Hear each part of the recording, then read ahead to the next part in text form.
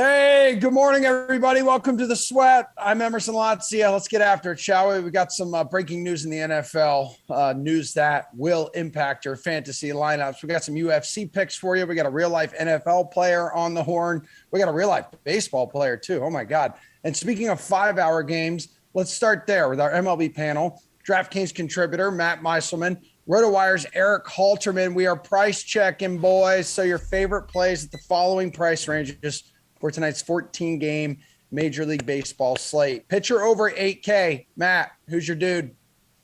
So mine's Zach Wheeler. I think there are a lot of good choices on this slate. Maybe the last couple of times I've been on, we've had some pretty gross pitching slates. This isn't one of them. There are a lot of guys to pick from: Freddie Peralta, Lucas Giolito. And I think Wheeler is the best choice here. Part of it is I think he'll be a little bit lower owned in tournaments than some of these other guys, Garrett Cole included, because I think there's a perception that the Braves still have a good offense. But without Ronald Acuna, and Jock Peterson is a fine hitter, but after the top few guys in this Braves lineup, there's a massive, massive drop-off to the point where like Matt Moore almost put together a decent game against them last night. Dansby Swanson kind of ended his hopes. But even so, the back half of the Braves batting order is really awful right now. And they have a pitcher in the lineup also, with this being in the National League. So I think it's actually a really strong matchup for Wheeler. And we don't have to get into how good of a pitcher he is. He's just been great across the board for the whole season, goes deep in games, all of that. So I think the undervalued matchup to some extent is why I like Wheeler the most for tournaments. Okay, Eric, you agree? A lot of good choices? Yeah, it's interesting. There's a lot of really good pitchers who are accurately priced above 8,000, but most of them have either a tough lineup or a tough park to deal with. So there's, arguments against almost all of them. And that applies to my guy too, Tyler Mahle at 9,300. Tough park in Cincinnati, but he's facing a righty-heavy Cardinals lineup that ranks 24th by WRC Plus on the season. So I think that's enough to make up for that difficult environment he's pitching in. And I'm fully on board as Mahle being, not quite an ace, but a second-tier pitcher. I think he's very much legitimate frontline starter. He showed hints of that last year by striking out 29.9% of opposing batters, but he had a shockingly low ground ball rate, below 30%. Anytime you see a ground ball rate starting with a 2, that's a worry, especially in a park like the Reds have, where balls leave it more than almost anywhere in the league. This year, he's got the ground ball rate pretty much at league average, and hasn't lost any of his strikeout rate. He lost 0.3%. And so when you strike out that many guys and have no weaknesses anywhere else, that's frontline starter stuff. He struck out 6 or more batters in 9 straight starts. So he's very safe bet to give you a high total in that category.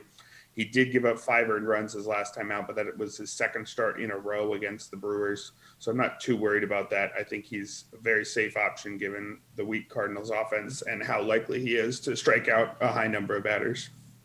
All right, E. Well, hook me up, please, with the pitcher under 8K. Yeah, I'm going to go just under 8,000. At 7,900, I like Alex Cobb quite a lot. If you think Alex Cobb as this boring but fine starter who doesn't strike many guys out but keeps a decent enough ERA, that is somehow not who Alex Cobb is anymore at age 33, despite not really making big changes to his pitch mix or anything like that. He's got a 3.96 ERA on the season, but that's over a run worse than his FIP, which is all the way down at 266, because suddenly he strikes people out. A 26.2% strikeout rate is a career high, and he's kept that very high ground ball rate that he's always had, 54.9%. He's only allowed 1 or fewer earned runs in 4 of his last 5 starts, and I think he could continue that run here against the Twins, who normally have a good offense, but losing Nelson Cruz in a trade to the Rays is going to be a big blow to any lineup. So if a lot of people don't realize that Alex Cobb is maybe actually good now in his mid-30s, I think he's definitely a buying opportunity. Okay, Maddie, what about you, man? Pitcher under 8K. I'm not sure how excited I am about this pick yet, but it could potentially be my favorite of the slate by far. So the Dodgers are trying to stretch out David Price to be a full-time starter with Trevor Bauer away from the team, Clayton Kershaw on the IL. And David Price is only 6,300, and he's getting the Rockies away from Coors Field in a home game in LA. Anytime you face the Rockies not at Coors, sometimes even in Coors, I mean, it's just not a good offense. So you can't really ask for a better matchup than this. And Price is a good pitcher. So the concern here is just how long will he pitch for? His last appearance was against the same Rockies team. He was at Coors Field and went 4 innings, gave up 1 run. He's faced 15 total batters in each of his last 2 appearances. Both were starts. And the Dodgers have said they want him to be a starter now. So maybe he gets capped at 5 innings. Maybe it's 6. I don't think he's going 7 or 8 by any stretch, maybe at some point later in the year. But this is a solid pitcher who's really cheap and in a really good matchup. And the ownership may not get there because of the concern of just how long he'll pitch for. So if people aren't getting here, I feel like he's the best pitching play on the slate because the cost is just so much lower than it should be if he's actually a starting pitcher. Yeah, well, let's talk about guys who swing the wood here, dude. Hitter over 5K. Matt, who do you want to spend some cash on? So there's a little bit of a theme for me today. I think the Tigers are just generally really overvalued, and that includes their pitcher, Willie Peralta. So I like the Royals guys a lot, particularly Sal Perez, Whit Merrifield. I think that there's a perception that the Tigers are a lot better than they are with the winning streak. So those are 2 guys I'm interested in. But I feel like I have to mention this. Eric talked about Tyler Mahle, and I actually don't disagree with anything he said there. But the thing about Mahle and then also the park that he pitches in, there's a lot of variance potentially. So you could have a ton of strikeouts. Mahle could strike out 12 guys. Wouldn't shock me at all. But I also think there's potential for a bunch of home runs. And Arenado and Goldschmidt are just not guys that anyone's going to pay up for in the mid 5,000s. So the Cardinals are actually a stack I'm looking at, those 2 guys in particular. And honestly, I feel like you could play Mahle in some lineups and stack the Cardinals in other lineups because in Cincinnati, you see tons of home runs. You actually see tons of strikeouts. Just the nature of the park, for whatever reason, produces a lot of both. And Mahle is a pitcher who does a lot of both. So this is a game that could end up anywhere. And I feel like the Cardinals could score 0 runs. They could score 15 runs. So I'm looking to their expensive guys along with the Royals' expensive guys. All right, Eric, expensive batter you like? Yeah, there's a guy who isn't expensive enough, and I try to not recommend the same guy too often in a short span, but I got to throw out Juan Soto again. Last time I recommended him here, he hit 2 homers. We'll see if he can manage that again. He's priced as merely one of the good hitters at 5,600, tied for the 11th most expensive hitter on the slate. But I think he is the best hitter, or top 2 or 3. According to most of the projection systems, I looked at Zips, the Bat, and Steamer. He's second in OPS according to Zips and the Bat, and top projected OPS the rest of the season according to Steamer. So this guy is still, despite what you might call a disappointing first half, he's still projected to be the best hitter in the league down the stretch. And that disappointing number so far has him hitting 302 with an on base of 424 and slugging 508. He has more walks than homers. He is hitting the ball on the ground a bit too much. 54.5% ground ball rate is a career high. But he joked about the home run derby fixing his swing and getting him to hit it in the air more. And it seems like that's happening. He's already homered 5 times in 6 games since the break and is hitting 522 with a WRC plus of 364 since that home run derby. He's the best hitter in the league for me, and he'll get the platoon advantage against Jorge Lopez at Camden Yards. Lopez with an ERA north of 6. So maybe the whole world will be on him, but I want to be part of that group as well. Well, what about a hitter under 5K, Eric? Yeah, I'm going back to Cincinnati and going to go with Aristides Aquino at 2,900. Hasn't had much playing time this year, but he's got the opportunity for some starts with Nick Castellanos' broken wrist. People remember Aquino for his 14 homers in that incredible month of August as a rookie back in 2019. He really just hadn't done anything in that September and all of last year. He didn't play all that much and hit just 188 over that stretch. But in a small sample of just 67 plate appearances this season, he's striking out a ton, over 35% of the time, but has an incredible 27.3% barrel rate. Obviously, some small sample stuff at play there, but we know he has huge power. 6 homers in 67 plate appearances is 54 homer pace if he came to the plate 600 times. So he's got the potential to knock one out along with the best in the league. And he's priced this cheap because, again, hasn't played that much and does strike out a lot. But with the platoon advantage against Wade LeBlanc, whose 4.31 ERA is at least a run better than pretty much all the ERA estimators.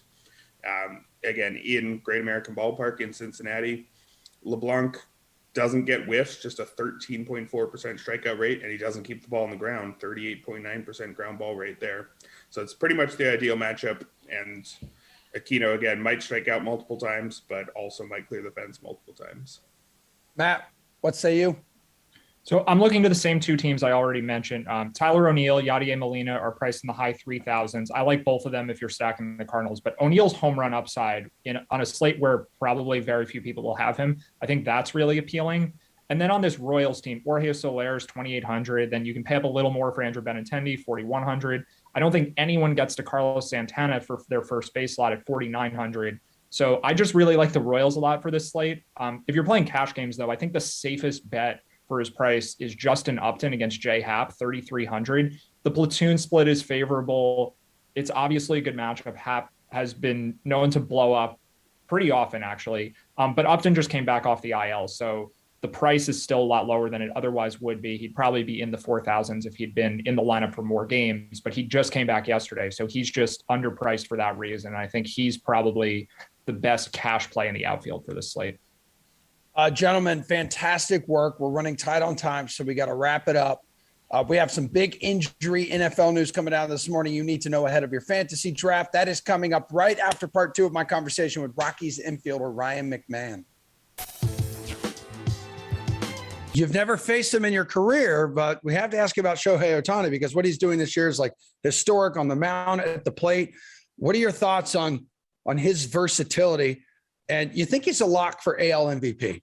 Dude, he's been a lot of fun to watch. I think it's going to be hard to beat him out. He does it on the mound. He does it at the plate. So obviously there aren't a lot of guys who can do that, and especially at the level that he's doing it. So as a fan, it's been really fun to watch. As a player, I'm excited to face him, man. You want to face the best players. You want to see, how you stack up and, how his stuff moves and different things like that. So, I'm excited. We play them in a couple of days, so it should be fun to see him out there. Okay, cool. Are you hoping to go up against him? I haven't looked at the schedule. I don't know if he's actually going to be starting in that series or not. Yeah, I don't know either, but I hope he is. He just threw yesterday, so what do we got? Yeah, maybe it might work out. We might get him the first day. Yeah, that'd be cool. All right, cool. We'll be keeping a very close eye on it. Who's the toughest pitcher you faced this year? Yeah, this year or throughout like your career, someone you just hate to go up against. I thought Corbin Burns was really good this year when we saw him. We faced him here. I think we faced him there too. But I was really impressed with what he's doing, man. He's really, really become a really, really, really good pitcher. And yeah, it wasn't too much fun. Let me ask you this, because earlier this season there was a huge crackdown on like foreign substances. Like what have you noticed? What kind of difference have you noticed being in the box there as a hitter before the crackdown and then post crackdown? Honestly, man, I haven't noticed much. Nasty pitches are still nasty, and backup sliders are still backup sliders. I haven't noticed anything. I'm sure if you ask some pitchers and talk to them and stuff like that, they'd have a different opinion on all of it. But me personally, I haven't noticed much of a difference. Yeah. Have any of the guys on your team said much about it? It was a huge thing like that week, and I feel like it kind of just died off. It kind of just died down, the doing their thing, checking their guys and, holding them accountable. So, I think the league's going to try to do what they can do. And, I think the players are going to adapt like they always do. Yeah. And I know the next storyline here that a lot of people are going to be paying attention to is really the trade deadline approaching. There's always a chance like you or one of your teammates could be traded to a new team. Yeah. How closely do you follow rumors like that? Man, I would be lying to you if I said I didn't look at every single one of them. You see them on your Twitter feed.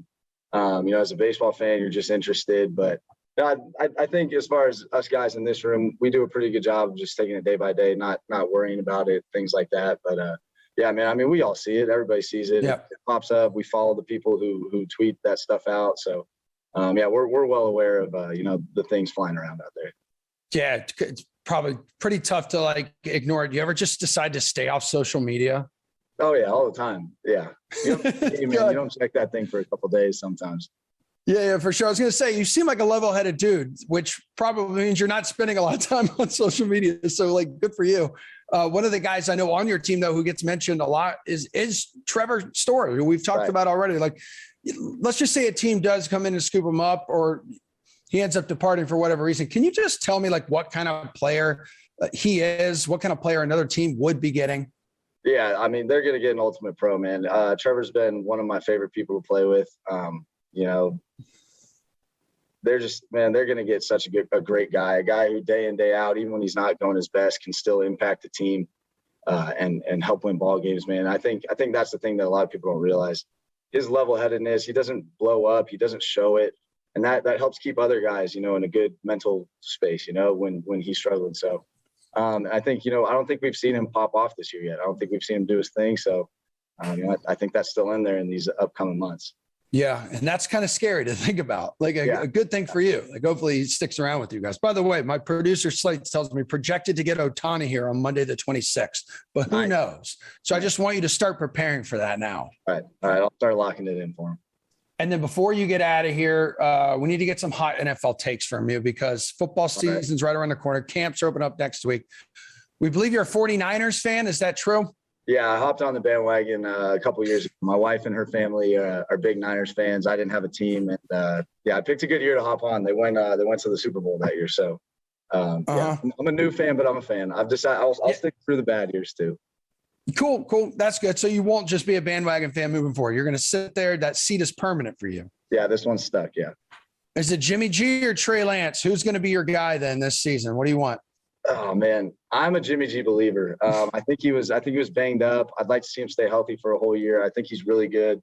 But I'm excited about Trey Lance, man. Obviously they traded up, got him.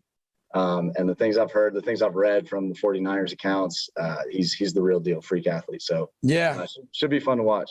Yeah, I feel like it's a good problem to have right now. I know everyone here in New England where DraftKings is based, everyone still misses Jimmy G because he's obviously super handsome as well.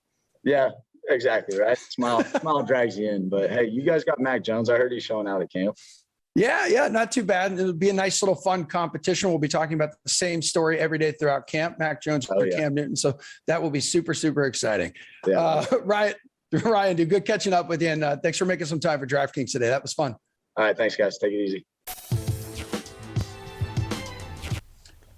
All right, we're shifting gears now to the National Football League. I have questions that these two have answers. DraftKings contributors Jeff Ulrich and Kenny Ducey.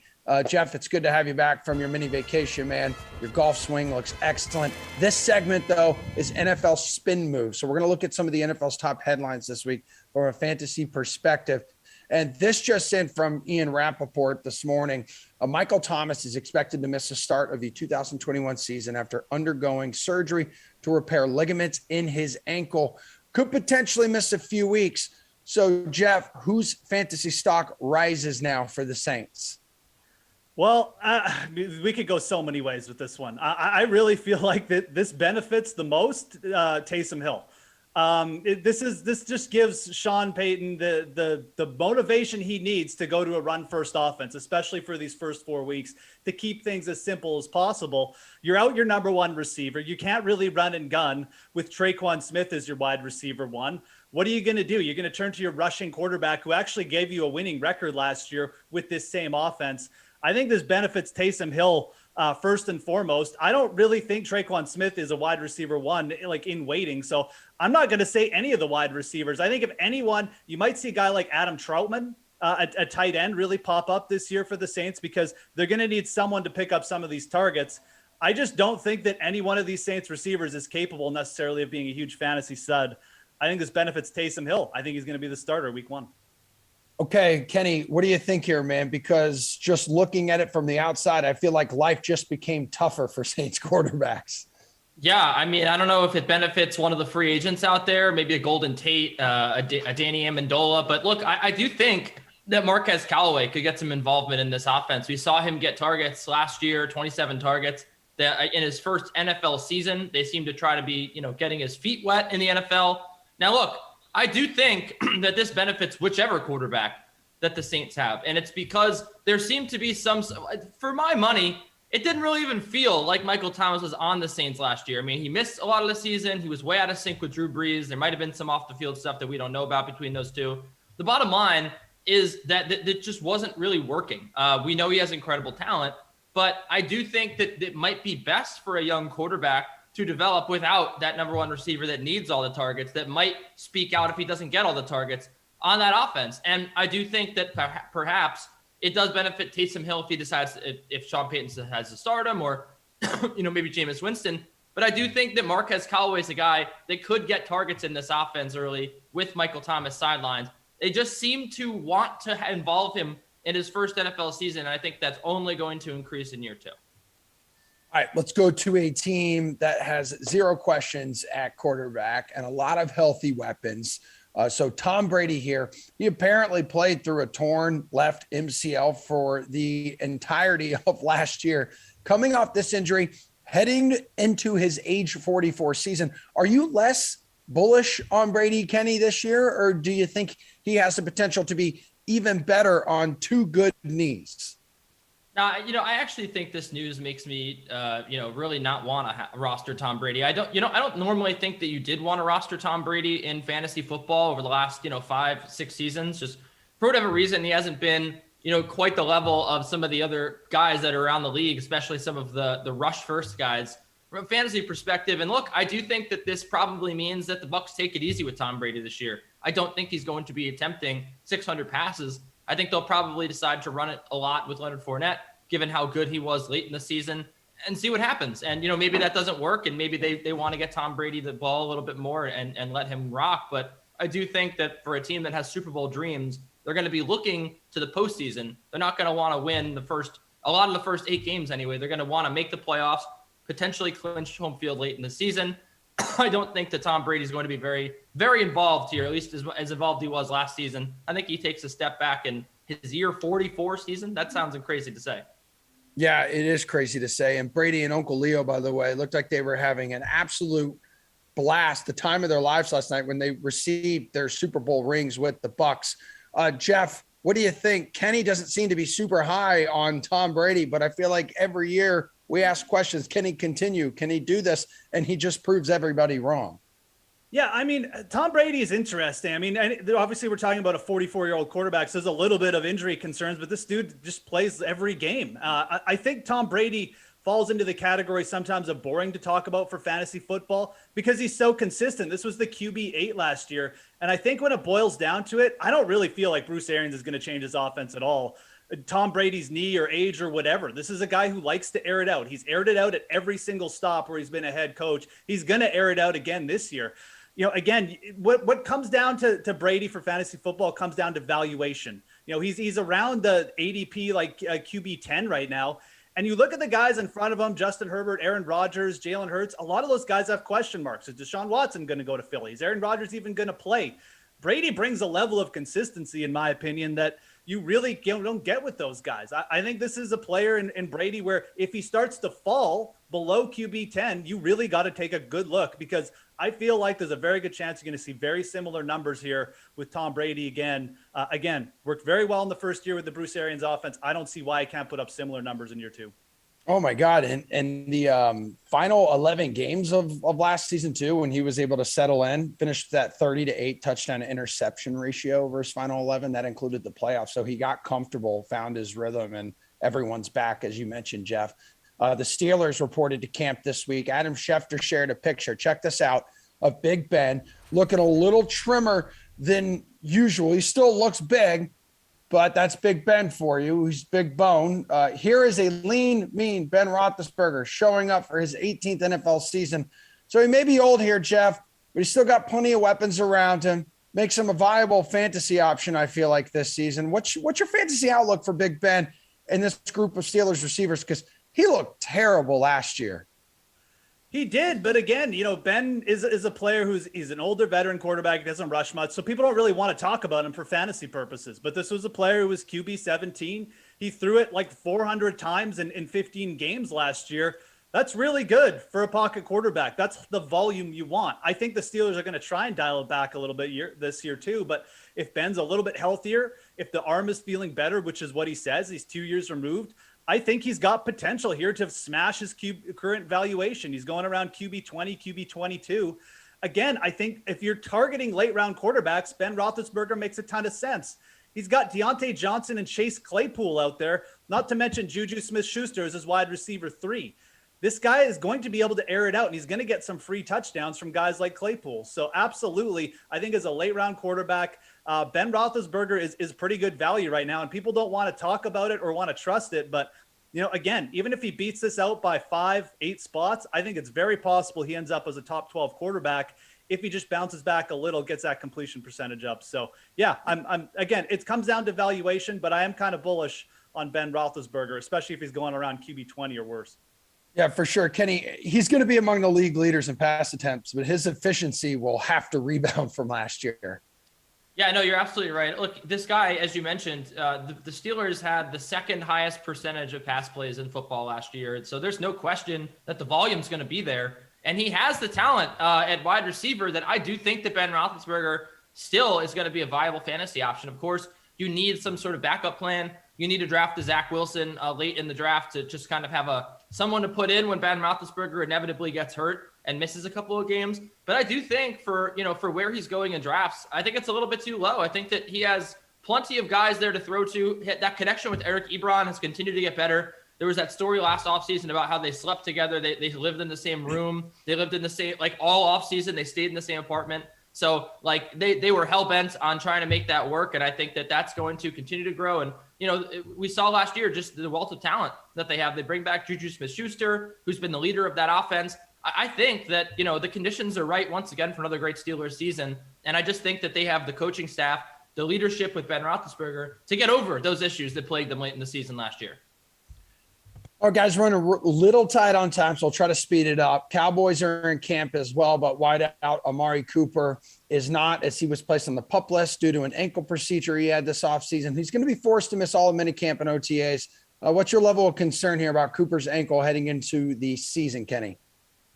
Well, yeah, you love the PUP list, don't you? Because you love those pups. I'll keep it quick. I do think that there's a little bit of concern here, especially just because the Cowboys have no reason to rush Amari Cooper back. I think that this is going to be a powerhouse offense. I think that, with Dak Prescott back in the fold, I think you'll see Ezekiel Elliott have a big season. But they drafted CeeDee Lamb last year, and if Amari Cooper's gone, for a few games, they're just going to start throwing the rock to CeeDee Lamb a lot. And I think it's going to work out well for them. And I also do think that Michael Gallup will continue to ascend. So with those two guys just getting a bunch of targets, Amari Cooper comes back, it's going to take him a little time to get back into the flow of this offense. We also saw Amari Cooper just kind of be a disappearing act last year at times. I know that it wasn't with Dak Prescott, but I don't think that he's a really reliable guy. And this injury really scares me because not only does it mean he could miss time later on in the season and he's going to miss time early, but I do think that those other receivers have the chance to just supplant him and he could fall to third on the depth chart. Kenny, your mic level completely cut in half. It was very, very quiet. You could barely hear you. But Jeff, must have been nice for the audience. Actually, it was not, because now it's making for terrible television. Jeff, we can hear you loud and clear. Go ahead. Amari Cooper, what's your level of concern? Glad I'm in, HD here, full-fledged. Yeah, I'd be interested in Amari Cooper if his ADP starts to fall below CeeDee Lamb's. I think that's going to be the level where, okay, now you're taking a chance. Yeah, you're getting a bit of an injured player. Yeah, he's going to miss OTAs. But, let's not forget, Dak and Amari Cooper kind of do have a bit of a special connection. I mean, they combined for a 15.1 yards per reception total in 2019, 8 touchdowns. I mean, they've been almost unstoppable at the Dome in Dallas, So I think right now, do I want to take a chance at Amari Cooper as a top 15 wide receiver? No. But if this, you really got to feel like CeeDee Lamb already getting, built up by the beat writers. Oh, he's going to overtake Amari this year. Oh, this is the year that Amari falls off. When Amari Cooper's valuation falls, that's probably when you want to get in. I don't think he's just going to disappear from this offense. There is Kenny's right. There's risk here. Absolutely. Gallup is very good too. He could get in on this, but I still feel like Amari Cooper probably has the best chance to lead the Cowboys in targets, in receptions, in everything. And if you can get him at a better valuation, he's going to be a good risk reward guy. All right, dudes, we have run out of time. Really good work. Jeff, good stuff from you. Enjoy your weekend, my friend. Kenny, hang out. We need some Olympics coverage advice from you. Some knockout UFC picks are ahead. Your mic is much better. Be quiet real quick so I can read this tease. All right, thanks.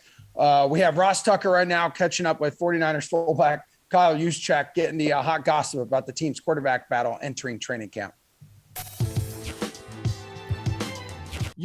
It's interesting because for the most part, you and I were in different situations. I was usually always battling for either a starting job or for a roster spot. And people would ask me about the quarterback situation, like in Dallas, right? And I really didn't care.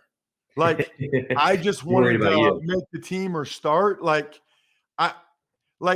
They're going to pick the guy they're going to pick, and he's going to play. And I really don't care. Like, I got to be out there, like, doing my job. I think you're in a little bit different situation. You're not like competing for a job. You're going to be the starter. You're trying to win a Super Bowl, and who plays that position is important to you.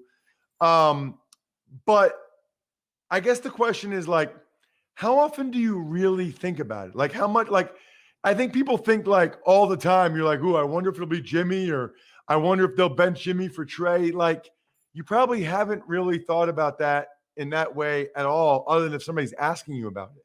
Yeah, no, that's a good point, and something that I didn't really think about till you brought that up. I really don't think about it until I'm asked about it, because even as a solidified starter and a guy that's really, I'm not too worried about making the roster. I still am very much concerned on what I need to do, and in the off season and what I need to do to get myself better. There's really just not a lot of time spent there thinking about, who's our quarterback going to be? What can I do to make him get better? I mean, there's nothing I really can do at this point. So, and it's also, just being in an NFL locker room, you're going to support whoever's under center, no matter who it is.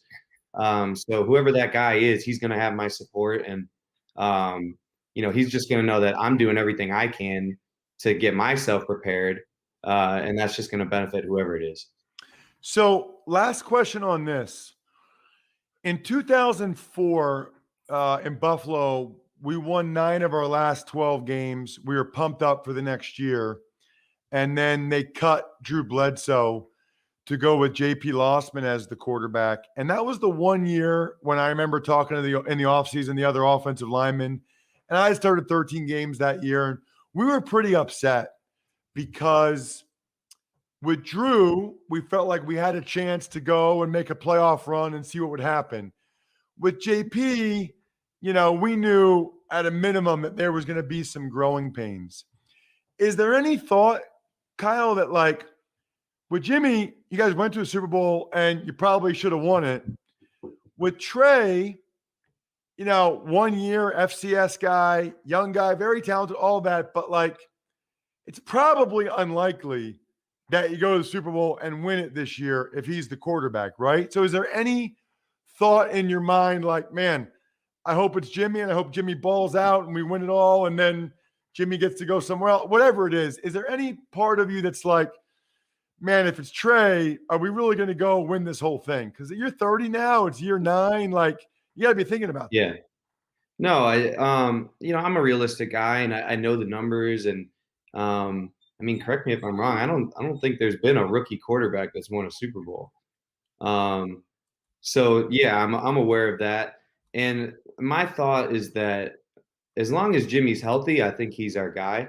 And I think that that doesn't mean that there's not a place for Trey to contribute in year 1.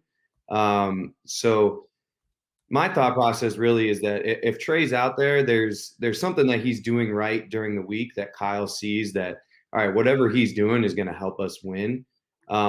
So my thought and my hope is that Jimmy's balling, but so is Trey during practice, and we can find ways to implement him into the offense and help us win games.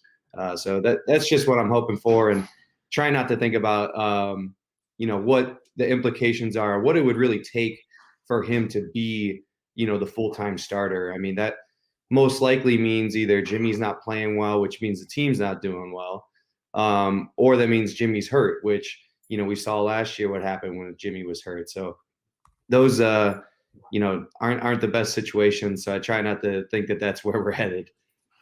Let's talk about Kyle Shanahan's offense. It is really fun to watch what he does with you and Kittle and the other tight ends for that matter.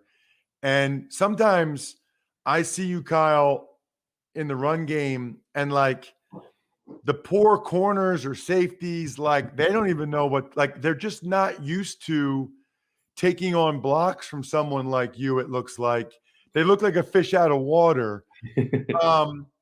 Now, look, you did go to a Pro Bowl in Baltimore, because I was going to say, how much of your success do you think is related to more or less being featured at times in Kyle's offense? But you went to a Pro Bowl in Baltimore as well.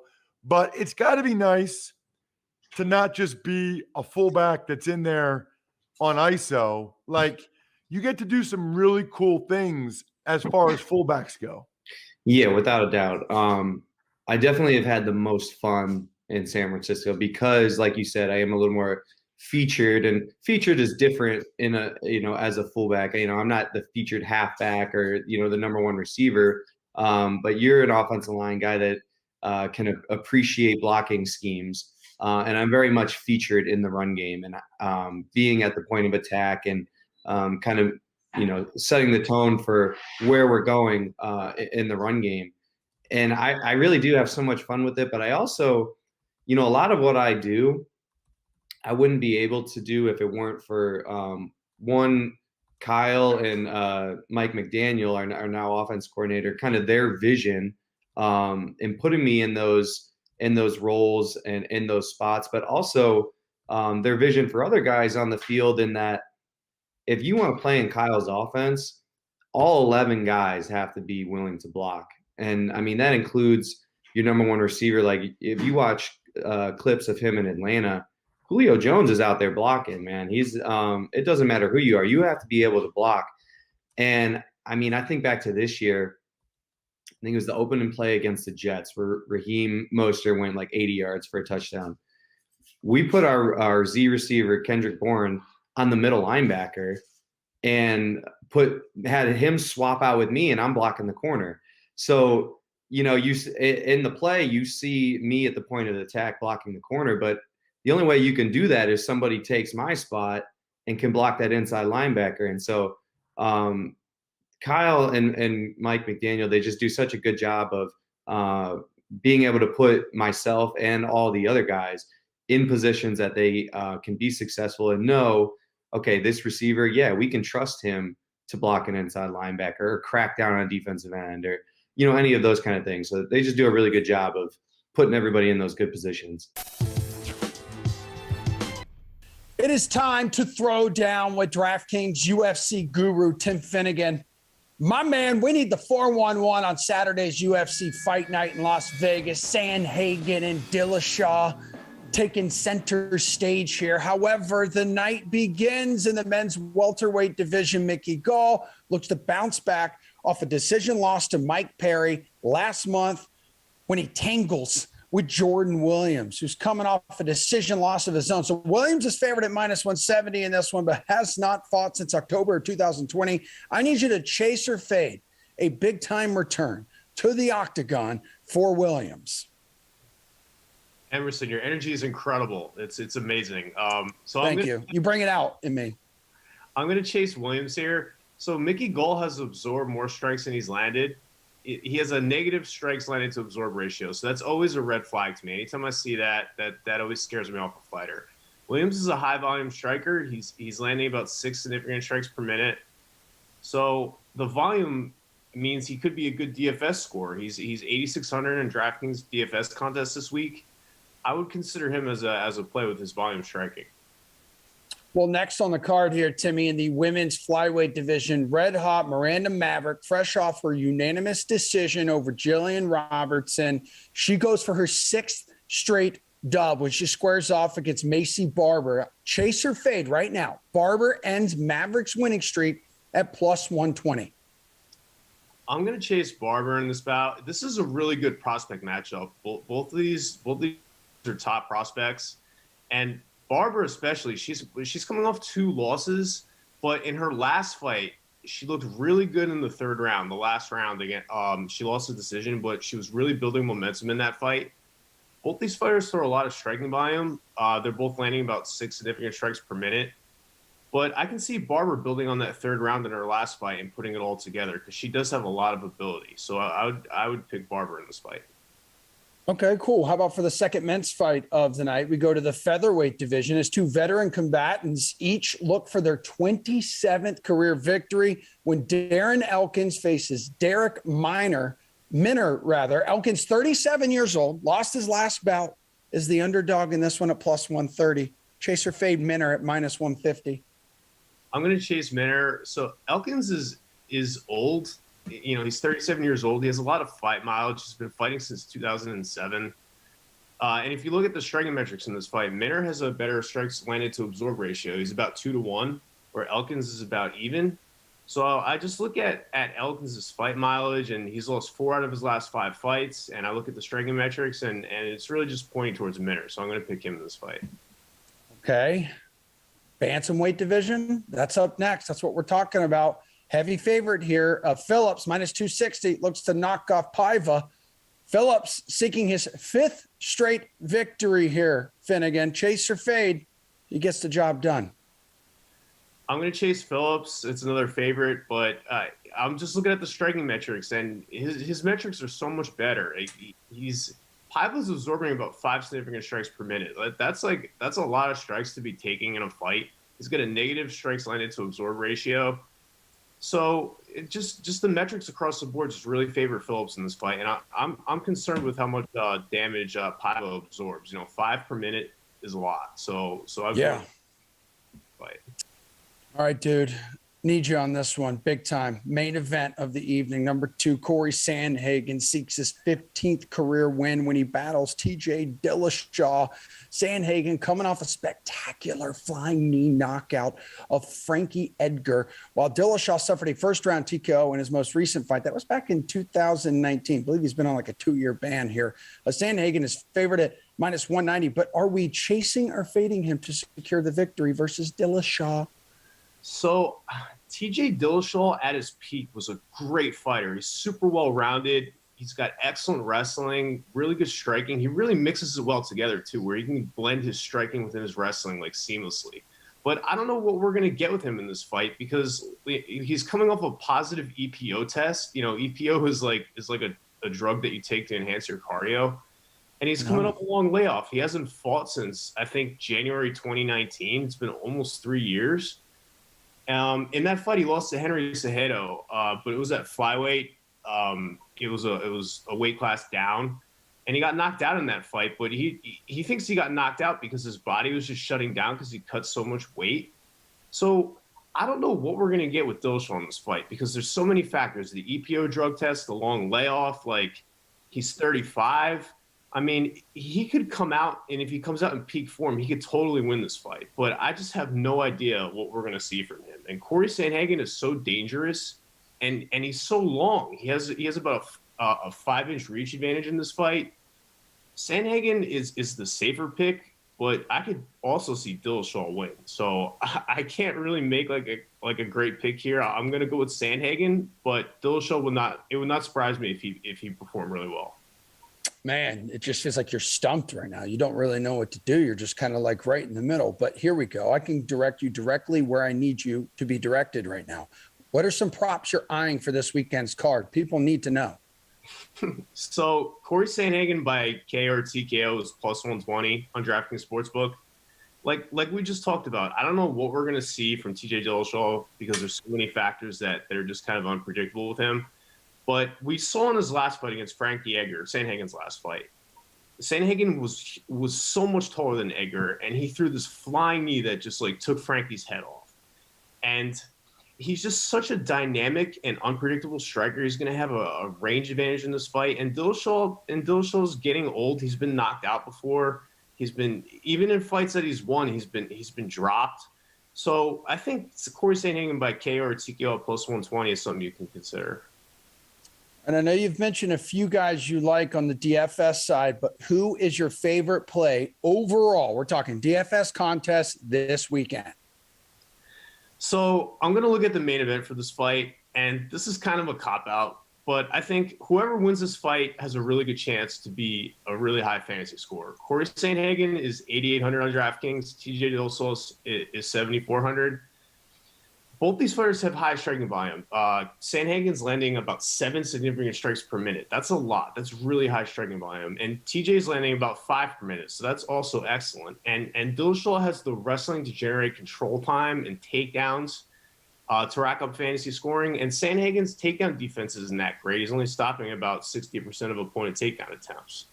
So, like we talked about in the previous segment, I don't know how TJ Dillashaw is going to look with the layoff and the EPO test, and he's getting old, and he's been knocked out in his last fight. So, Dillashaw could come out looking kind of like old and decrepit, and Sandhagen could just lose. Or Dillashaw could come out in vintage form and fight really well. I really just don't know what we're going to see from him. So, I think getting exposure to both of these guys in DraftKings DFS could be a good strategy. Because I think whoever wins this fight is going to be a good fantasy scorer. All right, my dude, Tim Finnegan, we could not do it without you. Appreciate you. Enjoy the fights this weekend.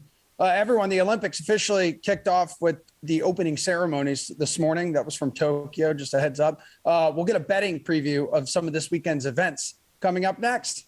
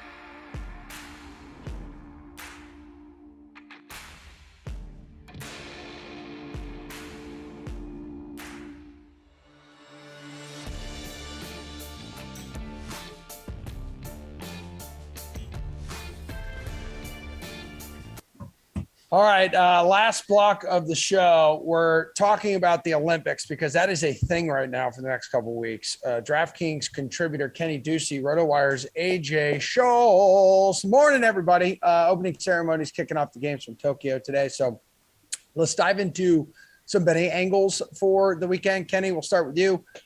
We are going to start with USA basketball. Dude, officially opens its Olympic Games on Sunday against France. And they are favored by 12 points. It was a less than impressive showing in the tune-up games here for Team USA. I think everybody out there watching knows that. And if they don't, they know that now. But do you think they will turn it on and like cover at least in their first official match? Yeah, you know, this one's really difficult because and it's already down to 12 points, mind you. The Team USA just doesn't look very engaged right now, and they don't have some of the stars that they've had in years past to drive this team. But what I remember from the last time that this team played in the Olympics, and, you know, frankly, if I'm just going to get a feel for this game, I don't think it's going to be a great start for Team USA. So I'm actually looking at the first half, France +7 in the first half, because I do think that's the best way to fade what is sort of a lethargic team. I think that the Olympic basketball team turns it on late in this game. But remember, this is France. This is a good team filled with great NBA players. Rudy Gobert is going to be even more dominant for Team France with the expanded lane and the fact that he can tip the ball off the rim with FIBA rules. You have FIBA Frank Ntilikina has been incredible for them off the bench. Nando De Colo, Nick Batum off of a great postseason. I just think that there's a lot going right for this France team. Way more, anyway, than some of the other teams that Team USA had fallen to. They do have Damian Lillard. They do have Kevin Durant. This is still a very good team, but I just don't think that it's going to click until maybe the very end of this game. I want no business sweating out, a late comeback from Team USA or a late surge. So I'm just going to take +7 in the first half. I think that France covers that. They're good enough here. They've got plenty of talent. And I do think that Team USA just has a little bit of chemistry to build here under this coaching staff, which also just kind of has left a lot to be desired. All right, well, AJ, speaking of needing to build some chemistry or maybe less than impressive showings here, the U.S. women's national soccer team got hammered by Sweden in their opening group stage match on Wednesday. They're back in action tomorrow against New Zealand and are minus 2,500 favorites. Question here is, do you expect them to bounce back in a big way? And how big are you willing to go on this spread? I think U.S. soccer legend Abby Wambach said it best when she said, last thing I would want to be right now is the next opponent of this team. Yes, it's a huge spread to cover to get any sort of value, but I don't think the USA -3.5 to get +110 is an outrageous option. I certainly think they could put up a number of goals in this one. I do think the -4.5 is maybe a little too far for me, even though it gets great value at +280.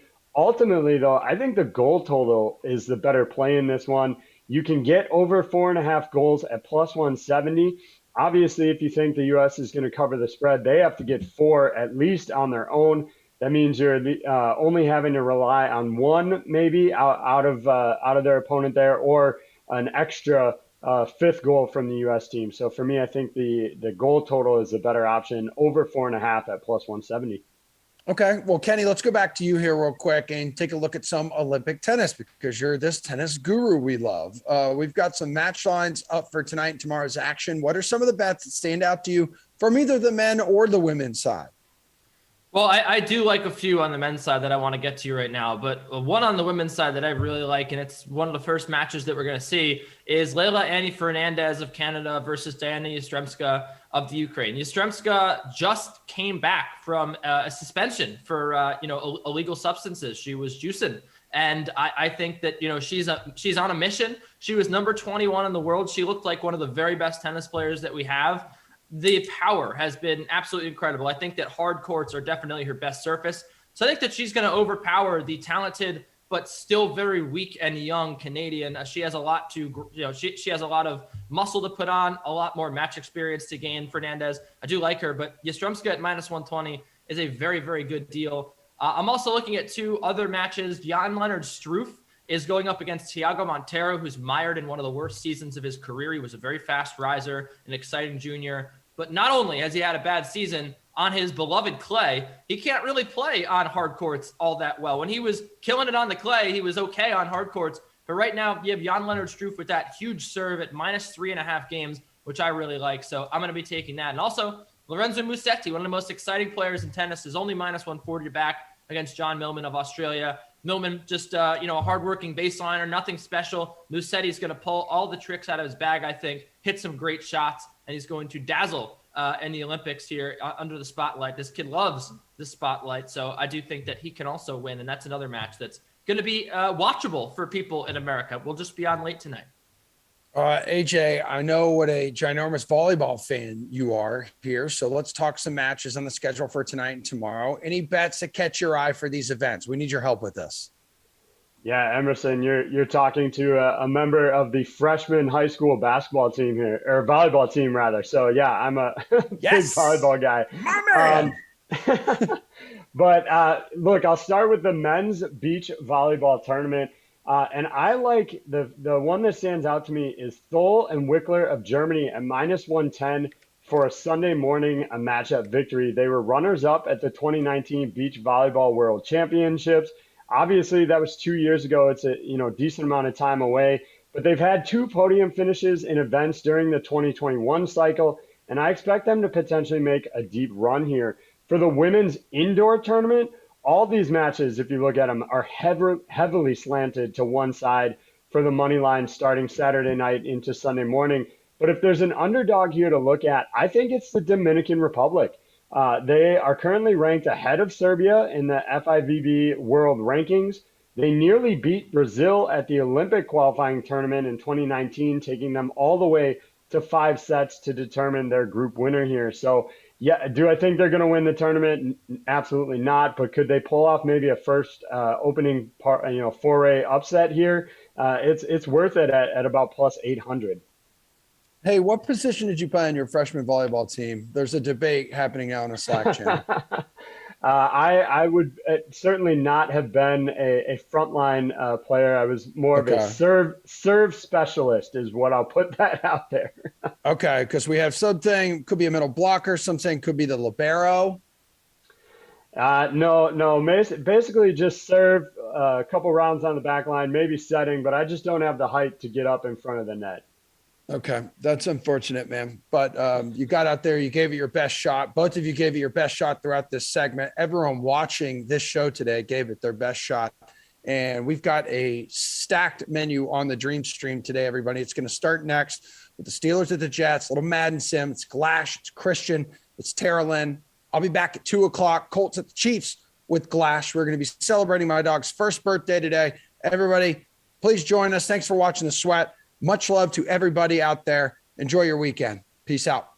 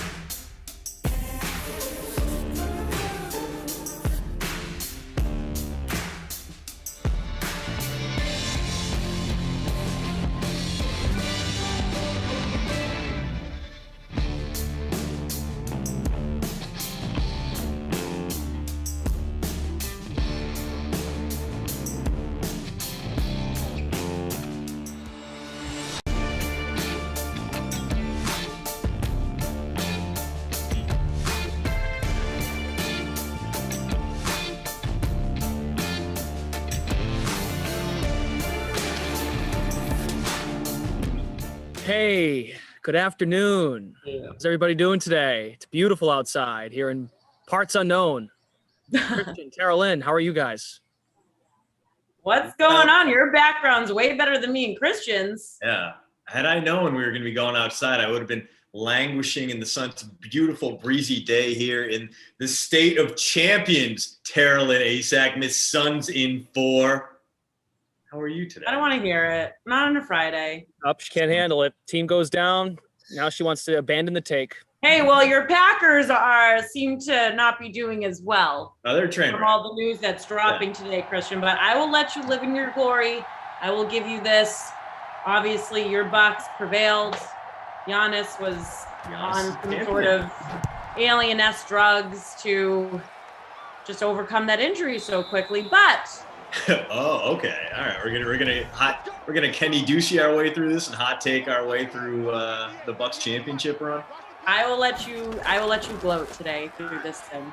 Yeah, Kenny gave me like 15 seconds to be happy about the Bucks, and then he's like, they still need to fire their coach. And I was not, he basically, you remember, like, if you're an MMA fan, George St. Pierre, after Matt Hughes won a fight to get a title fight, George St. Pierre was like, I am happy that you won, Matt Hughes, but I am not impressed with your performance. That is basically what Kenny did, but for 15, maybe 20 straight breathless minutes, just crapping all over the world champion Bucks. As oh no. Oh my goodness, we're gonna get a touchdown in the first 35 seconds of the sim. Oh my goodness. Wow. Sam Darnold, pick 6. Now I'm just sad Kenny couldn't be here to tell us all about why Sam Darnold is actually good. Me too. Well, that was fast. That was fast. So, Besides enjoying the beautiful sunny weather in parts unknown. oh well, you know, it's a Friday and made the journey up north, and here we are. This is the setup I used last summer as well. The difference is now there's more people here, so we have an audience. I hope to not let them down. Very nice. Yeah. So that Pittsburgh defense, huh? 19% owned in our little free roll. Did either of you get a lineup into this thing? Big 3 Friday, LFG, BJG, CDA, TLA? I didn't. I took the Pittsburgh defense, baby. Ooh, you know, I had so much money left over. I thought about the Pittsburgh D, and then I was like, you know what? I got too much cash. Let's go Sam Darnold instead. And I am having regrets, I'll be honest. I feel badly about the decisions I've made, but What made you go Sam Darnold instead? I had so much money left over because I captained Deontay Johnson. I had James Conner was so cheap. So like, all right, I got to get those two in there. And like combined, even with Johnson, the captain spot, they were like 11 grand. I had like 10 grand to spend on each of my next 4 players. And I was like, all right, well, we'll get Juju, we'll get Lev, we'll get Eric Ebron. It's like, oh man, do I want to leave like 6 grand on the table? I guess I'm going to go with Sam Darnold. And again, poor decision. Yeah. One in the string. Ryan Griffin going back in time. Christian didn't take Pittsburgh D. Did you take Pittsburgh D, Glash? I did not. Okay. So what's the rest of your lineup? It's somewhere on one of these screens. I'll find it. You know what? You take your time. Thank you. I will. Not a problem. I'm gonna do it right. We're here all day. Yeah, Second and all 10, kind of. lucky. No. 4 sims today. We have Ultimate Disc League stuff later. So 4 sims. It's all part of the classic slate on DraftKings. So all 4 games, all 4 Madden sims are part of one big classic contest. And then we have the 4 showdowns. Christian, Glash, Tara Lynn. We have producer Drew here. Bry Guy on the 1s and 2s. Love That's that. a throwback. Bry Guy, what's up? I'm really looking forward to it. I'm really looking forward to this 40-minute set. Sam Darnold threw a pass to Ryan Griffin moments ago. This time he goes to Brashad Perryman. If you're just joining us, in the first 35 seconds or so of the sim, Sam Darnold threw a pick 6. That Pittsburgh defense in the bigger free showdown on DraftKings, Steelers D is 27% owned. So good on you.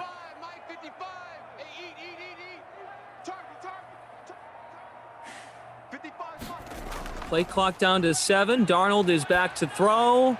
Fires and once again misses his target. He is having a wild weather Wednesday start to this one. He's had guys wide open downfield and has missed them by approximately 1,000 yards. No exaggeration there. Just throwing balls out of the stadium and out of the Tri-Cities area. Tri-State area. Tri-Cities is something different. Quad Cities is something I don't know what that is. Oh, spinning out of trouble, making something happen. Yes, to the lacrosse player himself, Chris Hogan. Where's he now? Is he a whip snake? Is that who's playing? Yes. Yep. He was with the Cannons lacrosse club, and now he's with the Whip Snakes. Sorry, I'm just gonna change the subject. Have you guys read up on this? I say read up. Have you seen this report on Michael Thomas? Yes, and it's a bummer because coming off a lost season, Sam Darnold holds on to it way too long. Takes the sack, another great series for the Pittsburgh D here, even if they're about to give up some points. Yeah, Thomas last season, that ankle was a problem. Didn't score a touchdown until the postseason. Got shut down by Carlton Davis, who dubbed him Slant Boy now and forever. And he's like, okay, is this going to be his big comeback year? Well, doesn't seem that way because the ankle's still giving him problems. He's going to be out for a while. Might miss several weeks into the season, although we don't really know what he's in for. Ooh. Hogan just rifled backwards by the extreme power of Sam Darnold's arm. Darnold taking a little bit off that. Maybe, just maybe, could have caught it in bounds. Instead, the momentum carries him out. 3rd and long coming up here. So it's not just Michael Thomas. I'm also reading here that Davante Adams, more wide receiver news, that Packers and Davante Adams. So Tara Lynn, please, I know you've helped me understand the personal life of Aaron Rodgers, and Ian Rappaport says it's not just Aaron Rodgers. The Packers and star wide receiver Davante Adams have broken off long-term extension talks. There are no current plans to resume them. The two sides have been negotiating for months, but they are now in a bad place, sources say. First the quarterback, now the number 1 receiver. Everything is crumbling in Wisconsin except the Bucs.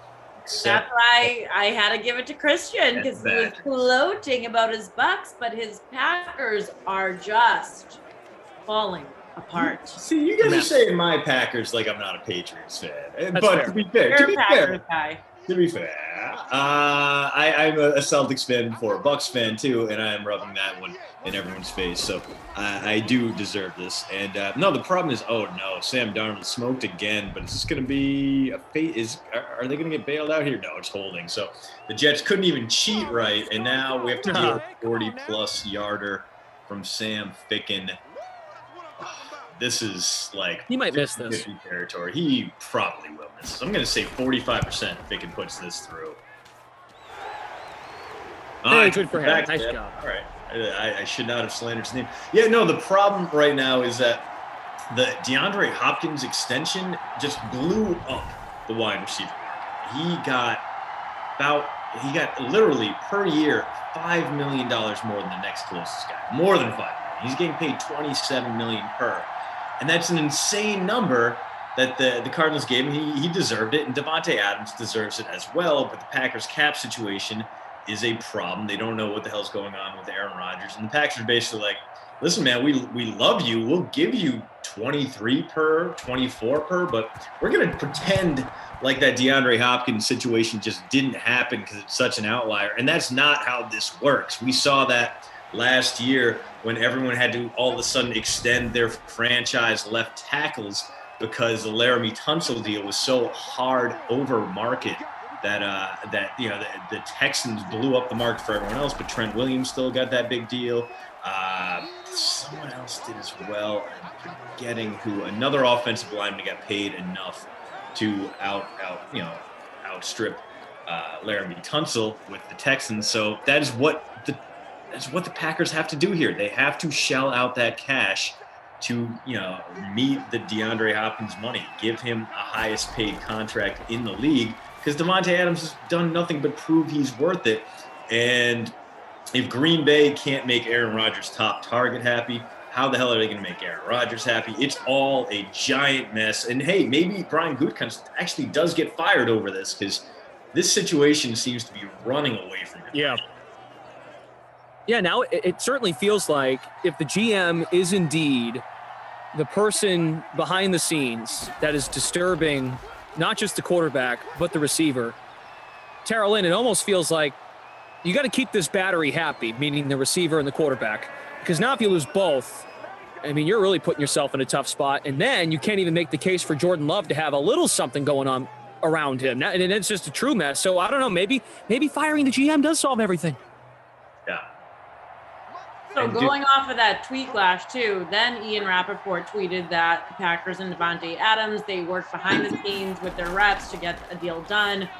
Proposals have not acknowledged Adams as the highest paid wide receiver. Sources say Green Bay's classic structure has led to limited options. So talks are now off with just a few days to go before camp. Dude, it's wild. It's wild. They're just like, no, DeAndre Hopkins didn't happen. I'd never seen that man before, officer. Just blanking an entire contract. Wild to me. Like, this is, like, I understand why you want to do that because your cap situation is a mess, but holy moly, just so this is reflecting poorly on the front office. Here's something that comes to mind. Do you both remember back at minicamp when Rodgers, of course, didn't report? He takes the fines. Remember that report that came out that Rodgers was in communication with some of the top wide receivers on the team and that even the receivers were threatening not to show up? I can't remember if Adams did show up, but say he didn't. Adams was vocal during that time, though, saying that basically insinuating that Rodgers wasn't getting the treatment that he should have been. So he was a little outspoken there. But did he go to camp, mini camp? I don't remember. I don't know. But say he did. Clearly, Aaron Rodgers is having detailed conversations with not just former players, because I know someone who's been. Say it again. Him and Davante are bros. Yeah. Right. So, I mean, this is creating a domino effect. Who knows what the other receivers are feeling like right now? But clearly, they've had several discussions behind the scenes. So Adams went to minicamp, and the Packers like, we don't want you to get hurt. You sit this for now. We'll let Amari Rodgers and Devin Funchess take the reps here. And back in June, Adams said he wasn't going to hold out. As we get a touchdown there, it is a strike to Washington. James Washington. Unlikely, but all right. As that Jets defense looking very much like the real life Jets defense. New York now down 2 possessions on their home field, on pace to lose this one by a mere 56-12. Should this score hold up going into the first quarter? So he did show up, but that's like the classic way, like Stephon Gilmore, we found out last night, he's reporting, but he's on the PUP list. Yeah. It's the ultimate way to show up, not have to play. You can still, it's still in a way, Gilmore is kind of still holding out, right? Like, because he could easily just say at training camp, coach, quad's not feeling right. Okay, what are they going to do? Tell him to suck it up? He'll say, okay, well, I'm actually hurt. You can't do that. Like, that's like going against my contract. Like, you're not going to trust me that my quad hurts? Davante Adams, you're not going to trust that I'm hurt? You're just going to call me a liar? Oh, that'll really go over well. Yeah. So he'll show up to minicamp. He'll probably show up to training camp as well. I'm not sure Aaron Rodgers is going to. That's a little bit of a different case. No.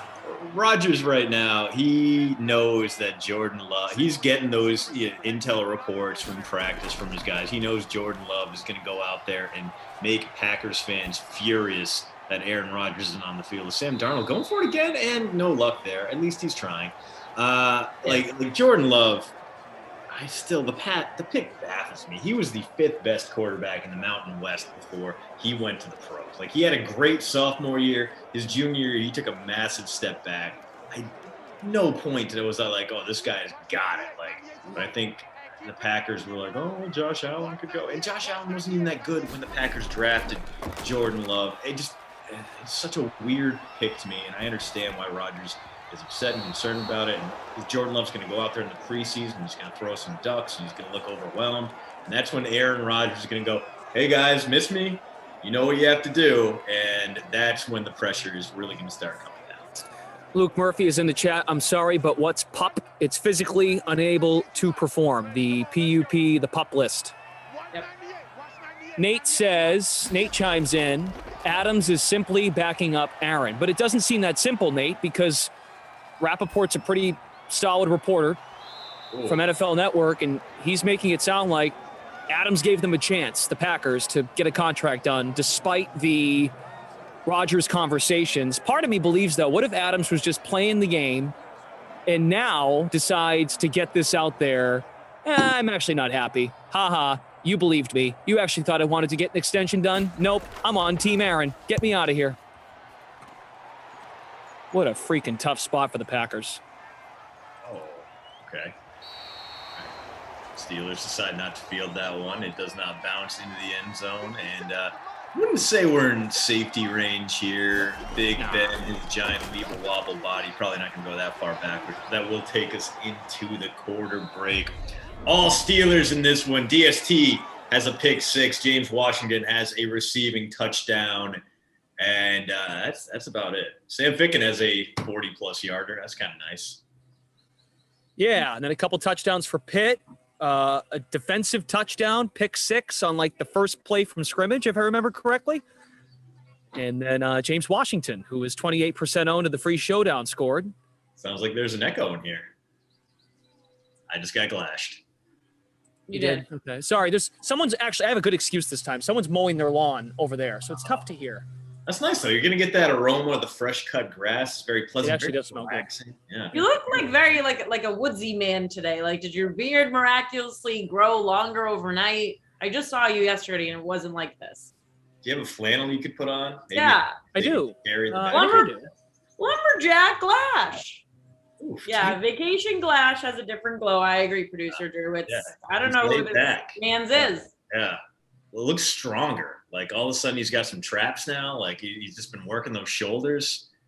Honestly, we're kind of looking like Ben Roethlisberger today.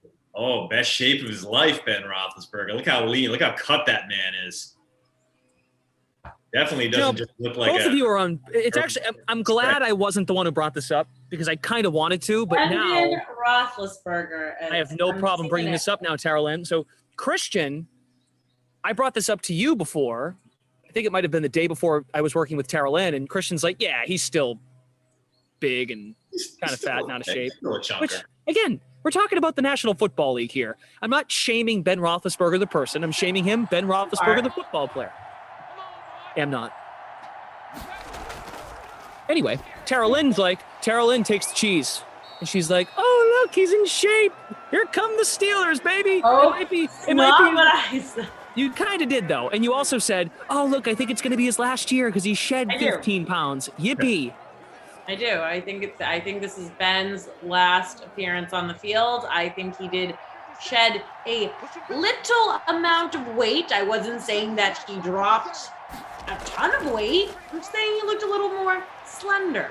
That's all I was saying. Right, but you're correlating that to Pittsburgh being good. Saying maybe we could see a different Steelers team this year. I feel like he might go in there just slanging the football. Last year, dropped some weight. We don't know. We don't know. The shoulder's still busted, I'm allowed to have a prediction. You are. You are allowed. I'm just telling you you're wrong. I do not agree. I don't want a Kenny Ducey all over your Jared's hot take. I'm going to go with the Steelers that we're going to have a different season. That is a perfectly fine take. I respect your take. I am just disagreeing. I think that's good. I think the offensive line is too much in shambles right now. DeCastro's gone. Pouncey's gone. Villanueva's gone. He is going to get beat up. Ben Roethlisberger is probably going to miss several games this year. It's going to be a Mason Rudolph show or a Dwayne Haskins show or a Josh Dobbs show at some point, which is never what you want to hear. And they got so many great offensive players, and I do not understand the fantasy hype around Najee Harris. Yes, he's going to get a ton of looks because there's no one else in that backfield, but oh my God, he's going to be running into a brick wall. He is going to lose his damn mind like the 70th time in a row he gets stopped 2 yards behind the line of scrimmage, and it's going to be very frustrating. But hey, if you got Mason Rudolph stock, this could be a good year for you. James Johnson in the chat says Glash be eating his words when the Steelers win the division. I'll have what Big Ben's eating. I can't wait. Well, since when have we counted division titles in Pittsburgh? Is that what we're excited about now? Yeah. Interesting. Hey, it's a different year. We don't even know if Aaron Rodgers is going to play in the NFL. We don't know what's happening right now. So who knows? Maybe the Steelers are going to prove y'all wrong. Here's the problem, everybody. Steelers had a really good year last year, and then they fell apart. They didn't have a running game. As Christian highlighted, their lines really struggled, their offensive line. The quarterback is another year older. He's still fat and out of shape. Sorry. And last time I checked, Patrick Mahomes is in that same conference. Josh Allen, Justin Herbert, Lamar Jackson in his own division. Baker Mayfield had a good year last year. Big Ben, you could argue, is the fourth best quarterback in his division right now. I know we haven't seen much out of Joe Burrow. Fine, I'll be fair. Maybe Ben's like the third best in his division. Because Baker, I mean, I'm not a big Baker guy. He had a good year last year, and Lamar had a good year last year as well. MVP Lamar Jackson. It's over. It's over. So I'm happy for Big Ben. Hope everything goes well. Glad he looks healthy. Shaved his beard a bit. I'm not buying it. I'm just saying that I just feel that you're kind of looking a little bit like Ben's doppelganger today. And then you had to go on a tangent like Ducey. Yeah, but you knew what you were doing. You sat back and giggled. You were like, I got him. I'm going to bring up Big Ben and get I was just laughing because it's Friday. I always laugh on Fridays because I love Fridays. Like an opposite Garfield. Even though I work tomorrow, so it's not even really a Friday. We'll see. I think Pittsburgh's year was last year. Like, that was the year to go get it, right? Yeah, and they couldn't because Ben could not throw their way to it. The defense is still there. The defense is still great. They're going to win a bunch of games. They're probably still a playoff team. They are a playoff team whether it's Ben or Mason Rudolph behind them. Probably. Because we've seen the Steelers win games with bad quarterbacking before. We know they're capable of doing that. Rudolph can be an average guy. And, like, as a pro quarterback, he has a winning record as a starter. That's not saying anything good about Mason Rudolph, just that the Steelers can win around him or despite him is that, Boswell field goal from 50-plus is good, a 5-pointer for anyone out there. If you stack the kickers today, you're not having a bad day yet. Yeah. Not bad. Here's the other problem with the Steelers, and this isn't their own fault. Like, the conference is better. Yeah. We just talked about their division. Like, Joe Burrow got a receiver. I wish the Cincinnati Bengals addressed offensive line in the draft, early in the draft, I mean. They should be better with a full season of Joe Burrow. We just talked about Cleveland and Baltimore. You got Buffalo in the AFC East. I'll even be fair and not put the Patriots as they should be improved, but who cares? The Patriots are in a different division. Buffalo's winning the division. Kansas City's really good. I'll even give Congo Cavs Raiders a sniff. Woo. And in theory, the Titans are supposed to be really good, and the Colts are supposed to be better with Carson Wentz now in that loaded roster. How does Pittsburgh factor in here? They missed their chance. They had last year, and they blew it. That doesn't make me a bad guy. I just think their odds are against them. The odds are stacked against them. Morgan Smith, I wasn't even saying that Glash gained weight or lost weight. I'm saying his facial hair, and all of a sudden his hair got longer on top. He's looking, and now he's putting on sunglasses. Yeah, it's really hard actually to see the monitor with these on a room like this. Right. Some people in the chat are saying that they like the 3-person booth with Christian in the mix. People love a little CD because CD he brings hot takes, he brings the knowledge, he drops it down, he keeps me and you from killing each other. I like the 3-person booth. Yeah, it's an all-star team here, the Bozo Cast. It's been Bozo Cast, big 3. Bozo Cast, baby. I like working with you guys. I think this is good. There's good energy. It's good energy in the sim. Start the day. Big 3 Friday. I'd agree. Christian has the flow as well. That's true. Yes. He has great flow today. So Nate, I can tell you have a lot of bias because you're a Vikings fan. I can respect that. Yeah. You're loving the Packers crumbling. Ashley Edwards says it looked like a leprechaun. No lie. Love you, mean it. Right. It really is the best way to insult someone. Or like If you want to insult someone, just end it with, hey, love you, mean it. Yeah, love you, mean it. With all due respect. Insert insult. It's okay. Dante says this Glash guy doesn't know bleep. It's kind of true. Kevin Porter, whoa. Why all the negativeness? It's a new word. On my Steelers. They'll still win the division and go deep in the playoffs. Are we sure about that? How far did they go last year, Kevin?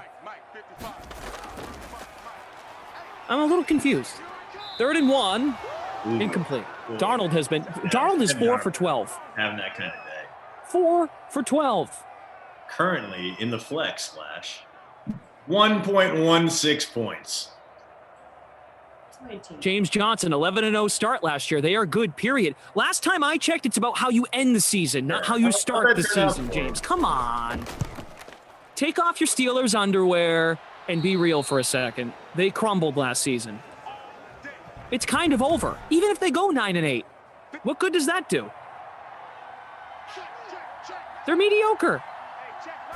And what lately have we seen out of Ben Roethlisberger because he shaved 15 pounds off that now all of a sudden he can finish games now at the end of the season? I'm not sure about that. Let's see what happened. Did he? I would say I was being generous. 10. I'm a nice guy. It looked more of like a 10. You can just tell in the face. He wasn't as bloated and puffy looking. I mean, he wasn't as bloated and puffy. Say hi. Bloated and puffy looking was kind of like his whole deal. That's the entire Ben Roethlisberger brand.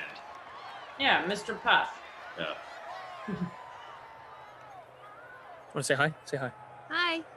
Hi, Sarah. Hey, Sarah. Sorry that Glash ruined your meeting yesterday. Sarah, do you like Glash's new, thicker, fuller beard? Yeah, it's nice. Yeah. It's good, yeah. Nothing wrong with hitting it up with a little just for men. My beard comes in like 4 different colors. So like when I clear it out, I would have to give it a little bit of the dye to make it all a uniform brown, a hardy chestnut.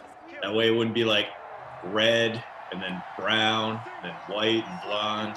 It's like the Guys, Glash has had a glow up this year.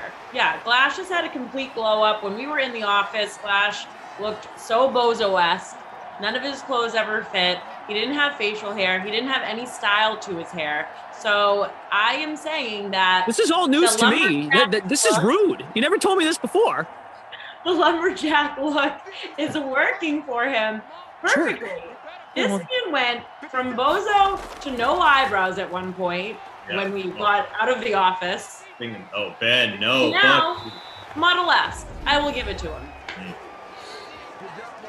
It's that WNBA glow up. You can't have the voice of the Connecticut Sun looking all haggard and raggedy. Absolutely not. Well, they're on the Olympic break, so I said, all right, I'm not going to shave till the middle of August. That was my idea. Everyone's saying hi to Sarah. Why aren't you all that nice to me? Oh, so many. Sarah's a sweetheart, that's why. We understand what Sarah has to deal with on a daily basis, so I feel like that probably plays into it. Like, well, yeah, nice to her. She can snap at anyone. Hit that like button for us. It is a Friday. The Big Three's here. The Bozo Big Three. We have producer Drew, Bry Guy, and June from Game Ops. Shout out to June. Hey. Thank you all for being here. We do appreciate it. And we're having fun. Steelers 17, Jets 3. The Steelers that are going to stink, just leading the game right now. Yep, it's all been turned around. They're leading a Madden sim by 14 in New York, so now everything's going to be fine. Oh yeah, baby. Oh, wow. All right, that is a baller punt right there. So the Jets in safety range, a big-time D that can get this done, although Jets have numbers up front, so they should be able to clear enough space for Lev Bell here. They do, kind of.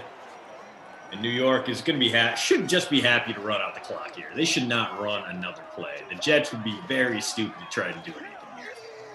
Somebody in the chat says, Glash, your eyebrows are so long you can have bangs on them. LOL. Only a joke. You need to send Sarah your lunch order. I know, sorry. Wait, how did she? Oh, she's in the chat. Got it. Yeah. I told her to help me too, and I put SOS. Well, thank you. We're all just a great team here. What should I get for lunch? Any ideas? Ooh, I mean, Ooh, I love talking about lunch. what are your options? I mean, we don't even know where you are besides the great outdoors. It's just like, Let's see. It looks like this is from a bar and grill.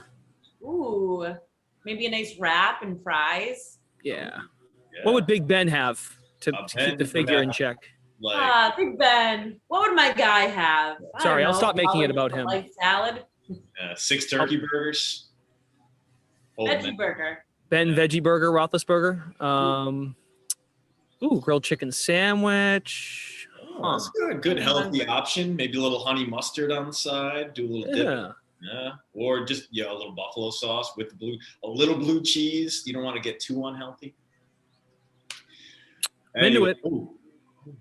Juju and James Washington, your top 2 wideouts in this one. If you have anyone from that Jet squad, you are hurting right now. Even Lev Bell, 29 rushing yards, and that is it. It has been a mess for these New York Jets, which is, to be fair, pretty much par for the course for them. All Steelers in this one. Juju, double digits. James Washington, double digits. Eric Ebron, the only other guy with multiple receptions right now. Uncle Vance of Vance Refrigeration, 1 for 9. He's almost got as many fantasy points as Deontay Johnson, as Rashad Perriman, as Chris Hogan, as Chris Herndon. It has been real gross, and that's why we are talking up Glash's beard and his lunch options in this one. Yeah. A lot of things to discuss here besides the Steelers' outright dominance. Mark says, it's okay, Glash. I had to get my wife to trim my caterpillars last night. Happens as we get older. Yeah. They do need a trim. Yeah. That is the sacrifice I make. Normally when I go get a haircut, I say, hey, can you hit the eyebrows? Yeah, just put the comb on it and give the one right across.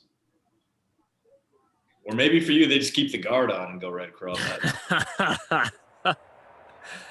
Yeah. Give that a try. All right, I got to make a choice here. This is hard. Chicken sandwich. We'll do that. I'll text. Sarah, are you in the chat still? Chicken sandwich, please. So are you going There's nothing on it? grilled or fried? We getting like a patty here? What's the better option? What's the Big Ben option? I mean, the Big Ben, Grilled it would go grilled, and he would go with fresh fruit instead of fries. But you're on vacation. I mean, you can go sweet big. potato fries. I love sweet potato fries. A little honey mustard, maybe a little ketchup. Ooh, that sounds good. I am starving. Or our tater tots an option. I mean, tater hater, if he's out there, I'm going to be on his crap list. But, I mean, tater tots and sweet potato fries right up next to it. They got a hash brown for you. Ooh.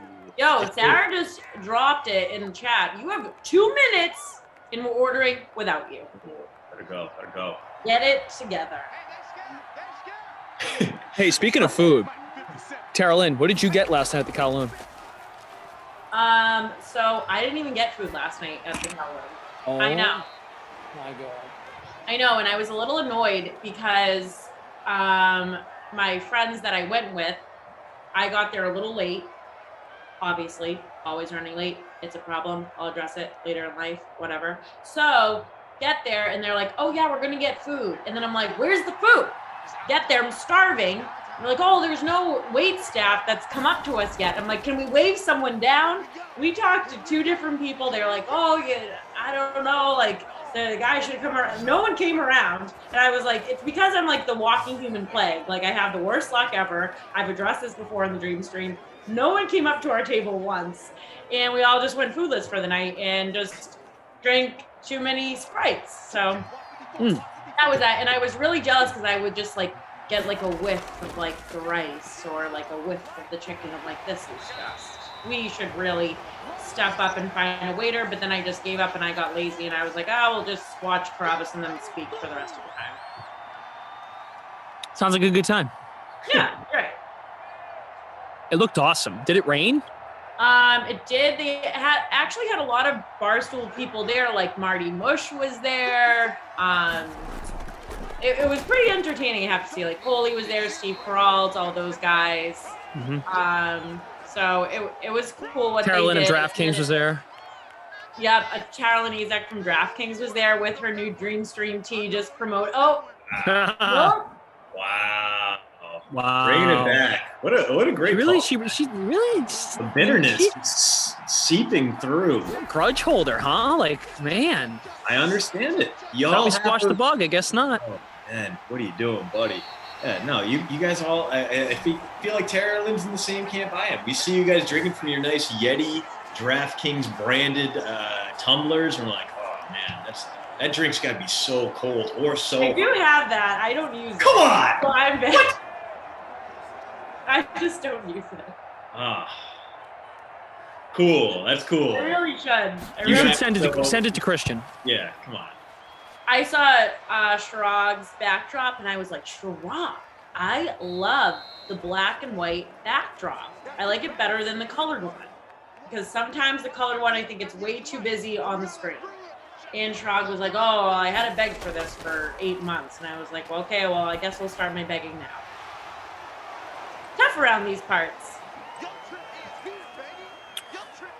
We were in the third quarter, under 5 to go. We haven't given the schedule for the rest of the day. The both of you are done after this, Sim. Is that right? Or Terrell, you come back later on, right? Yeah, I'm coming back with Moose at 6 o'clock for Giants at Browns. Nice. Emerson will be here at 2. He'll join me for Colts Chiefs. I'm hoping I can stay out He's been in the chat before. He's having it's Winnie's birthday, so of course. Oh God. Yeah, of course. I'm surprised he's working. Surprised he didn't take the day off for the birthday for the dog. I'll ask him that when he comes on. Hey, you didn't take the day off for the dog's birthday? Interesting. So here's what's coming up. Celebrate a dog birthday. I mean, for me, it was always just like, all right, you get like some human food, maybe. You know, you get like a hamburger, or you get a couple extra bones. Like, I feel like Emerson might actually throw a party. Emerson candles. I'm sure there will be a candle involved in this. Emerson tried to get the day off, but the bosses would not let me do the sweat again. I enjoyed that yesterday. It was good seeing everybody. I think we had fun. Coming up, so next sim is me and Emerson. Colts Chiefs at 2. Cardinals 49ers at 4 with Kaufman and Kenny. Then you have the slate. Baseball pre-lock. Hey, CEH, are you there? You were whining yesterday. No baseball pre-lock. Well, it's coming today at 5 with Steve Buchanan and Matt LaMarca. And then as Tara Lynn said, she's here with Jeff for Giants Browns. And then we have American Ultimate Disc League. San Diego and Dallas tonight. CEH, if he is out there, or maybe he's at the Harley dealership today, because he hauled in like 19.5K in I can understand why he would want the pre-lock show, because dude threw a lineup out there, chopped first like 37 ways, and now he has Harley cash. That's awesome. And hey, listen guys, anytime you guys get a big win like that, or even a little stupid win, drop it in. Let's celebrate that. That's cool as hell, and we love to see the faithful go out there and get that cheddar. We see your football thoughts in the chat. Just looking back at some of these. There was one from Scott. Where the heck is it? Scott said, I like Scott's comment. It was intriguing to me. Where the heck did it go? Scott. Oh, I hate when this happens. All right, I lost it. Never mind. I take it back. Something about Baker Mayfield. How do we not know that Baker might regress more than Ben will regress, or the Steelers as a team will regress? Something like that. Humble. Whoa! Pittsburgh does it again on the defensive end. Wow. What is going on? Let's go. Not even know what is going on. Baby. So this is classic Jets. Classic Jets. Oh, Pittsburgh DST. I mean, we might as well call it now. They're going to be the Krusty Cough player of the game. The postroute.substack.com player of the game. Holy moly. They are putting up numbers today. That defense, 27% owned in the free showdown. Daniel says, I know it's cold in the Midwest where I'm from, but didn't know hell froze over because I can't believe I am agreeing with Glash 2 days in a row. Running backs and now the Steelers. Yeah, I would say hell is froze over. Yeah. Oh, here we go. Here's Scott's comment. Isn't it more believable that Baker will regress than the Steelers regressed? The Ravens are not good, and when they sign Lamar, it will ruin them, just like Flacco's contract did. So, yes, they picked up the 5th year on Lamar Jackson, so he'll become an unrestricted free agent in 2 years, but they'll likely get a deal done before then. No, I mean, Scott, you know why I disagree with you? Because Baker's way younger than Ben Roethlisberger. Yeah. And their roster is just better. Their roster's loaded. You know, Mayfield, I don't think he is going to regress because he's working with a great quarterbacks coach in Kevin Stefanski.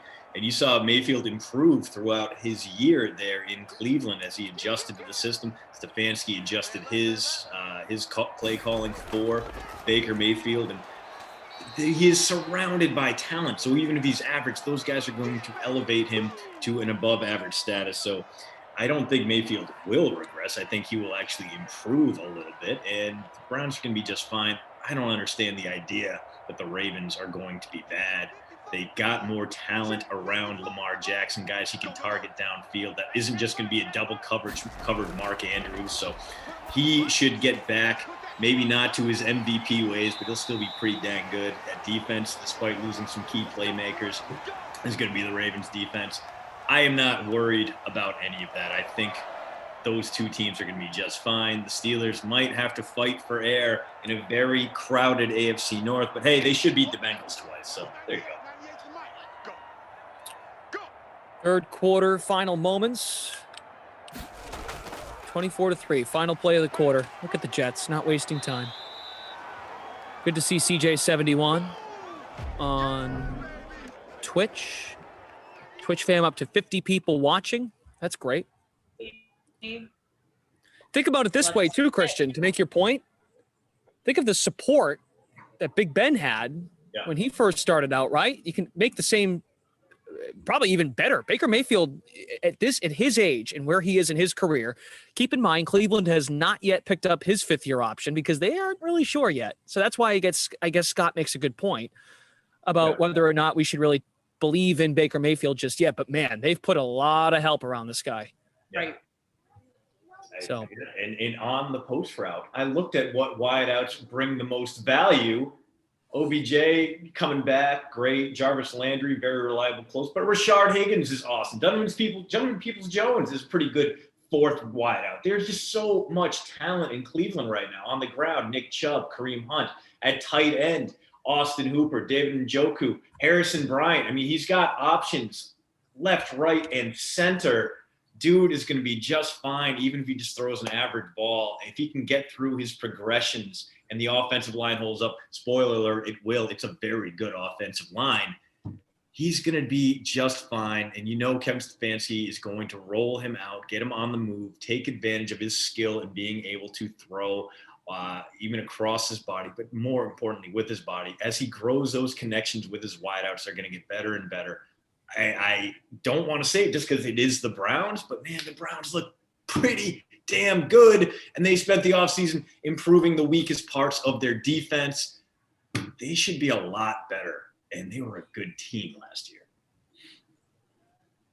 People are so nice here. They wave. Hi, how are you? What's this idiot doing outside? Probably like, hey, what's this guy? Is he just talking? Is that one of those streamers I've heard so much about?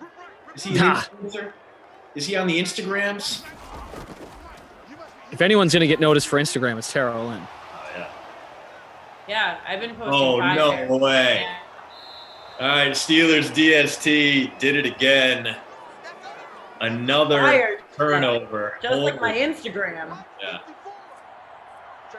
This Here's is the thing. Since we're talking about Baker Mayfield, you go first, Flash, since I'll let you talk because you're just waving to everybody in the neighborhood like you're Mr. Rogers. Yeah. No, go ahead. I had nothing valuable to say. You go ahead. I usually did. I really didn't. Please. What did you want to say? I already forget. It was really worthless.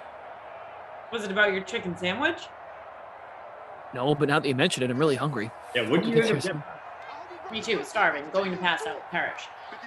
So speaking of Baker Mayfield, when you guys see a player go for as many commercials as Baker Mayfield does, obviously he's in the spotlight, and then we see guy on the Steelers, Juju Smith-Schuster. I mean, he bangs out endorsement deals left and right. He just got a new one yesterday with, as we know, Trojan condoms. I don't know if you've seen it. Oh, I did not. Yep. So he landed that endorsement deal yesterday, you know, going with the nickname of his former college, and he's excited for it too. So Juju Smith-Schuster obviously has a big social media presence, and it works very well for him.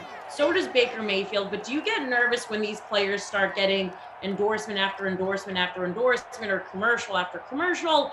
Do you get nervous that their focus might start to leave the field, and that's where they're trending towards? Like, is it too much during football season? What are your thoughts? I'll go first. I never begrudge a player for making his, right? Because any given day, any given Sunday, any given sim day, we say here, any given Sunday, a player's career could be over. So I do not begrudge them for making money off to the side. Even when they're great players, it doesn't bother me one bit. However, in season, I think Baker Mayfield has actually, in a way, learned his lesson, because I feel like I know he was doing a lot of Hulu stuff last year or the year before. Yes, a lot.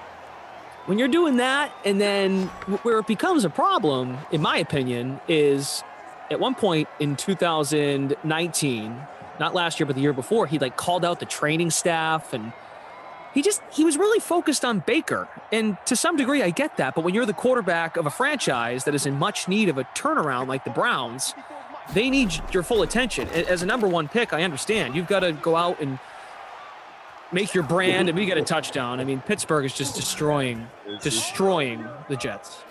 This team. Fire, but hey, Deontay Johnson's getting one in there, so at least there's that. At least if you, like me, captained Deontay, you're getting something out of this. This is only his second catch of the game. It might be coming back, but hey, whatever. It's fine. It's fine. If you don't have the Steelers DST, you're pretty much screwed in this one anyway. Johnson is half owned in lineups for the free showdown, 50.6%, 9% in the captain, so the route continues. So I'll wrap it up. That's my first thought. I don't begrudge players for doing that, but when it's the quarterback, so Juju, I don't mind as much, and you might think this is unfair, but wide receivers, go ahead, go do your thing. But when you're the quarterback and you're representing the brand, you're representing the franchise, it concerns me. If I was $1 billion owner and I'm invested in you as a quarterback, you're going to basically be the spokesperson and the face of my franchise, I would like the attention to be on the field. All good. Like, I'll give you, it's not a great example, but if Aaron Rodgers wants to go host Jeopardy in the offseason, great. But during those, whatever it is, the 18-week regular season, and then obviously if they make a postseason run, great. And then training camps, mini camps, I want your full attention on the field. Right. And I think Baker Mayfield has said all the right things the last year or so. Go back a year and a half ago, I think his mind may have been elsewhere. I think he was really loving the spotlight of being a number one pick. So I actually think he's figured it out. So it doesn't concern me with him anymore. It did 2 years ago. Does it nerve you about Juju? No. Think you let him know? Okay. Christian?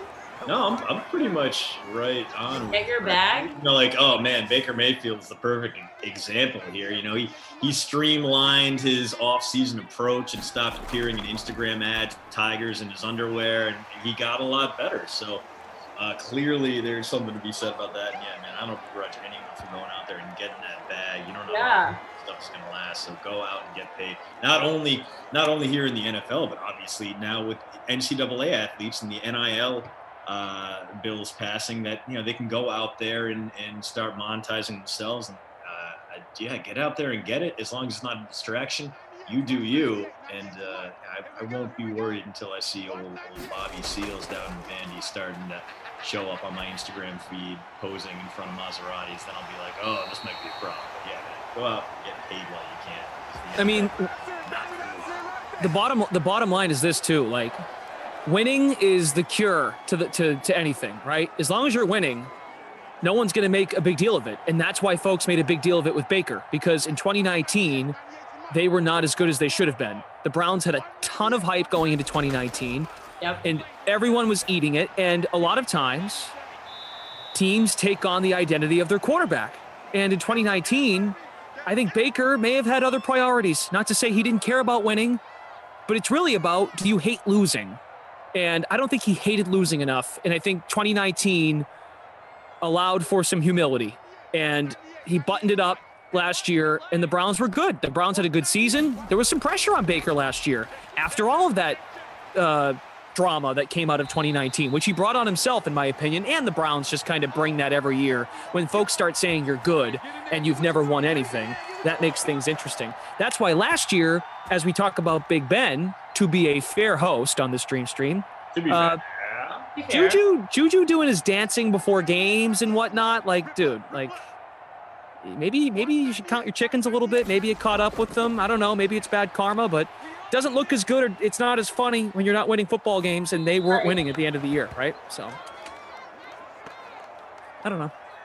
That's how I look at it. We've got about 3 minutes left. It's all Pittsburgh in this stream. We're at 56 likes on the Dream stream. If you're enjoying the 3-person booth and the camaraderie and all of us just enjoying ourselves on this fine Friday, nothing but good vibes, please hit that like for us. Let's try to get to 100 likes. That's easy. You all know how to do that. Would be great. A little tick. A little tippity tap. And you know, if you don't want to do it for us, that's totally understandable. Well, at least for me. I mean, I understand I can be a pain, but producer Drew, Bry Guy, June from Ops, they are great. You're all great for your interaction every single day. And football season's coming, so we hope to keep the interaction strong with you, the people. That's a big first down pickup. This game might be out of reach, but the contest never ends until the clock says 000. Yeah, Bell and Darnold currently fighting it out for that Babysitter Billy award, and it's going to be tight. Bell, I mean, at least getting a little something done here at the end, and I mean, he's dragging Darnold to respectability alongside him. But this is not. Well, this is pretty much been similar. The Jets were involved. The Steelers are there. It's been about what we could expect. So I'm reading in the chat that folks are concerned that the Steelers have not received their 2 touchdowns yet, the 2 DST touchdowns. June is on it. Don't you worry. Yeah. First and goal. Oh. Touchdown. Chris Herndon. Hey. Herndon, the 4th. Fancy gentleman into the end zone. The Jets have a touchdown. The Steelers DST loses a little bit of that momentum, but they're still, 3 turnovers, 2 touchdowns, like a dozen sacks, something like that. Either way, the Steelers D's undoubtedly could be your player of the game. And now, hopefully, the Jets will just sit on those timeouts. We'll get a few James Conner carries. Maybe Jalen Samuel steals one. And we get to cruise to the finish line here, as this sim has been uninspiring. And that is the 22nd touchdown for Herndon in Simland. Yeah, once again, folks, we see you in the chat talking about the Steelers D. They're getting on it. Look, and just for transparency, our ops team is in the same Zoom call as us. They've got their way of doing things. So we're just the messengers here. We hear you. We understand. I would like to make win. an announcement. Yeah, go for it. I would like to make a very, very important announcement. Everyone pay attention. I am number 4 in our Big 3 Friday LFG contest. Baby. Holy crap. Yeah, there you are. Suck it. This is the best Friday ever. I had to get tortured about Big Ben, and now look at me. And you captained him You to troll actually me. set a lineup and don't put any backup quarterbacks in? Were you just holding back so you wouldn't just destroy the rest of the Sim fam? Yeah, but I didn't want to embarrass you bozos. It's impossible to embarrass us. We have no shame. True. Embarrass us? I mean, you're just that good. I mean, I think absolute troll job. Oh, Whoa. my. You gotta be kidding James me. Conner's going to shake James things up. Conner. Oh, what a troll job. Where's Kenny? I wish Kenny called this game. Me too. Let's get Kenny in here. 3,200 in the flex and adding a garbage time touchdown to make it a 4-touchdown lead once again. Wow. And extend the sim so we can just continue to throw our thoughts out there. The Steelers loving the Bozo cast, extending this game as much as possible. And for that, we thank them. Wow. 37% owned in our free roll. Some of you got them in the captain spot. Absolutely love to see it. Got me up all the way to top 50, 49th for me. I talked and then I dropped, but I'm still doing well. So, did you play Connor, Terrelin? No, and I'm pissed. Now you're in 11th. Yeah, I mean, See, right when you opened your mouth. I know. I tell you, I should just keep my mouth shut all the time. I have really bad luck.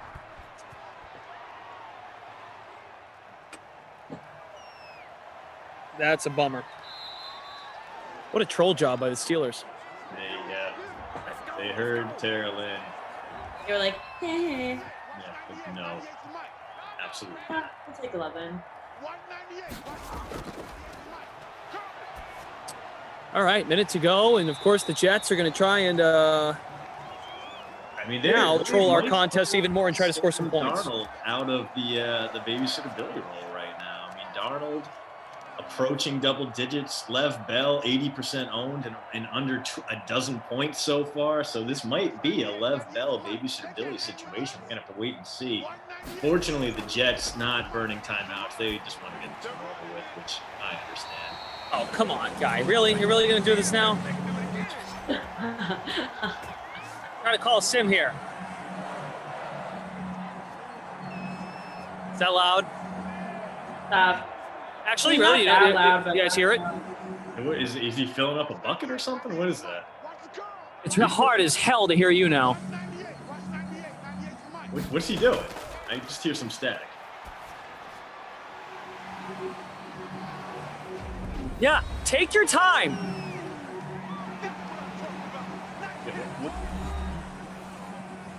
What is going on behind you, Flash?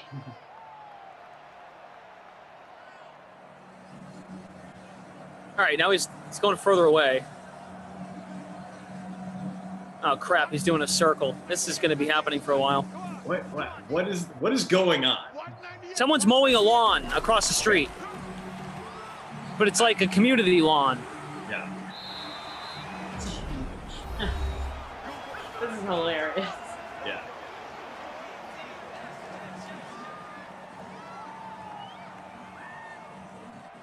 Well, meanwhile, Sam Darnold adding some points to his resume. The Jets burning some timeouts. Sim gods want to hear more of the lawn being mowed behind Glash. Is Darnold going? It's the only thing we have to worry about right now, besides the standings, is whether or not Sam Darnold will play his way out of the babysitter Billy Ward.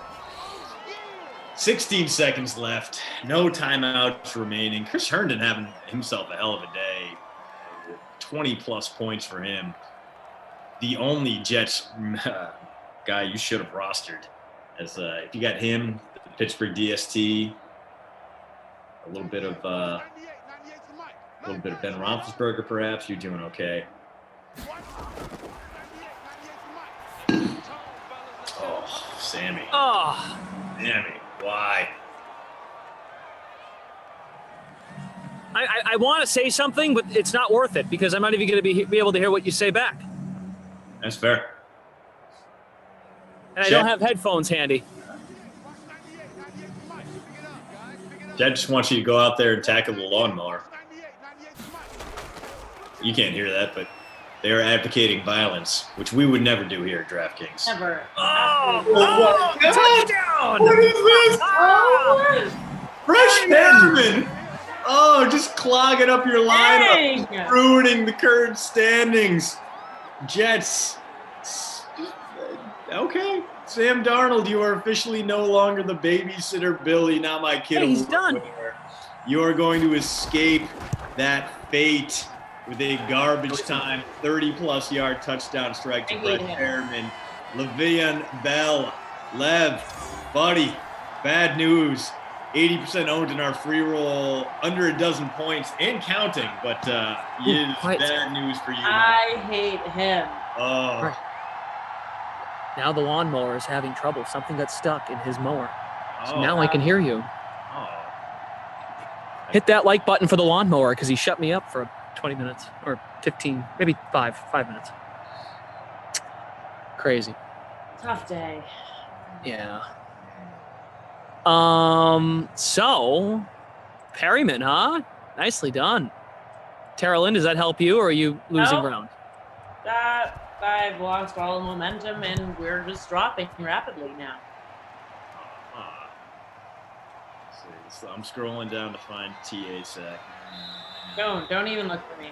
Okay, hang on. Wait, okay. Ooh, 35th. It's still 10 spots ahead of me. You're still going to be the best sim broadcaster in this one. Is Ben Roethlisberger kneels it out. That is it for this game. The Jets, I wouldn't say they made it interesting, but they did at the very least destroy some lineups when this game did not matter. They made it a little bit tougher for that DST. They limited what did Pittsburgh DST end up with here? Pittsburgh DST not in the winning lineup for our free roll there. Yeah. Not in the second place lineup. Not in the third place lineup. Not in the fourth place. Wow. DST not popular enough. No, it doesn't. Yeah, the percentage was definitely lineup. 15 in the flex now for the Steelers defense, which is still pretty solid. Still going to give them that they still, however, post route forward. The Steelers D still needs to get the 2 touchdowns added, so that could change things. They are going to, yeah. So absolutely get the DST into that MVP honors. And yeah. So those are definitely not final. So once again, as we like to say, keep your eyes on the game center. June is making final calculations, manual scoring. Yeah. All right. And we'll babysitter Billy, Lev Bell. And now we can wrap this up and get the hell past a Jet sim and into the sweat. Guys, always a pleasure when we can bring the Bozo cast together. We got the Flosion between Tara Lynn and I. We got Glash, his beard looking thicker and fuller than ever, enjoying his time up north, being a lumberjack. Lumberjack Glash. I'm going to have to change my shirt, though, I guess, to be a lumberjack. Yeah. I need flannel. I am done for the day. I got to go out and mow my lawn. So so you're going to ruin someone else's stream. I'm going to ruin someone else's stream. Yeah, I usually have to be online to do that, but now I can do that just by mowing in the backyard. Okay. Thanks to producer Drew, Bry Guy, June. Keep your eyes on that game center, everybody. Emerson is joining me next. That'll be fun. Colts Chiefs at 2. I'm hoping to stay out here. I guess a storm's coming by. There's a storm coming. Yeah, it's like stormy outside. Tara Lynn, you're back at 6 with Jeff. Okay. With Jeff. Once again, we are aware those touchdowns for the Steelers D have not been added yet. So once they are, you'll find out if you win or if you lose. In the meantime, here comes the sweat. I'll see you all. Oh, very nice. Very nice. I'm glad I could inspire. You get that. Thank you. Thank you very much. See you guys at 2. Here's the sweat. Hey, good morning, everybody. Welcome to the sweat. I'm Emerson Latzia. Let's get after it, shall we? We got some breaking news in the NFL, news that will impact your fantasy lineups. We got some UFC picks for you. We got a real life NFL player on the horn. We got a real life baseball player too. Oh my God. And speaking of 5-hour games, let's start there with our MLB panel. DraftKings contributor, Matt Meiselman, RotoWire's Eric Halterman. We are price checking, boys. So your favorite plays at the following price ranges for tonight's 14-game Major League Baseball slate. Pitcher over 8K. Matt, who's your dude? So mine's Zach Wheeler. I think there are a lot of good choices on this slate. Maybe the last couple of times I've been on, we've had some pretty gross pitching slates. This isn't one of them. There are a lot of guys to pick from: Freddie Peralta, Lucas Giolito. And I think Wheeler is the best choice here. Part of it is I think he'll be a little bit lower owned in tournaments than some of these other guys, Garrett Cole included, because I think there's a perception that the Braves still have a good offense. But without Ronald Acuna, and Jock Peterson is a fine hitter, But after the top few guys in this Braves lineup, there's a massive, massive drop off to the point where like Matt Moore almost put together a decent game against them last night. Dansby Swanson kind of ended his hopes. But even so, the back half of the Braves batting order is really awful right now. And they have a pitcher in the lineup also, with this being in the National League. So I think it's actually a really strong matchup for Wheeler. And we don't have to get into how good of a pitcher he is. He's just been great across the board for the whole season, goes deep in games, all of that. So I think the undervalued matchup to some extent is why I like Wheeler the most for tournaments. Okay, Eric, you agree? A lot of good choices. Yeah, it's interesting. There's a lot of really good pitchers who are accurately priced above 8,000, but most of them have either a tough lineup or a tough park to deal with. So there's, arguments against almost all of them. And that applies to my guy too, Tyler Mahle at 9,300. Tough park in Cincinnati, but he's facing a righty heavy Cardinals lineup that ranks 24th by WRC plus on the season. So I think that's enough to make up for that difficult environment he's pitching in. And I'm fully on board as Mahle being, not quite an ace, but a second tier pitcher. I think he's very much legitimate frontline starter.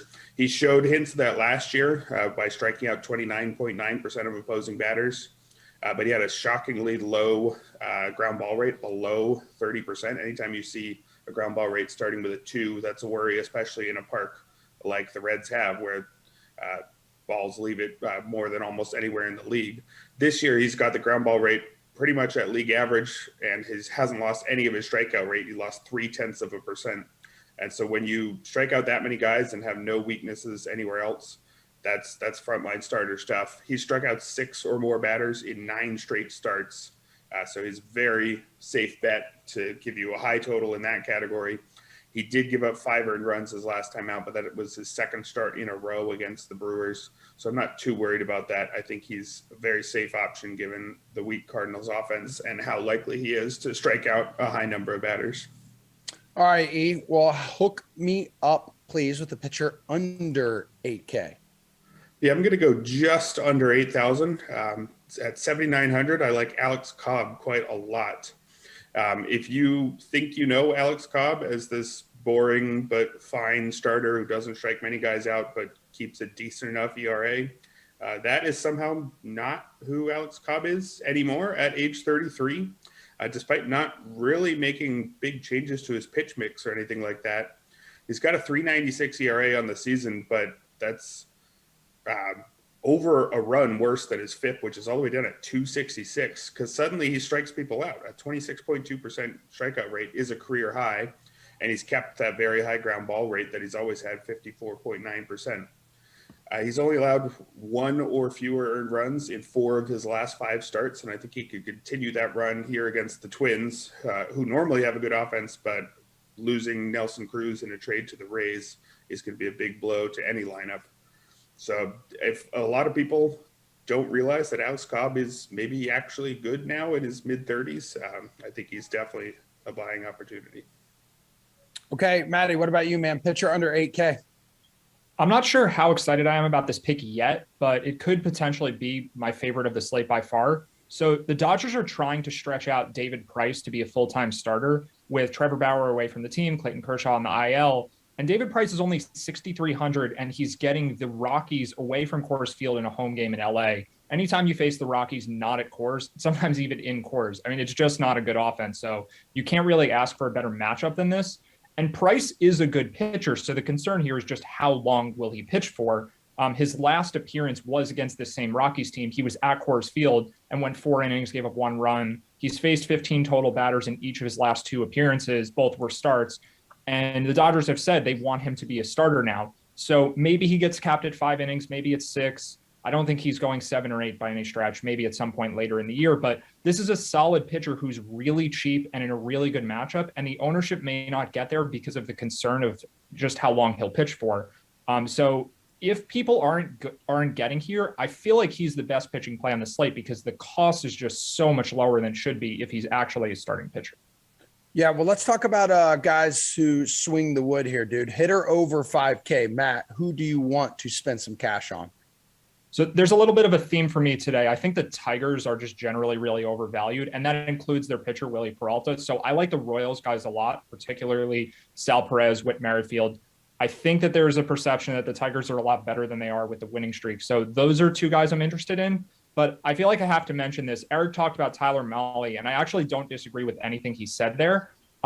But the thing about Mahle and then also the park that he pitches in, there's a lot of variance potentially. So you could have a ton of strikeouts. Mahle could strike out 12 guys. Wouldn't shock me at all. But I also think there's potential for a bunch of home runs. And Arenado and Goldschmidt are just not guys that anyone's going to pay up for in the mid 5,000s. So the Cardinals are actually a stack I'm looking at, those two guys in particular. And honestly, I feel like you could play Mahle in some lineups and stack the Cardinals in other lineups because in Cincinnati, you see tons of home runs. You actually see tons of strikeouts. Just the nature of the park, for whatever reason, produces a lot of both. And Mahle is a pitcher who does a lot of both. So this is a game that could end up anywhere. And I feel like the Cardinals could score 0 runs. They could score 15 runs. So I'm looking to their expensive guys along with the Royals' expensive guys. All right, Eric, expensive batter you like? Yeah, there's a guy who isn't expensive enough, and I try to not recommend the same guy too often in a short span, but I got to throw out Juan Soto again. Last time I recommended him here, he hit 2 homers. We'll see if he can manage that again. He's priced as merely one of the good hitters at 5,600, tied for the 11th most expensive hitter on the slate. But I think he is the best hitter, or top 2 or 3. According to most of the projection systems, I looked at Zips, the Bat, and Steamer. He's second in OPS according to Zips and the Bat, and top projected OPS the rest of the season according to Steamer. So this guy is still, despite what you might call a disappointing first half, he's still projected to be the best hitter in the league down the stretch. And that disappointing number so far has him hitting 302 with an on base of 424 and slugging 508. He has more walks than homers. He is hitting the ball on the ground a bit too much. 54.5% ground ball rate is a career high. But he joked about the home run derby fixing his swing and getting him to hit it in the air more. And it seems like that's happening. He's already homered 5 times in 6 games since the break and is hitting 522 with a WRC plus of 364 since that home run derby. He's the best hitter in the league for me, and he'll get the platoon advantage against Jorge Lopez at Camden Yards. Lopez with an ERA north of 6. So maybe the whole world will be on him, but I want to be part of that group as well. Well, what about a hitter under 5K, Eric? Yeah, I'm going back to Cincinnati and going to go with Aristides Aquino at 2,900. Hasn't had much playing time this year, but he's got the opportunity for some starts with Nick Castellanos' broken wrist.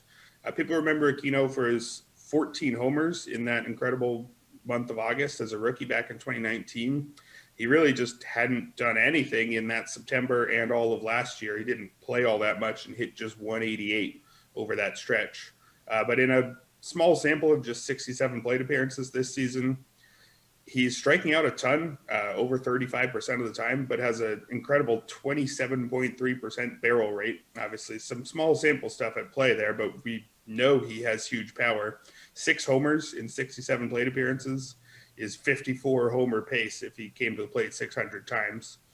So he's got the potential to knock one out along with the best in the league. And he's priced this cheap because, again, hasn't played that much and does strike out a lot.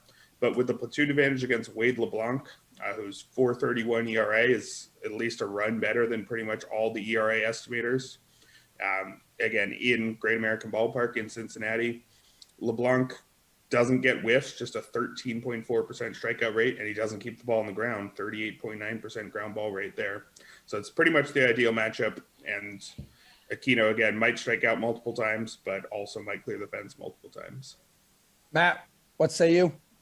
So I'm looking to the same 2 teams I already mentioned. Tyler O'Neill, Yadier Molina are priced in the high 3,000s. I like both of them if you're stacking the Cardinals, but O'Neill's home run upside on a slate where probably very few people will have him, I think that's really appealing. And then on this Royals team, Jorge Soler is 2,800. Then you can pay up a little more for Andrew Benintendi, 4,100. I don't think anyone gets to Carlos Santana for their first base slot at 4,900. So I just really like the Royals a lot for this slate. If you're playing cash games, though, I think the safest bet for his price is Justin Upton against Jay Happ, 3,300. The platoon split is favorable. It's obviously a good matchup. Happ has been known to blow up pretty often, actually. But Upton just came back off the IL. So The price is still a lot lower than it otherwise would be. He'd probably be in the 4,000s if he'd been in the lineup for more games, but he just came back yesterday. So he's just underpriced for that reason. I think he's probably the best cash play in the outfield for this slate. Gentlemen, fantastic work. We're running tight on time, so we got to wrap it up. We have some big injury NFL news coming out this morning. You need to know ahead of your fantasy draft. That is coming up right after part 2 of my conversation with Rockies infielder Ryan McMahon. You've never faced him in your career, but we have to ask you about Shohei Ohtani because what he's doing this year is like historic on the mound, at the plate. What are your thoughts on his versatility? And you think he's a lock for AL MVP? Dude, he's been a lot of fun to watch. I think it's going to be hard to beat him out. He does it on the mound. He does it at the plate. So obviously there aren't a lot of guys who can do that, and especially at the level that he's doing it. So as a fan, it's been really fun to watch. As a player, I'm excited to face him, man. You want to face the best players. You want to see, how you stack up and, how his stuff moves and different things like that. So, I'm excited. We play them in a couple of days, so it should be fun to see him out there. Okay, cool. Are you hoping to go up against him? I haven't looked at the schedule. I don't know if he's actually going to be starting in that series or not. Yeah, I don't know either, but I hope he is. He just threw yesterday, so what do we got? Yeah. Maybe it might work out. Might get him the first day. Yeah, that'd be cool. All right, cool. We'll be keeping a very close eye on it. Who's the toughest pitcher you faced this year? Yeah, this year or throughout like your career, someone you just hate to go up against. I thought Corbin Burns was really good this year when we saw him. We faced him here. I think we faced him there too. But I was really impressed with what he's doing, man. He's really, really become a really, really, really good pitcher. And yeah, it wasn't too much fun. Let me ask you this, because earlier this season there was a huge crackdown on like foreign substances. Like what have you noticed? What kind of difference have you noticed being in the box there as a hitter before the crackdown and then post crackdown? Honestly, man, I haven't noticed much. Nasty pitches are still nasty, and backup sliders are still backup sliders. I haven't noticed anything. I'm sure if you ask some pitchers and talk to them and stuff like that, they'd have a different opinion on all of it. But yeah, me personally, I haven't noticed much of a difference. Yeah. Have any of the guys on your team said much about it? It was a huge thing like that week, and I feel like it kind of just died off. It kind of just died down, the doing their thing, checking their guys, and holding them accountable. So, I think the league's gonna try to do what they can do, and I think the players are gonna adapt like they always do. Yeah, and I know the next storyline here that a lot of people are going to be paying attention to is really the trade deadline approaching. There's always a chance like you or one of your teammates could be traded to a new team. Yeah. How closely do you follow rumors like that? Man, I would be lying to you if I said I didn't look at every single one of them. You see them on your Twitter feed. As a baseball fan, you're just interested. But I think as far as us guys in this room, we do a pretty good job of just taking it day by day, not worrying about it, things like that. But yeah, man, I mean, we all see it. Everybody sees it. It pops up. We follow the people who tweet that stuff out. So yeah, we're well aware of the things flying around out there. Yeah, it's probably pretty tough to ignore it. Do you ever just decide to stay off social media? Oh yeah, all the time. Yeah, you don't check that thing for a couple of days sometimes. Yeah, for sure. I was going to say, you seem like a level-headed dude, which probably means you're not spending a lot of time on social media. So good for you. One of the guys I know on your team though, who gets mentioned a lot is Trevor Story, who we've talked about already. Let's just say a team does come in and scoop him up, or he ends up departing for whatever reason. Can you just tell me what kind of player he is? What kind of player another team would be getting? Yeah, I mean, they're going to get an ultimate pro, man. Trevor's been one of my favorite people to play with. They're going to get such a great guy, a guy who day in, day out, even when he's not going his best, can still impact the team and help win ball games, man. I think that's the thing that a lot of people don't realize. His level-headedness, he doesn't blow up, he doesn't show it. And that helps keep other guys, in a good mental space, when he's struggling. So I think, I don't think we've seen him pop off this year yet. I don't think we've seen him do his thing. So I think that's still in there in these upcoming months. Yeah, and that's kind of scary to think about. A good thing for you. Hopefully he sticks around with you guys. By the way, my producer Slate tells me projected to get Ohtani here on Monday the 26th, but who knows? So I just want you to start preparing for that now. All right. I'll start locking it in for him. And then before you get out of here, we need to get some hot NFL takes from you because football season's right around the corner. Camps are open up next week. We believe you're a 49ers fan. Is that true? Yeah, I hopped on the bandwagon a couple years ago. My wife and her family are big Niners fans. I didn't have a team, and I picked a good year to hop on. They went to the Super Bowl that year, so I'm a new fan, but I'm a fan. I've decided I'll stick through the bad years too. Cool. That's good. So you won't just be a bandwagon fan moving forward. You're going to sit there. That seat is permanent for you. Yeah, this one's stuck. Yeah. Is it Jimmy G or Trey Lance? Who's going to be your guy then this season? What do you want? Oh man, I'm a Jimmy G believer. I think he was banged up. I'd like to see him stay healthy for a whole year. I think he's really good. But I'm excited about Trey Lance, man. Obviously, they traded up, got him. And the things I've heard, the things I've read from the 49ers accounts, he's the real deal, freak athlete. So should be fun to watch. Yeah, I feel like it's a good problem to have right now. I know everyone here in New England, where DraftKings is based, everyone still misses Jimmy G because he's obviously super handsome as well. Yeah, exactly. Right. Smile drags you in. But hey, you guys got Mac Jones. I heard he's showing out at camp. Yeah, not too bad. It'll be a nice little fun competition. We'll be talking about the same story every day throughout camp. Mac Jones and Cam Newton. So that will be super, super exciting. Yeah. Ryan, dude, good catching up with you. And thanks for making some time for DraftKings today. That was fun. All right, thanks, guys. Take it easy. All right, we're shifting gears now to the National Football League. I have questions that these two have answers. DraftKings contributors Jeff Ulrich and Kenny Ducey. Jeff, it's good to have you back from your mini vacation, man. Your golf swing looks excellent. This segment, though, is NFL spin moves. So we're going to look at some of the NFL's top headlines this week from a fantasy perspective. And this just in from Ian Rappaport this morning. Michael Thomas is expected to miss the start of the 2021 season after undergoing surgery to repair ligaments in his ankle. Could potentially miss a few weeks. So, Jeff, whose fantasy stock rises now for the Saints? Well, we could go so many ways with this one. I really feel like that this benefits the most Taysom Hill. This just gives Sean Payton the motivation he needs to go to a run first offense, especially for these first 4 weeks, to keep things as simple as possible. You're out your number one receiver. You can't really run and gun with Traquan Smith as your wide receiver one. What are you going to do? You're going to turn to your rushing quarterback who actually gave you a winning record last year with this same offense. I think this benefits Taysom Hill first and foremost. I don't really think Traquan Smith is a wide receiver one, like in waiting. So I'm not going to say any of the wide receivers. I think if anyone, you might see a guy like Adam Troutman, a tight end, really pop up this year for the Saints because they're going to need someone to pick up some of these targets. I just don't think that any one of these Saints receivers is capable necessarily of being a huge fantasy stud.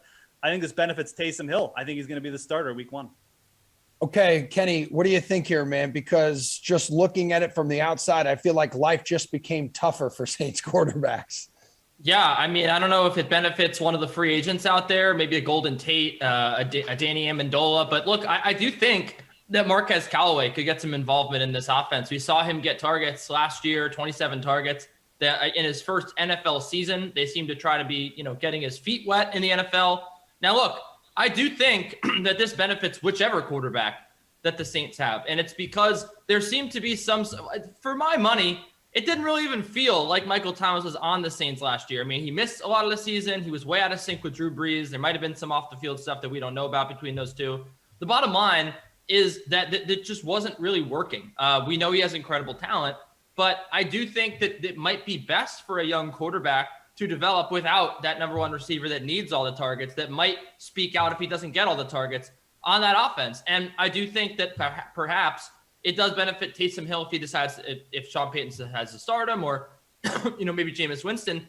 But I do think that Marquez Callaway is a guy that could get targets in this offense early with Michael Thomas sidelines. They just seem to want to involve him in his first NFL season. And I think that's only going to increase in year two. All right, let's go to a team that has zero questions at quarterback and a lot of healthy weapons. So Tom Brady here, he apparently played through a torn left MCL for the entirety of last year. Coming off this injury, heading into his age 44 season, are you less bullish on Brady, Kenny, this year? Or do you think he has the potential to be even better on two good knees? I actually think this news makes me, really not want to roster Tom Brady. I don't normally think that you did want to roster Tom Brady in fantasy football over the last, 5-6 seasons. Just for whatever reason, he hasn't been quite the level of some of the other guys that are around the league, especially some of the rush first guys from a fantasy perspective. And look, I do think that this probably means that the Bucs take it easy with Tom Brady this year. I don't think he's going to be attempting 600 passes. I think they'll probably decide to run it a lot with Leonard Fournette, given how good he was late in the season, and see what happens. And, maybe that doesn't work, and maybe they want to get Tom Brady the ball a little bit more and let him rock. But I do think that for a team that has Super Bowl dreams, they're going to be looking to the postseason. They're not going to want to win a lot of the first 8 games anyway. They're going to want to make the playoffs, potentially clinch home field late in the season. I don't think that Tom Brady is going to be very, very involved here, at least as involved he was last season. I think he takes a step back in his year 44 season. That sounds crazy to say. Yeah, it is crazy to say. And Brady and Uncle Leo, by the way, looked like they were having an absolute blast, the time of their lives last night when they received their Super Bowl rings with the Bucs. Jeff, what do you think? Kenny doesn't seem to be super high on Tom Brady, but I feel like every year we ask questions. Can he continue? Can he do this? And he just proves everybody wrong. Yeah, I mean, Tom Brady is interesting. I mean, obviously we're talking about a 44-year-old quarterback, so there's a little bit of injury concerns, but this dude just plays every game. I think Tom Brady falls into the category sometimes of boring to talk about for fantasy football because he's so consistent. This was the QB8 last year, and I think when it boils down to it, I don't really feel like Bruce Arians is going to change his offense at all. Tom Brady's knee or age or whatever. This is a guy who likes to air it out. He's aired it out at every single stop where he's been a head coach. He's going to air it out again this year. Again, what comes down to Brady for fantasy football comes down to valuation. He's around the ADP like QB 10 right now. And you look at the guys in front of him, Justin Herbert, Aaron Rodgers, Jalen Hurts, a lot of those guys have question marks. Is Deshaun Watson going to go to Philly? Is Aaron Rodgers even going to play? Brady brings a level of consistency, in my opinion, that you really don't get with those guys. I think this is a player in Brady where if he starts to fall below QB 10, you really got to take a good look because I feel like there's a very good chance you're going to see very similar numbers here with Tom Brady again. Again, worked very well in the first year with the Bruce Arians offense. I don't see why I can't put up similar numbers in year 2. Oh my God. And the final 11 games of last season too, when he was able to settle in, finished that 30-8 touchdown to interception ratio versus final 11, that included the playoffs. So he got comfortable, found his rhythm, and everyone's back, as you mentioned, Jeff. The Steelers reported to camp this week. Adam Schefter shared a picture. Check this out of Big Ben looking a little trimmer than usual. He still looks big, but that's Big Ben for you. He's big bone. Here is a lean, mean Ben Roethlisberger showing up for his 18th NFL season. So he may be old here, Jeff, but he's still got plenty of weapons around him. Makes him a viable fantasy option, I feel like, this season. What's your fantasy outlook for Big Ben and this group of Steelers receivers? Because he looked terrible last year. He did, but again, Ben is a player he's an older veteran quarterback. He doesn't rush much, so people don't really want to talk about him for fantasy purposes. But this was a player who was QB 17. He threw it like 400 times in 15 games last year. That's really good for a pocket quarterback. That's the volume you want. I think the Steelers are going to try and dial it back a little bit this year too. But if Ben's a little bit healthier, if the arm is feeling better, which is what he says, he's 2 years removed, I think he's got potential here to smash his current valuation. He's going around QB 20, QB 22. Again, I think if you're targeting late round quarterbacks, Ben Roethlisberger makes a ton of sense.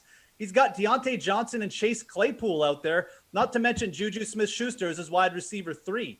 This guy is going to be able to air it out, and he's going to get some free touchdowns from guys like Claypool. So absolutely, I think as a late round quarterback, Ben Roethlisberger is pretty good value right now, and people don't want to talk about it or want to trust it. But, again, even if he beats this out by 5-8 spots, I think it's very possible he ends up as a top 12 quarterback if he just bounces back a little, gets that completion percentage up. So, yeah, again, it comes down to valuation, but I am kind of bullish on Ben Roethlisberger, especially if he's going around QB 20 or worse. Yeah, for sure. Kenny, he's going to be among the league leaders in pass attempts, but his efficiency will have to rebound from last year. Yeah, no, you're absolutely right. Look, this guy, as you mentioned, the Steelers had the second highest percentage of pass plays in football last year. And so there's no question that the volume's going to be there. And he has the talent at wide receiver that I do think that Ben Roethlisberger still is going to be a viable fantasy option. Of course, you need some sort of backup plan. You need to draft a Zach Wilson late in the draft to just kind of have someone to put in when Ben Roethlisberger inevitably gets hurt and misses a couple of games. But I do think for where he's going in drafts, I think it's a little bit too low. I think that he has plenty of guys there to throw to. That connection with Eric Ebron has continued to get better. There was that story last offseason about how they slept together. They lived in the same room. They lived in the same, like all offseason, they stayed in the same apartment. So like they were hell-bent on trying to make that work. And I think that that's going to continue to grow. And, you know, we saw last year just the wealth of talent that they have. They bring back Juju Smith-Schuster, who's been the leader of that offense. I think that, you know, the conditions are right once again for another great Steelers season. And I just think that they have the coaching staff, the leadership with Ben Roethlisberger to get over those issues that plagued them late in the season last year. All right, guys, running a little tight on time, so I'll try to speed it up. Cowboys are in camp as well, but wideout Amari Cooper is not, as he was placed on the PUP list due to an ankle procedure he had this offseason. He's going to be forced to miss all of minicamp and OTAs. What's your level of concern here about Cooper's ankle heading into the season, Kenny? Well, yeah, you love the PUP list, don't you? Because you love those pups. I'll keep it quick. I do think that there's a little bit of concern here, especially just because the Cowboys have no reason to rush Amari Cooper back. I think that this is going to be a powerhouse offense. I think that, you know, with Dak Prescott back in the fold, I think you'll see Ezekiel Elliott have a big season. But they drafted CeeDee Lamb last year, and if Amari Cooper's gone, you know, for a few games, they're just going to start throwing the rock to CeeDee Lamb a lot. And I think it's going to work out well for them. And I also do think that Michael Gallup will continue to ascend. So with those two guys just getting a bunch of targets, like Amari Cooper comes back, it's going to take him a little time to get back into the flow of this offense.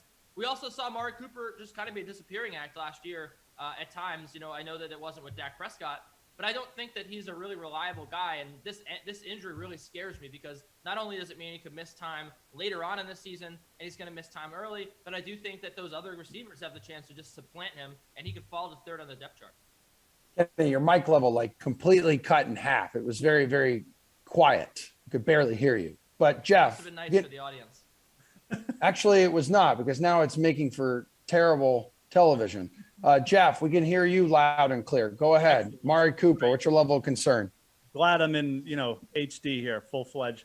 Yeah, I'd be interested in Amari Cooper if his ADP starts to fall below CeeDee Lamb's. I think that's going to be the level where, okay, now you're taking a chance. Yeah, you're getting a bit of an injured player. Yeah, he's going to miss OTAs. But, like, let's not forget, Dak and Amari Cooper kind of do have a bit of a special connection. I mean, they combined for a 15.1 yards per reception total in 2019, 8 touchdowns. I mean, they've been almost unstoppable at the Dome in Dallas, you know. So I think right now, do I want to take a chance at Amari Cooper as like a top 15 wide receiver? No.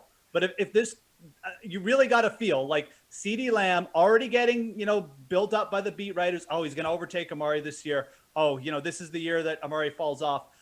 When Amari Cooper's valuation falls, that's probably when you want to get in. I don't think he's just going to disappear from this offense. There is Kenny's right. There's risk here. Absolutely.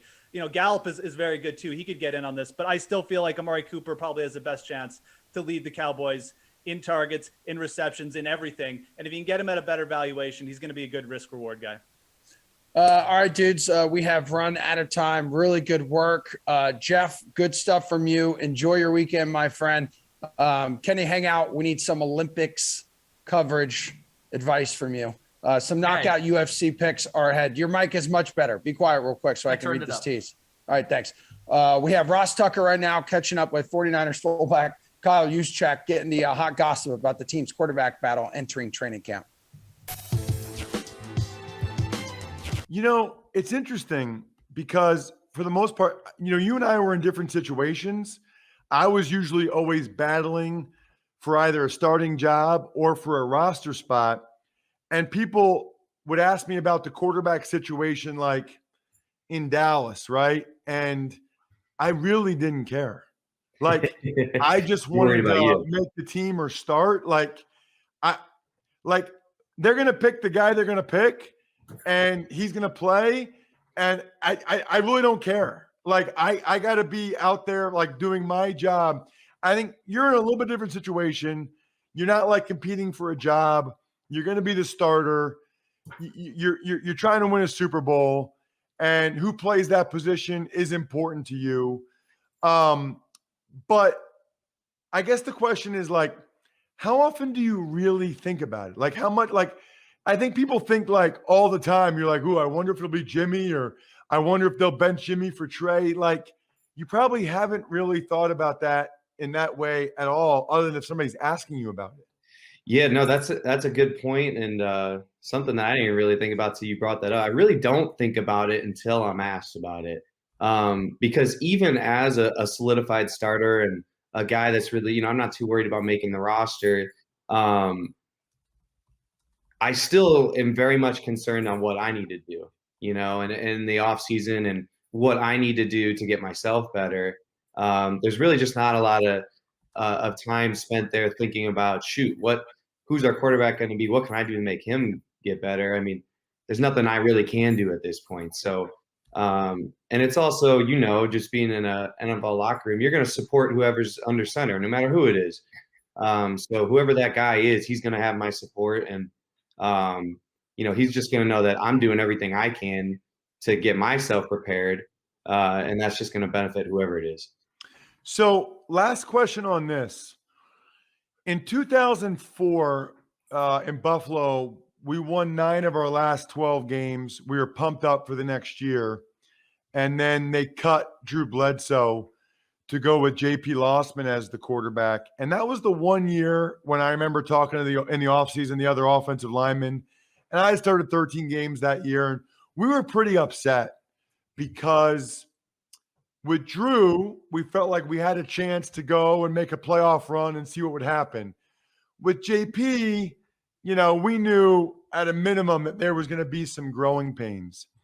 Is there any thought, Kyle, that like with Jimmy, you guys went to a Super Bowl and you probably should have won it.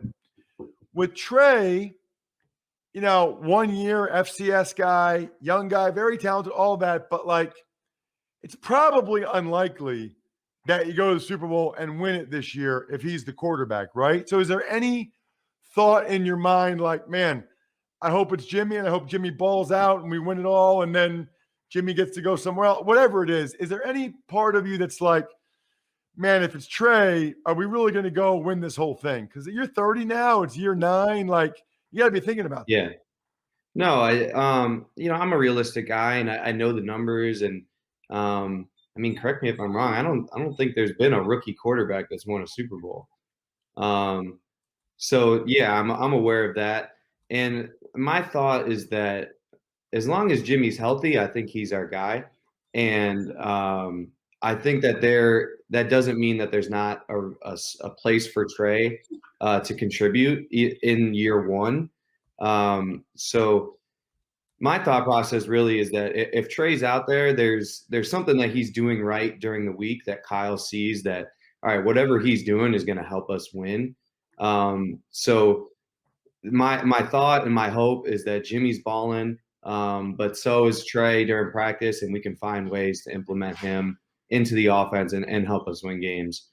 So that's just what I'm hoping for, and try not to think about, what the implications are, what it would really take for him to be, the full-time starter. I mean, that most likely means either Jimmy's not playing well, which means the team's not doing well, or that means Jimmy's hurt, which, we saw last year what happened when Jimmy was hurt. So those, aren't the best situations. So I try not to think that that's where we're headed.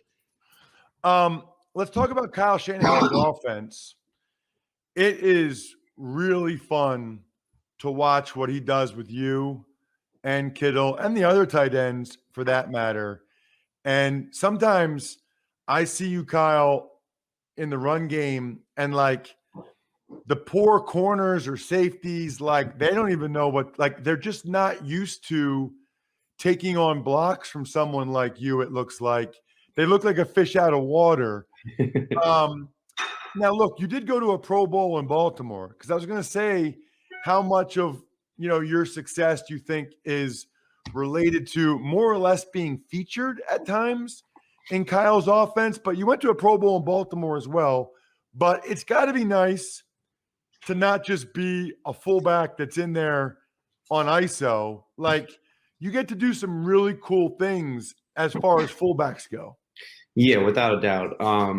I definitely have had the most fun in San Francisco because, like you said, I am a little more featured, and featured is different in as a fullback. I'm not the featured halfback or, the number one receiver, but you're an offensive line guy that can appreciate blocking schemes.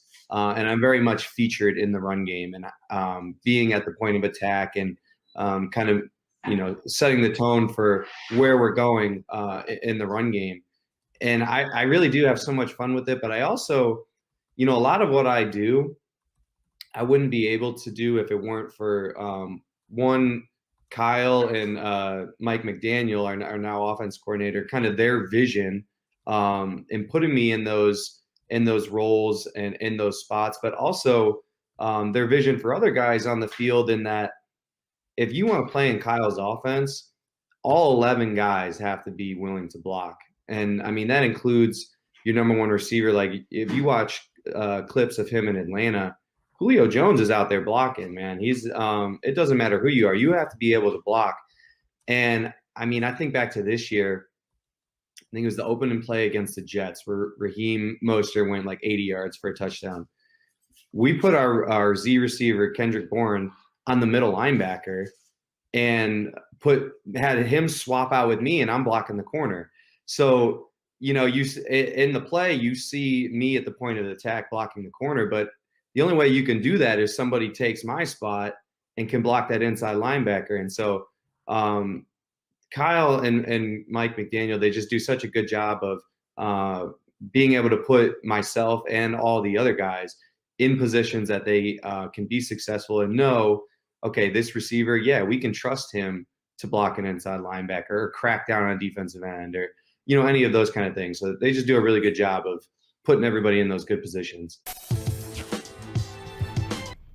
It is time to throw down with DraftKings UFC guru Tim Finnegan.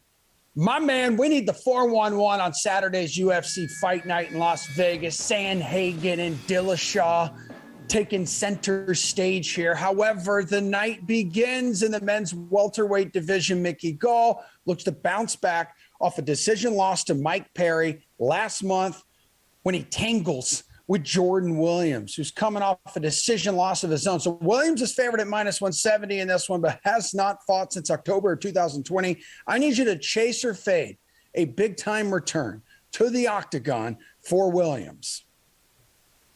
Emerson, your energy is incredible. It's amazing. Thank you. You bring it out in me. I'm going to chase Williams here. So Mickey Gall has absorbed more strikes than he's landed.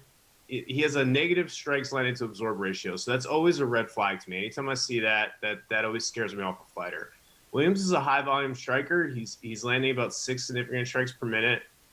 So the volume means he could be a good DFS scorer. He's 8,600 in DraftKings DFS contest this week. I would consider him as a play with his volume striking. Well, next on the card here, Timmy, in the women's flyweight division, red hot Miranda Maverick, fresh off her unanimous decision over Jillian Robertson.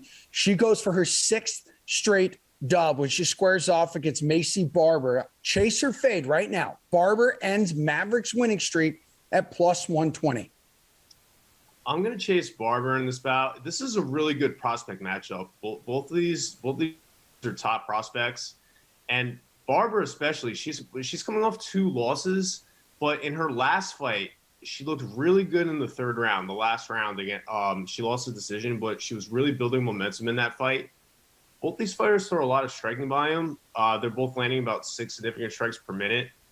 But I can see Barber building on that 3rd round in her last fight and putting it all together because she does have a lot of ability. So I would pick Barber in this fight. Okay, cool. How about for the second men's fight of the night? We go to the featherweight division as 2 veteran combatants each look for their 27th career victory when Darren Elkins faces Derek Minner. Elkins, 37 years old, lost his last bout, is the underdog in this one at +130. Chase or fade Minner at -150. I'm going to chase Minner. So Elkins is old. He's 37 years old. He has a lot of fight mileage. He's been fighting since 2007. And if you look at the striking metrics in this fight, Minner has a better strikes landed to absorb ratio. He's about 2-1, where Elkins is about even.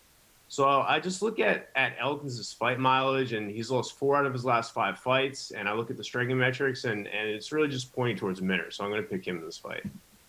Okay. Bantamweight division, that's up next. That's what we're talking about. Heavy favorite here. Phillips, -260, looks to knock off Paiva. Phillips seeking his 5th straight victory here. Finnegan, chase or fade? He gets the job done. I'm going to chase Phillips. It's another favorite, but I'm just looking at the striking metrics, and his metrics are so much better. Paiva's absorbing about 5 significant strikes per minute. That's a lot of strikes to be taking in a fight. He's got a negative strikes landed to absorb ratio. So just the metrics across the board just really favor Phillips in this fight, and I'm concerned with how much damage Paiva absorbs. 5 per minute is a lot. So I've fight. All right, dude. Need you on this one. Big time. Main event of the evening. Number 2, Corey Sandhagen seeks his 15th career win when he battles TJ Dillashaw.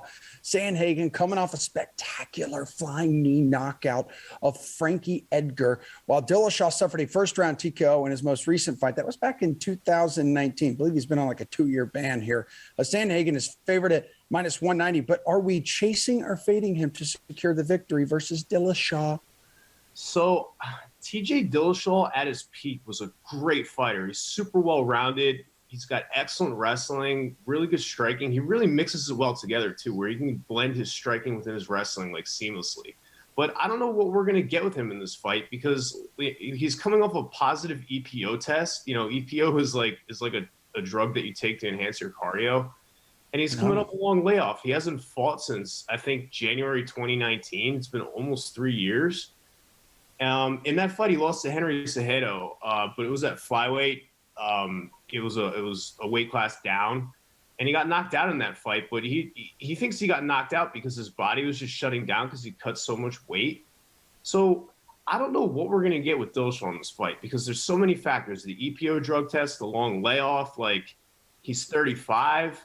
I mean, he could come out, and if he comes out in peak form, he could totally win this fight. But I just have no idea what we're going to see from him. And Corey Sandhagen is so dangerous, and he's so long. He has about a 5-inch reach advantage in this fight. Sandhagen is the safer pick, but I could also see Dillashaw win. So I can't really make like a great pick here. I'm going to go with Sandhagen, but Dillashaw would not surprise me if he performed really well. Man, it just feels like you're stumped right now. You don't really know what to do. You're just kind of like right in the middle. But here we go. I can direct you directly where I need you to be directed right now. What are some props you're eyeing for this weekend's card? People need to know. So Corey Sandhagen by KO or TKO is +120 on DraftKings Sportsbook. Like we just talked about, I don't know what we're going to see from TJ Dillashaw because there's so many factors that are just kind of unpredictable with him. But we saw in his last fight against Frankie Edgar, Sandhagen's last fight, Sandhagen was so much taller than Edgar, and he threw this flying knee that just like took Frankie's head off.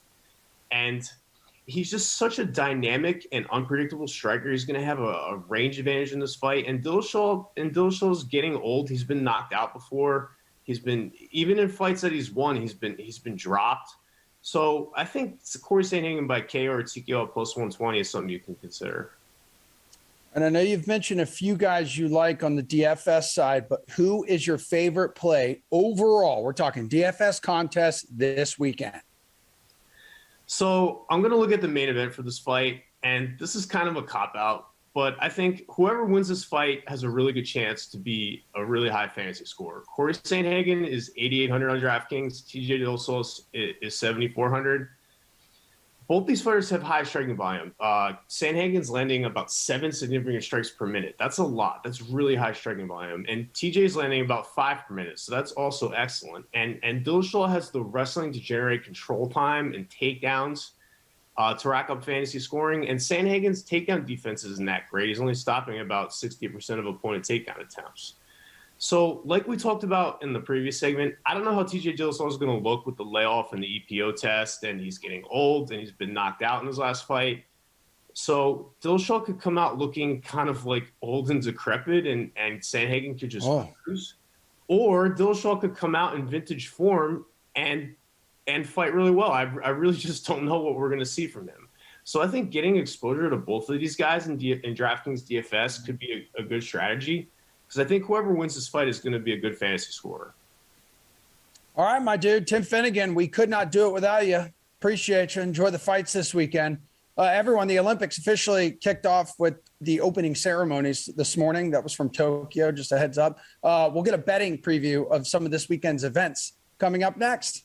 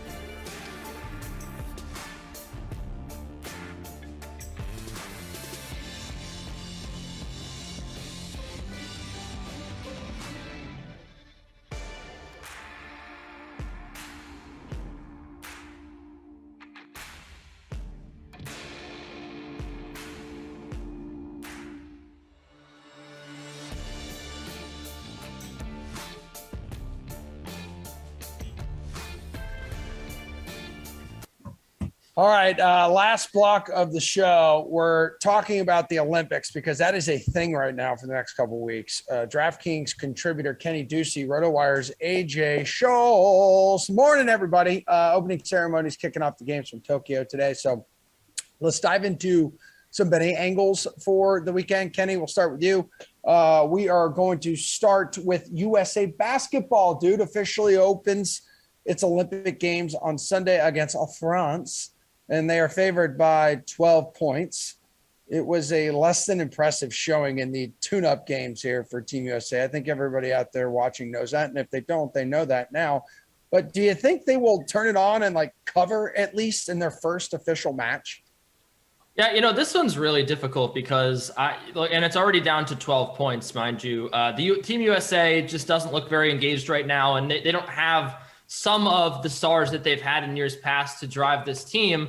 But what I remember from the last time that this team played in the Olympics, and frankly, if I'm just going to get a feel for this game, I don't think it's going to be a great start for Team USA. So I'm actually looking at the first half, France +7 in the first half, because I do think that's the best way to fade what is sort of a lethargic team. I think that the Olympic basketball team turns it on late in this game. But remember, this is France. This is a good team filled with great NBA players. Rudy Gobert is going to be even more dominant for Team France with the expanded lane and the fact that he can tip the ball off the rim with FIBA rules. You have FIBA Frank Ntilikina has been incredible for them off the bench. Nando DeColo, Nick Batum off of a great postseason. I just think that there's a lot going right for this France team. Way more anyway than some of the other teams that Team USA had fallen to. They do have Damian Lillard. They do have Kevin Durant. This is still a very good team, but I just don't think that it's going to click until maybe the very end of this game. I want no business sweating out, a late comeback from Team USA or a late surge. So I'm just going to take +7 in the first half. I think that France covers that. They're good enough here. They've got plenty of talent, and I do think that Team USA just has a little bit of chemistry to build here under this coaching staff, which also just kind of has left a lot to be desired. All right, well, AJ, speaking of needing to build some chemistry or maybe less than impressive showings here, the U.S. women's national soccer team got hammered by Sweden in their opening group stage match on Wednesday. They're back in action tomorrow against New Zealand and are minus 2,500 favorites. Question here is, do you expect them to bounce back in a big way? And how big are you willing to go on this spread? I think U.S. soccer legend Abby Wambach said it best when she said, last thing I would want to be right now is the next opponent of this team. Yes, it's a huge spread to cover to get any sort of value, but I don't think the USA minus 3.5 to get +110 is an outrageous option. I certainly think they could put up a number of goals in this one. I do think the minus 4.5 is maybe a little too far for me, even though it gets great value at +280. Ultimately, though, I think the goal total is the better play in this one. You can get over 4.5 goals at +170. Obviously, if you think the U.S. is going to cover the spread, they have to get 4 at least on their own. That means you're only having to rely on one maybe out of their opponent there, or an extra fifth goal from the U.S. team. So for me, I think the goal total is a better option, over 4.5 at +170. Okay. Well, Kenny, let's go back to you here real quick and take a look at some Olympic tennis because you're this tennis guru we love. We've got some match lines up for tonight and tomorrow's action. What are some of the bets that stand out to you from either the men or the women's side?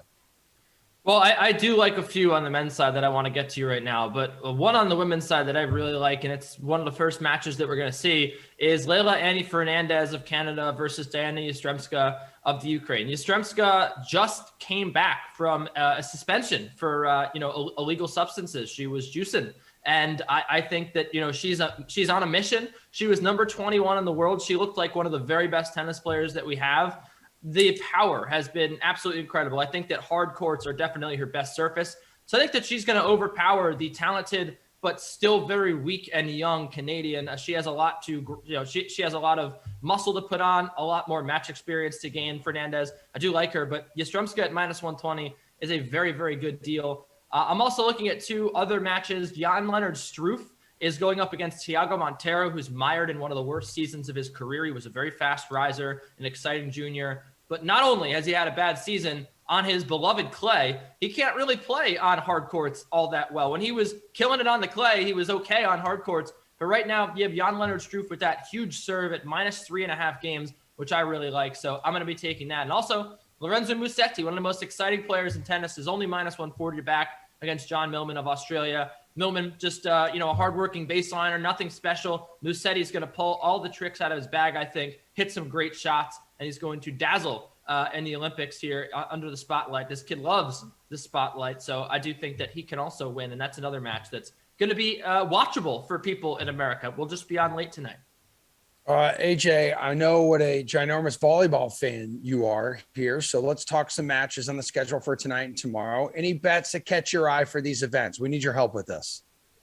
Yeah, Emerson, you're talking to a member of the freshman high school basketball team here, or volleyball team rather. So yeah, I'm a big volleyball guy. My man. But look, I'll start with the men's beach volleyball tournament. And I like the one that stands out to me is Thole and Wickler of Germany at -110 for a Sunday morning a matchup victory. They were runners up at the 2019 Beach Volleyball World Championships. Obviously, that was 2 years ago. It's a decent amount of time away, but they've had 2 podium finishes in events during the 2021 cycle, and I expect them to potentially make a deep run here. For the women's indoor tournament, all these matches, if you look at them, are heavily slanted to one side for the money line starting Saturday night into Sunday morning. But if there's an underdog here to look at, I think it's the Dominican Republic. They are currently ranked ahead of Serbia in the FIVB world rankings. They nearly beat Brazil at the Olympic qualifying tournament in 2019, taking them all the way to 5 sets to determine their group winner here. So yeah, do I think they're going to win the tournament? Absolutely not. But could they pull off maybe a first opening foray upset here? It's worth it at about +800. Hey, what position did you play on your freshman volleyball team? There's a debate happening now on a Slack channel. I would certainly not have been a frontline player. I was more of a serve specialist is what I'll put that out there. Okay, because we have something, could be a middle blocker, some saying could be the libero.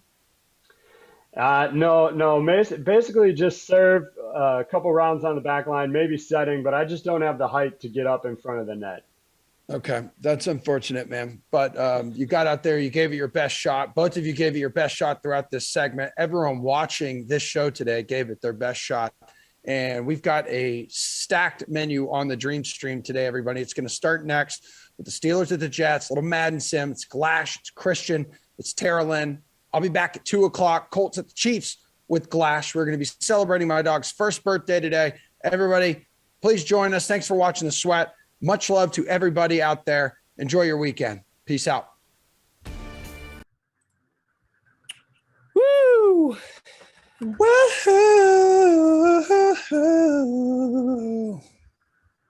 You're good. What's up, man? Hey. What's up, babe? Dude, I'm good. How are you? It's been a while. We've been talking about this for a bit to do this again. I know. I had to Venmo producer Drew like $20 to get him to finally put us on the schedule together. This guy's a cheapo. Yeah, but we're here. I gotta open up all the files and stuff here. I gotta get like the rosters. I gotta get everything set. Today has been a wild day. Our daughter's celebrating her first birthday. Happy birthday to Winnie. Where is she? She is. Damn, that's a good question. Oh, she's over here. She's chilling by the toy bin. I think she's looking for her toy. We have not given her present yet. Ooh, it's big, dude. Can you tell us what it is or no?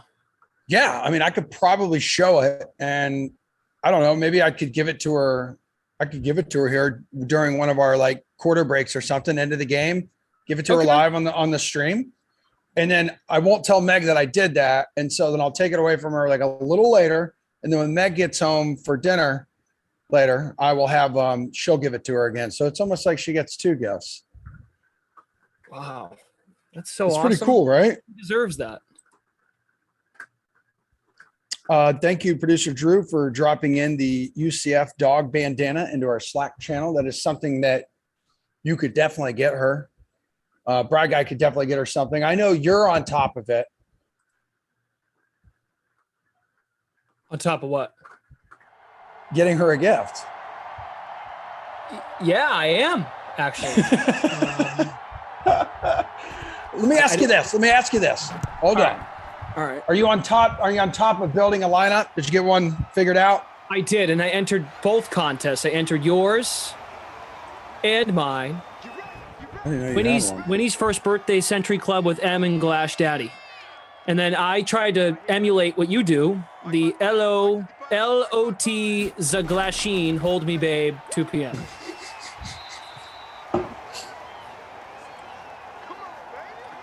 I think it works. Yeah, how did you do the same lineup for both? Yeah, I did. Oh, you did? I put CEH in the captain. I rostered Hill, Kelsey, Watkins, Trey Burton, and the Blankenship. Right there, 54, right there, 54. What'd you do? So I went as Mahomes. Well said. Okay, they're going to go ahead and just complete a very nice chunky pass. He's already up to 45 yards, so good for him. There's the cheetah, 33 yards. I have Perry Campbell in the captain spot. There's Mahomes in there. There's Rivers, CEH, Kelsey, and Mac Attack, Marlon. It's a really crappy lineup. I think it's terrible. I hate it. I filled it out really quickly, and I wanted to go back and make some adjustments, but I totally forgot to. But you know what? Now that I said that, I'll probably win this contest. Did you enter both contests? No. When did you make the second one? When did you make the Hold Me one? Last night. Oh, damn. So does that mean it was like way down on the board when I open up the league? Holy hell, there he is, right? Wow. Right on the bat. What was that? 4 plays for crying out loud, opening drive of the game. 22-yard touchdown, Kelsey. Give it to me, babes. I got them both. Damn. That was so easy. That was really cool, though. I hope there's a lot of points in this. You deserve it. Is that why you didn't do the noon? Because you've just accepted that when you do the noon sim, you don't get any points scored? I have accepted that, yes, there is something wrong. Like the sim gods out there see that the highest paid employee at DraftKings is on the noon sim. And it doesn't matter who my all-star analyst is going to be. That it is all the bad juju in the world. They rain down all the bad juju on me. And there are no points. It's usually a crappy game, but that allows us to open up and talk about anything and everything.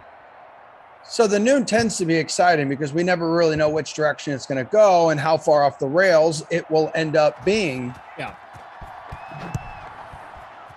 But it is what it is. And you and I together now on the 2. This is good stuff for me, and this is good. I didn't get a lot of sleep last night, so I am happy to be here. And we got a really good team behind the scenes. I'm sure they were all with you on the noon as well. Brad Guy on the 1s and 2s. He's my dude. He's my golfing potato chip. As Phillip nice. Rivers is going to sling it. Nice, dude. That's what I'm talking about. 17 yards. There he is. There's my captain, dude. Right now. Oh, look at Daddy. Look at Daddy. You really do. Producer Drew. What's up, dude? Eamon, JJ. Good to have the squad. Good to have the fam here together today. I got to open up YouTube. I got to open up Twitch, see what's cooking. Let's go. Haskell. Wow. This is fantastic. Both quarterbacks sharp. A couple passes early on, and they're slinging it without any issues. This is good. This is good. This is good for us. We needed this. We really did. You know what I need? I need you. Dude, what are you doing? Are you okay?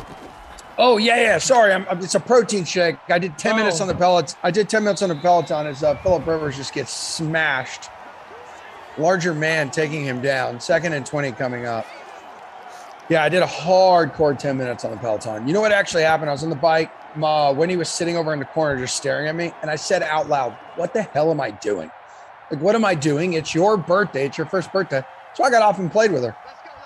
Had a good little time. She is the priority today. There you go. You're picking up those 10 yards that you just lost on the sack. So 3rd and 10. Hey, for those joining us now, Kelsey scored the touchdown.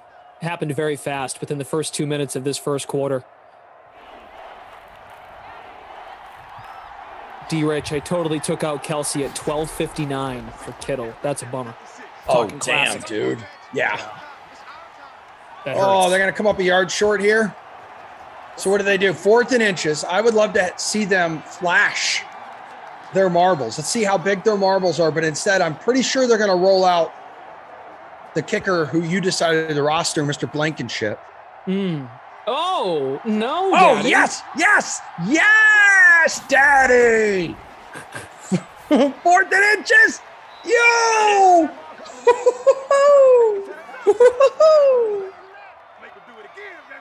Wow. What? Wait, what?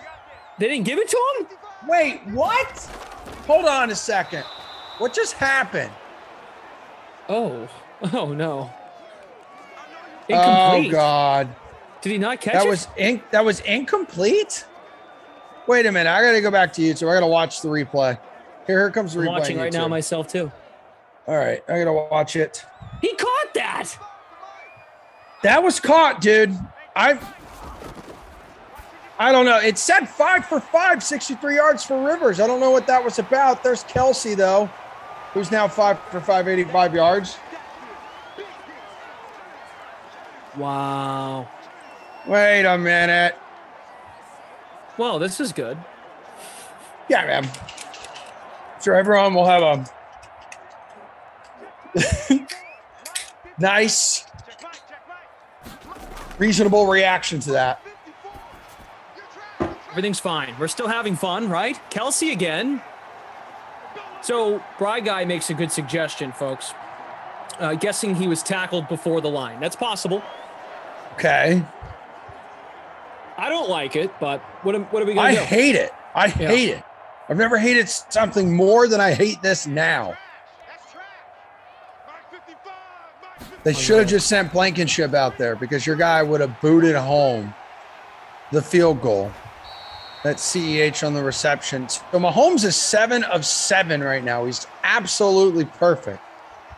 CEH 9 yards on that reception. So 2nd and 1 coming up. How'd the noon go? Did the noon go okay for you? You guys had the 3-headed monster. Yeah, it was good. A lot of points. Pittsburgh defense had 2 touchdowns. The Steelers smoked the Jets, so thankfully Kenny wasn't on the game. Ooh. What was the final score? Like 38-14 or 38-21, something like that? Oh, okay. That's not the worst. 38-17, Bry Guy guesses. I think you're right. That sounds more correct. Yeah, good time, really. We talked about, there was some NFL news, of course, to react to. I'm sure you got to it in the sweat, maybe. Michael Thomas, Devontae Adams. Now Adams wants out with Rodgers, and then Michael Thomas, his injury, which, once again, he is dealing with something to begin the year, so that's not good for the Saints, who are already depleted at quarterback, losing their star, Drew Brees. So now I feel like the confidence level goes down a bit in the Saints to begin this coming season. Yeah, I agree. That's going to make life tougher on those quarterbacks, whoever it's going to be. So that's a presumed quarterback battle, right? Between Hill and between Winston. Like, there's expected to be a battle between those two. Whoever wants for the right to replace Drew Brees. No question. I haven't heard who they're leaning one way or the other. So was the report about I know what we said this morning on the Sweat as news was coming out, and Mahomes just smack dab down the middle. There's Sammy Watkins on the reception. So that's a first down. They're in the red zone. A 1st and 10 coming up in the 15, closing seconds to the first quarter here.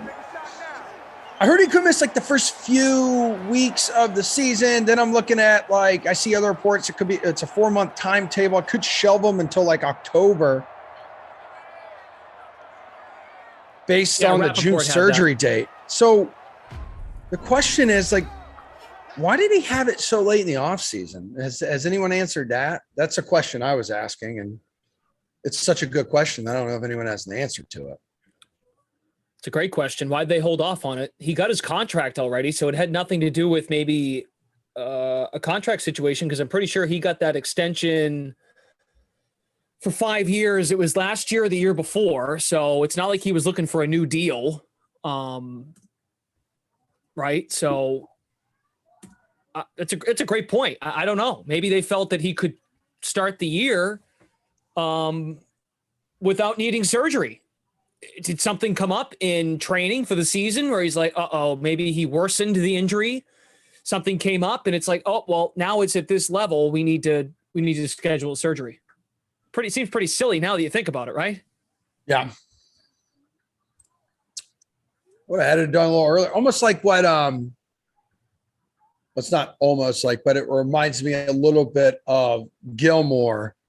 And Gilmore showing up to camp yesterday, but we all know he's still disgruntled. We all know Stephon Gilmore still wants to be paid what he says he is worth, which he believes in early 30s coming up with a quad injury is more than $7 million in a year. So is he holding in a way? Is he going to milk the recovery on this injury and basically not return to the field? Because by returning, he avoids being hit in the wallet more than he has.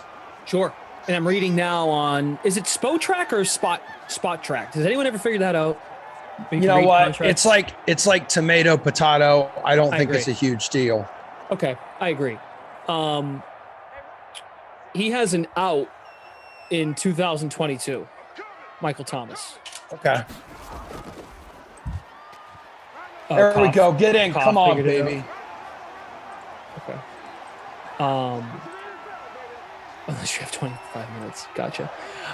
Michael Thomas, if he does not opt out, he would be tied to the Saints until 2025, making about $15.5 million each of the next 2 years. That's 2022, 2023, and then $18.5 million in 2024. So he's still going to get paid pretty well. Oh my God. Tyreek. Oh my God. He dropped it. What in the hell?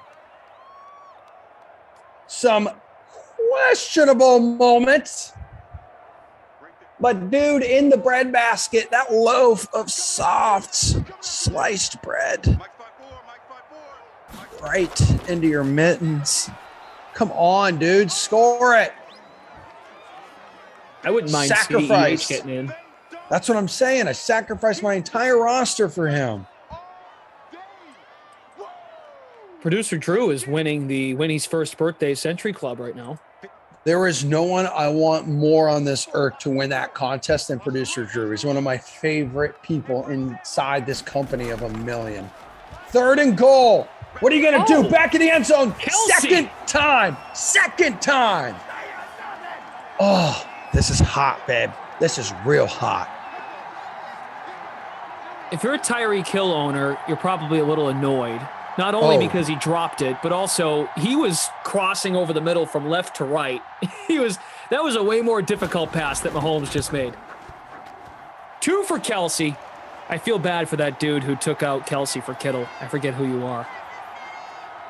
I can never forget who you are. I remember you.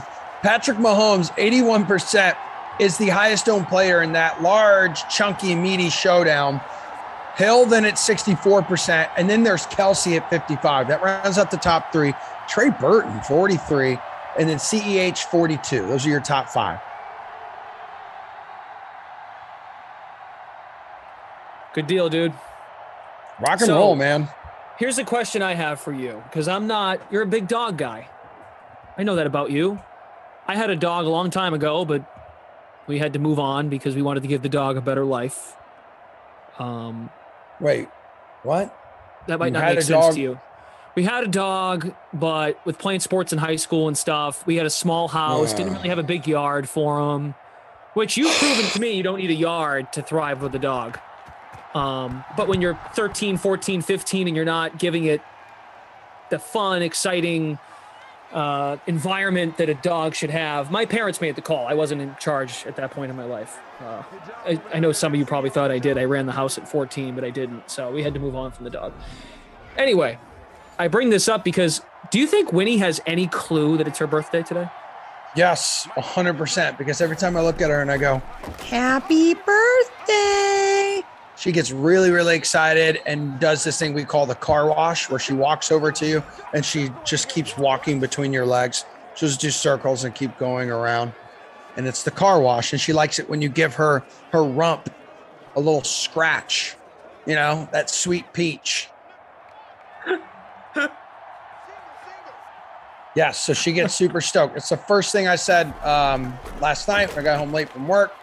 I released her and said, happy birthday. And then she looks at me and she goes, what the hell is that?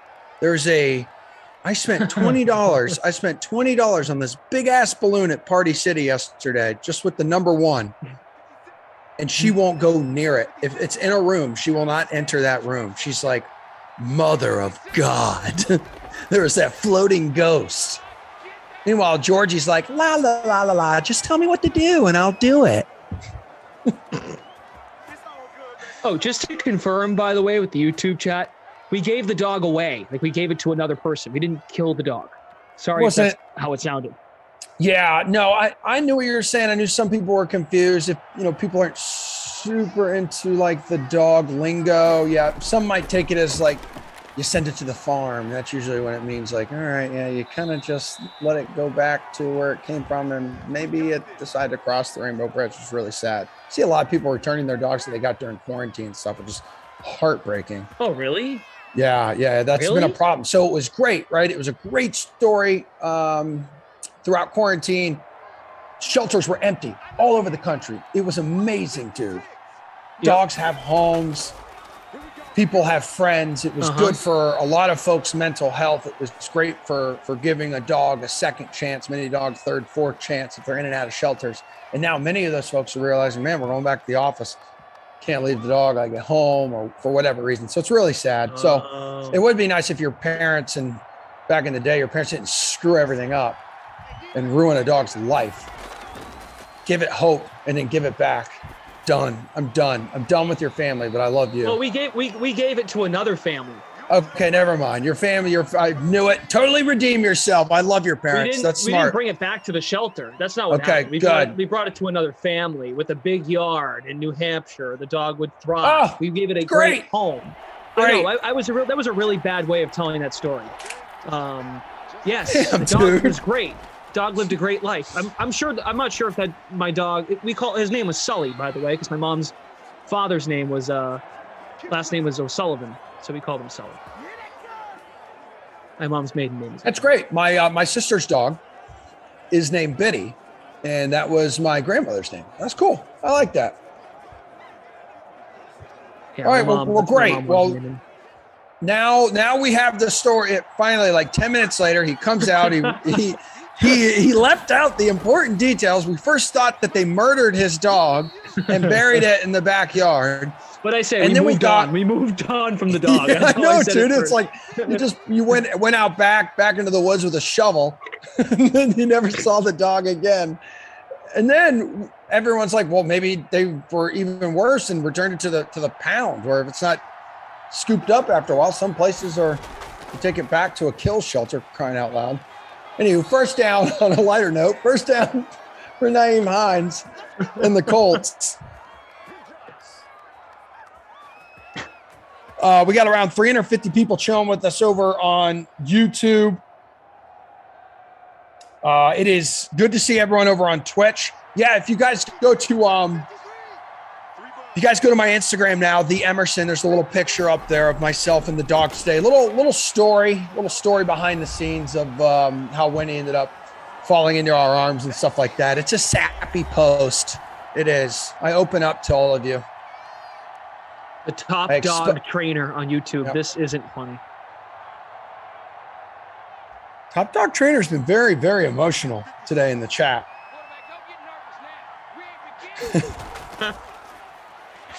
Let's go. We've hit the century mark in likes. Love you, mean it. Hines on the reception on 2nd and 11. So Rivers is 12 of 12 for 121 yards. Mahomes has what? 1 incompletion? Maybe 2? We're under 2 minutes to play and ticking. The Colts need to put some points on the board. Sixers 12-12. What's up? Thanks for watching. Solomon says, sometimes people having to give away dogs for reasons like they don't get along with a new child, but it's the owner's responsibility to find a new home. That's a touchdown. Yep. Oh, damn right it is. I didn't know if they were going to screw him over. Damn, okay. It makes sense now why Trey Burton was a top 5 owned player in the showdown. He's a beast in these sims. I love playing Trey Burton. I played him. Holy crap. What's wrong? The jacked Blue Jay just landed. The jacked Blue Jay just landed on the fire escape outside our window. That's pretty sick. Is it actually jacked? Dude, it's huge. Yeah. You remember that from quarantine last year? I never actually saw a picture of him or her. Oh, yeah. I think it's a dude.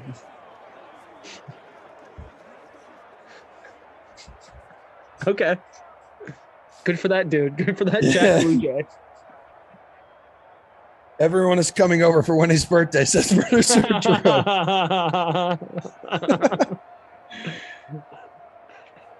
I do agree with whatever comment you were just reading. I never blame the dogs for anything. Never. I always just blame the owner. My dog does something wrong, I blame myself, or I blame my wife, which is much easier. Like my dog with little Georgie was crapping her brains out this morning. So immediately I'm like, babe, what did you feed Winnie? Or what did you feed Georgie? Like, come on. Like, you gotta be honest with me. I know you were eating Shake Shack last night. You probably gave her a piece of something. And now her anal glands are paying the price. It feels like you've had Winnie for longer than a year. Yeah, it does, doesn't it? Has it been exactly when was the? No, this is her birthday. So people need to realize, like, birthday, she's 1. Doesn't mean I've had her for a year, because you typically can't scoop up puppies until 8-9 weeks. September will be the anniversary of the Gotcha Day. And there's a story behind me flying out to Arizona in the desert to get her. Again, check it out on Instagram, _Emerson. I don't know if Glash has liked the picture yet or not, but I am definitely keeping an eye on that.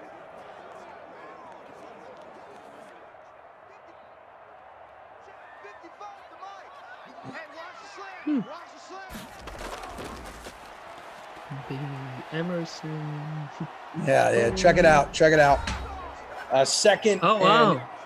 Yeah, bud. Go ahead and double tap. The first thing that showed up on my feed. I think Instagram knows that stuff. Oh, they're listening to me. Well, they're listening. And you text me a lot of small messages. I honestly, and I would love the chat to chime in on this too. Like, I hate how the phone listens to you. Oh my God, Mahomes, what are you doing on 3rd and 2, running the wrong way? That is a sack for the Colts defense. But like anything I'm talking about now, we talk about All right, let's just say we're talking about tank tops.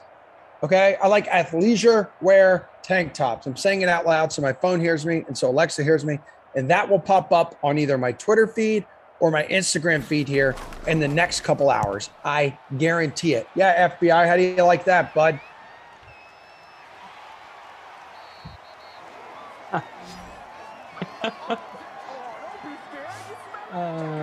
Dante is in the chat. Dante says, grew up with Trey Burton. He was dunking in 8th grade. That's pretty cool. Are you friendly with him, Dante? Did he dunk on you? Did he say, hey, Dante, watch this? Dunked right on you? Jimmy Graham was like a badass basketball player, wasn't he?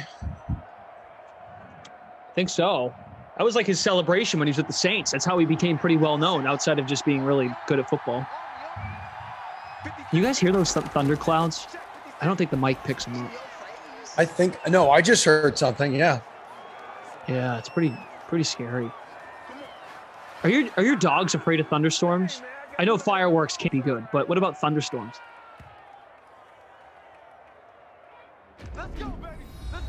Are my dogs scared of thunderstorms? Yeah. No, they kind of are just like, whatever, I'll figure it out. They were afraid of fireworks for a little bit around Memorial Day, but by the time July 4th came around, they were used to it. Well, NFL news here. You got more. Hook me up. So this is kind of on a, I guess it's on a serious note, but like this is interesting, and what maybe begins, what could be the beginning of something. Vikings offensive line coach Rick Dennison has left the team after refusing to get vaccinated against COVID. Per Courtney Cronin. Wow. Well, why did he leave? They're not making everybody do it.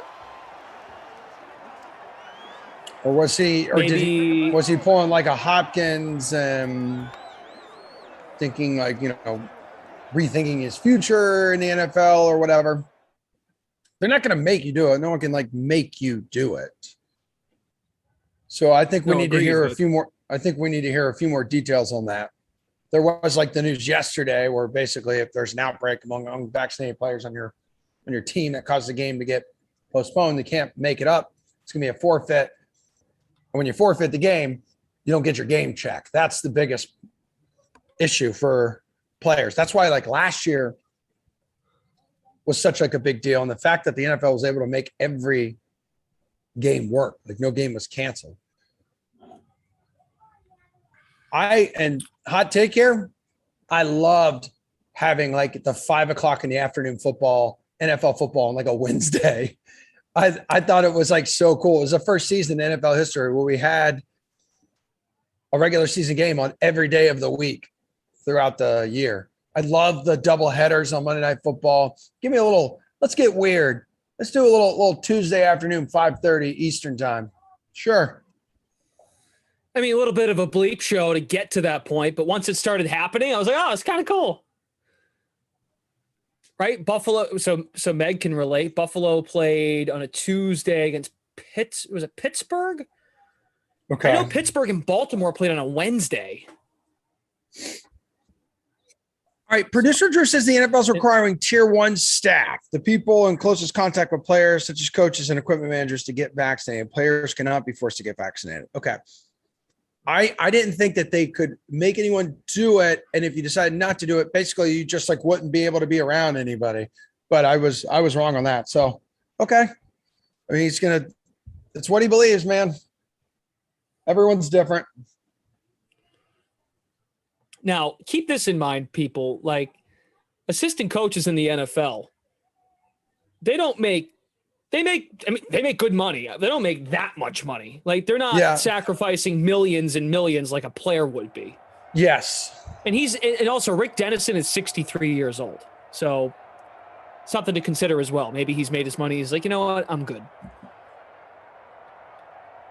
So I don't know. Sorry, I didn't mean to make the news all just something that just came across my desk. That's all good, man. There's breaking news. Yeah, we do that on the Dream Stream from time to time. That's why people tune in here, dude. The latest, greatest, weirdest, and wildest stories out there. Anything else? What else is making headlines today? I haven't been totally dialed in. Although I really prepared for this. Well, the Packers are a mess. Yes. Devontae Adams. Okay, you saw that. Michael Thomas. We talked about that. I did hear your it was like right after the sweat. I think I turned on the stream for a couple minutes. And I did agree with you that I think, and correct me if I got it wrong, you think maybe the GM should just step aside there in Green Bay, right? If that is the main issue that these stars have, is that what you were saying? I was saying that. And I'm not trying to advocate for someone to lose their job, but no. If you have to pick between Aaron Rodgers and the battery mates of Rodgers and Adams, and the problem in the room is the GM, well, you might have to make that tough call. They don't have an owner, as we have to remind ourselves. They don't have someone who's making the call from up top, but they do have a president that does oversee the operation. You might have to move on here if you want to try and mend this thing. And maybe it's too late. I find it interesting that this is coming out now, a week or a weekend before training camp begins. Was Devontae Adams just kind of messing around with the Packers the whole time? Like, Aaron, I got you. Right before training camp starts, I'm going to tell them, I don't want an extension. I want out to be on your side. And maybe Adams was just kind of playing the game last couple months, because based on this reporting from Ian Rappaport, they were trying to work something out for a long time. And look, Rappaport's really good at his job. He's on top of stuff. Him, Schefter, they're the two main guys.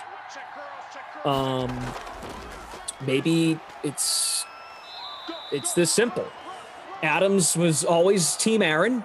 If you go back to mini camp, there was that report that Aaron Rodgers had spoke to some of his top receivers, trying to convince them that they should hold out as well to support him. And I think we're finding out that the number one target, not just in Green Bay, but maybe in the NFL, he might be the number one receiver in the NFL right now. It's close between him and Tyreek Hill. But as far as a big guy, get up there and catch a difficult ball, Adams, who would take anyone other than Devontae Adams? So that's a real mess. That is a real mess. It's not the same as Aaron because it's just Devontae Adams playing mind games with the team about his contract, but doesn't it highlight that they're not on the same page there as far as the front office? It's challenging. I don't know. That's a tough spot for Green Bay. Whether you think they're smart or not, doing what they've been doing with their drafts and how they've treated Rodgers. And I know I've come on here before and I give Rodgers a hard time, but that's got to be tough for the Packers. They're in a tough spot. They are in a terrible spot right now. Yeah, terrible is probably the better word.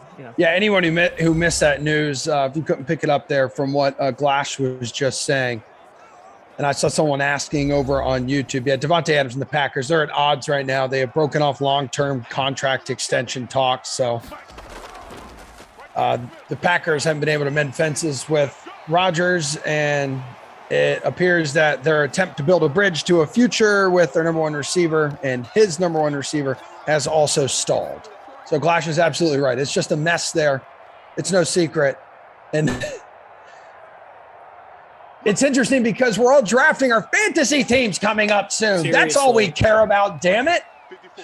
Two of the top names at the receiver position making headlines today, and then I think we're all pretty confident we'd put Aaron Rodgers in a top five. Emerson, it's funny you bring that up because when I was doing the sweat yesterday, we had an NFL segment at the end, Reed, Jeff, and Kenny, and one of the first questions we discussed was how Aaron Rodgers denied or turned down that 2-year extension to be tied to Green Bay for 5 more years, which would have made him the highest paid player and quarterback, not just quarterback, but player in the NFL. He turned it down.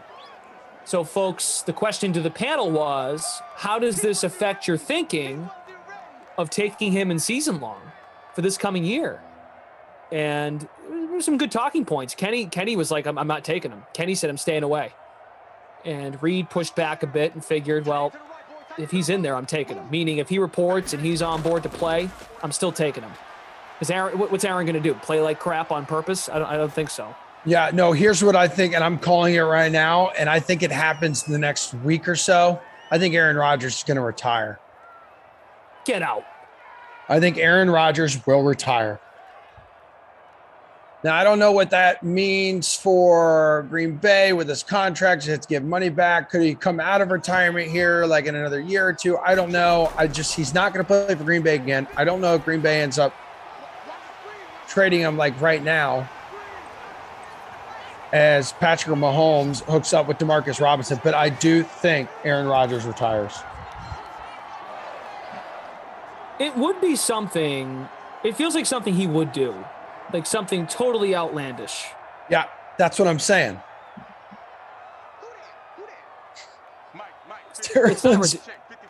Terrell's phone charger. Hold me, Emerson. Is that you? Is that your burner account, Glass? It's not. I wish it was. It's great. This account's been around for a while. You say "hold me" a lot. You don't. I thought you just said it to me, but now you say it to others, and that hurts me. No, I mean, like, you're my number one. It's like me just basically saying I love you. Got to find other ways to say I love you. That way, not the same thing all the time. Mix and match. Sure. Just like smooches, or what's up, chinchilla? Yeah, but I want one catchphrase to be mine. Okay. Pick you me. will be exclusive. Choose me. You will Love be the me. exclusive hold me moving forward. Bry guy. That's funny. Actually, I think I did text him that too. Patrick Mahomes taken down on 3rd and 6. A sack for the Colts defense. 2.5 minutes to play in the third quarter. KC came out hot in this game. They scored in like 4 plays on the opening drive. Right, they scored on their second offensive series. Yep, sure did. Took a 14-0 lead. They have added, since then, now 3 points. Little Harrison Butker action. That should be 4 points for your lineup. I believe it was on like a 40-something yard field goal. Harrison, Sweet Peach. Kerr. Oh, yeah. Yes, girl. Daniel Vaught, your catchphrase is buzzword. Hugh says, sounds like a date night, Emerson and Glash. I just want to know how do you go into a day? How do you approach your day as far as texting people? It feels like you make a list and you just go, all right, I'm going to fire off text to him, and to him, and to her, and to him, and to him. Yeah. I think sometimes what it is I get up in the morning, I kind of catch up on news, and that basically means I open up Twitter because I hate myself. And You love if Twitter. Stop it. I hate Twitter. You stop it. You stop it. Twitter. You stop it. You shut your face. You shut your face when you're talking to me. No, if you notice weekends, I'm basically not on that thing anymore. If I'm not working. Like this week I'm working, I gotta be on it. Blah, blah, blah. Are you working No, this weekend? it's terrible. Yeah, over at Nelson. But okay.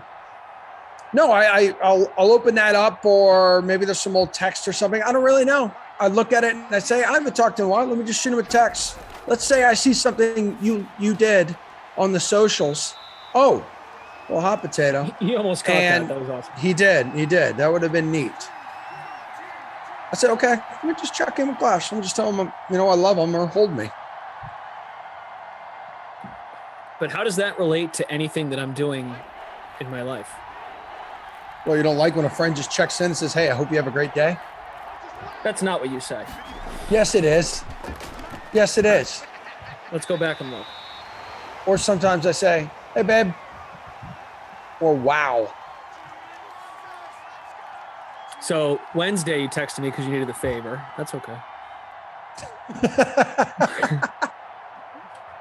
I did, Last and you picked up for me. A week ago, I knew I'd get you big time when I sent you the picture of me and Harlow. Oh, yeah. Those are a lot of not safe for Dreamstream texts that I sent you. It's a great picture. Look at us. It really is. I I was a little disgruntled about that. Sarah's waving to you. She's saying hi. Hey, Sarah, what's up, Queen? Oh, also, we never followed up on this. You already sent him the drawing. Yeah, I told you. Oh, yes, we have it. Extremely beautiful. And Not gonna lie. It's winning, right? Oh my God. I couldn't remember. I'm sorry. You're a terrible friend. And Yeah, go there it back is. more in your text. We've talked about that too. You're lucky to have her, man. Don't Yeah. screw that up. That's what my mom would tell me. Oh, yes. Producer Drew would like to know any text about back shaving. Dude, I'm going to see my folks in Florida next week. We got to do it. Oh my God. Get that hamburger meat out of my face. I wish the Dream Stream could see this. All right. First down there, Tyreek Hill on 3rd and 9. Big pickup from Patrick Mahomes. So that's going to be the end of the third quarter, and we'll enter the fourth here. I can show everyone if they want. Yeah. Yes. That's safe for the stream, Drew. That's upper chest, just hair. Okay. Yeah, look at this, everybody. Y'all want some hamburger meat? Y'all want that protein? Hey, y'all want that protein? You know what I mean? Look at that. Damn. Dude, stop, bro. Our computer's going to overheat. Put up the disclaimer. Oh, wait a minute, Brad guy. Can you go back to quarterback stats real quick? I want to read these off for everybody. You're a nice Sweet. guy. You're the man. 17 of 18, 214 yards and 2 touchdowns for Patrick Mahomes, everybody. Phillip Rivers, 18 of 22. He's at 172 yards and he has a touchdown. Sweet. Thank you, dudes. CEH, 9 carries, 32 yards. Hines, 3 carries, 15 yards. Mac, 3 for 7.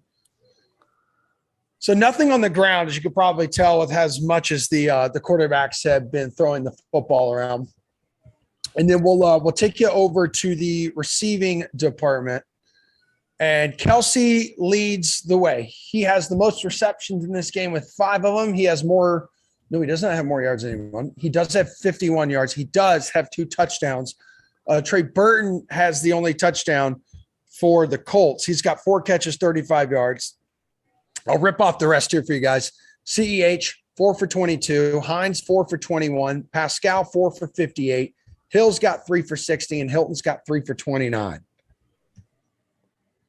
Dude, you never texted me back about the Rufus drawing.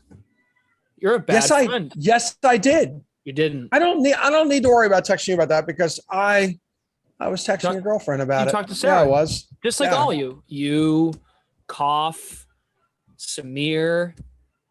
Oh, Talon, Samir. Now, Samir, I'll say Jesse. this. Samir's a threat. Samir is a threat. You do not want him texting your girl because he's so tiny and adorable. They fall in love with him very easily.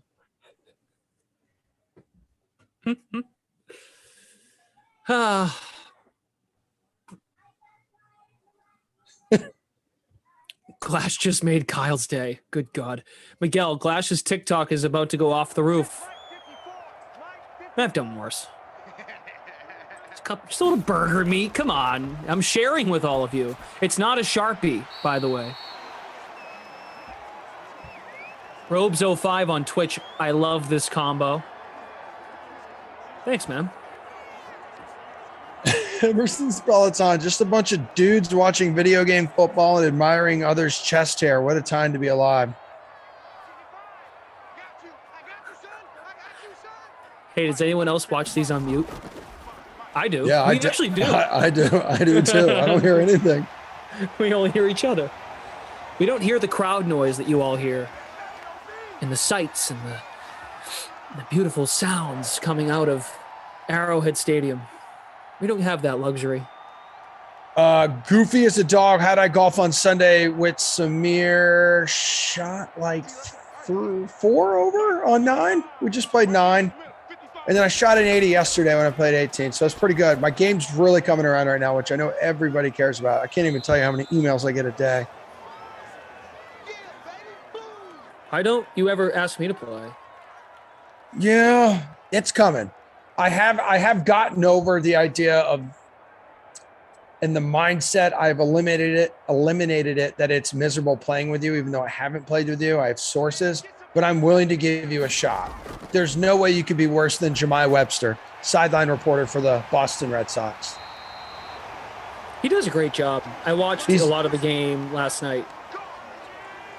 Just being at the Sports Hub in the studio, we had the broadcast on between breaks. Yeah, he's great, phenomenal. Do not recommend playing golf with him. Yeah, I'm bad too, though, man. Like, you got to, just so you know. Samir's probably already told you. Yeah, he has. He's one of my sources. I'll just go ahead and out him. He talks a lot of smack. He really does. Well, yeah, when he's not talking to your girl, he's talking smack, for sure. And he said there was this one time he was standing behind you, like 5 yards behind you.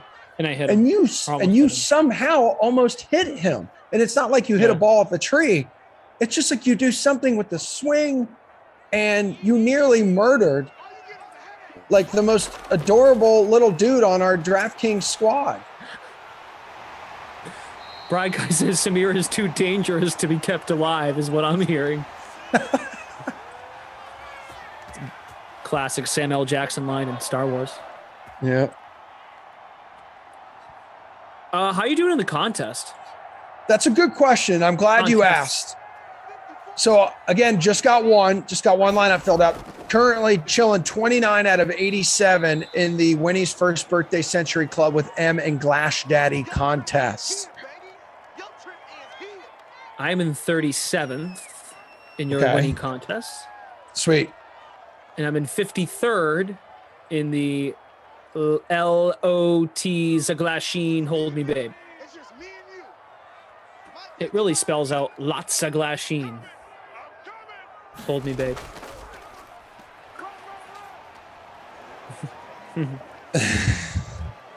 So we got ourselves a 3rd and 6th coming up from the 15. Must be in the chat. Who is the preseason favorite for MVP this year? Pretty sure it's Mahomes. Double check that for you. Good talking point, I suppose. Yeah. Isn't it was great? It We're at that point ahead. of the year now where all these talking points with training camp are just going to be. There's just a lot there. A lot of juicy stuff to look forward to. I love it. This is one of my favorite times of year when really not a whole lot's going on. It's mainly just like baseball. We got a little gift here with the Olympics. I'm not really paying too much attention to that quite yet. But the football storylines are juicy, as to quote you. They are juicy, they are meaty, they are moist, and I am all about the gossip, the hot 411. I'm not like a regular DraftKings Dream Stream host. I'm a cool DraftKings Dream Stream host. Was it Must Be who asked who the backup quarterback is there in Indy 2? Jacob Eason, I believe it is.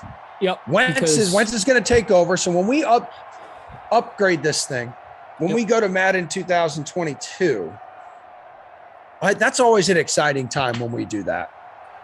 Start getting some more up-to-date rosters. Sure. And dude, like last year, I was saying this the other day, I can't remember who I was with, but last year going into transitioning from Madden 20 to Madden 21, I mean, you thought that was good in terms of like the quarterback turnover and even some star players. I think this year, even more turnover at that position. 5 rookies at the position, 5 taken in the first round, that is. So that'll be interesting. And the Carson Wentz move, Sam Darnold. So that means Teddy Bridgewater moves on. I'm trying to think of some other ones that are big. Drew Brees is out in New Orleans, so there's a room for opening there. Matt Stafford to the Rams, Jared Goff to the Lions. There's a lot of movement at that position. I'm fascinated because it's not our call as a production team. It's really the call of the operations team, how they end up deciding who gets the starting quarterback nod. Because last year, right, we had Burrow, Tua, and Herbert as rookies. And those were all pretty easy calls, right? Like, as much as I love Ryan Fitzpatrick, we decided to go with Tua because I think we were excited about the unknown. Justin Herbert or Tyrod Taylor? We've all seen enough of Tyrod Taylor, right? So I think Herbert was an easy call there as well. And then Burrow, obviously filling in because Andy Dalton went to Dallas. This year, there are 3 teams that come to mind that definitely have a decision to make. New England, San Francisco, and Chicago. Well, what about Philadelphia? Are you going to go Jalen Hurts? Are you going to go Joe Flacco? Joe Flacco's elite. Remember that, people. All right, inside the red zone. 2-minute warning here. That's another one, though, another change. But like your dude Trevor Lawrence is the guy, no doubt, in Jacksonville. I know. Zach Wilson with the Jets. But with those 3, what do you do with those 3 teams? Do we bench Cam and Madden? Do we play Mac Jones? Do we bench Jimmy Garoppolo in San Francisco and play Trey Lance? Do we bench Andy Dalton in Chicago and play Justin Fields? I think those are 3 that we have to wait for the news and see how training camp plays out. But in all 3 circumstances for those 3 teams, New England, San Francisco, and Chicago, if I had to put money on it, I think it's going to be the 3 older guys starting in real life. Cam, Garoppolo, and Dalton to start the year. I'm interested. I'm intrigued. We may need to do a roster update like midway through the season. Yeah, we avoided that last time. And man, I tell you what, that was all T.Y. Hilton on that drive. That man has a nice chunk of receptions right now. That was a good drive. Problem is, they waited till there's 90 seconds left in the sim. Yeah, so he's at the 100-yard mark, 8 catches, 102 receiving yards, receiving touchdown, in the flex, 27 points, and that's right around his ownership as well. He's 26.7%, 3.5% in the captain spot. Okay. Is Trey Lance going to end up overtaking the most overrated, handsome quarterback in the NFL?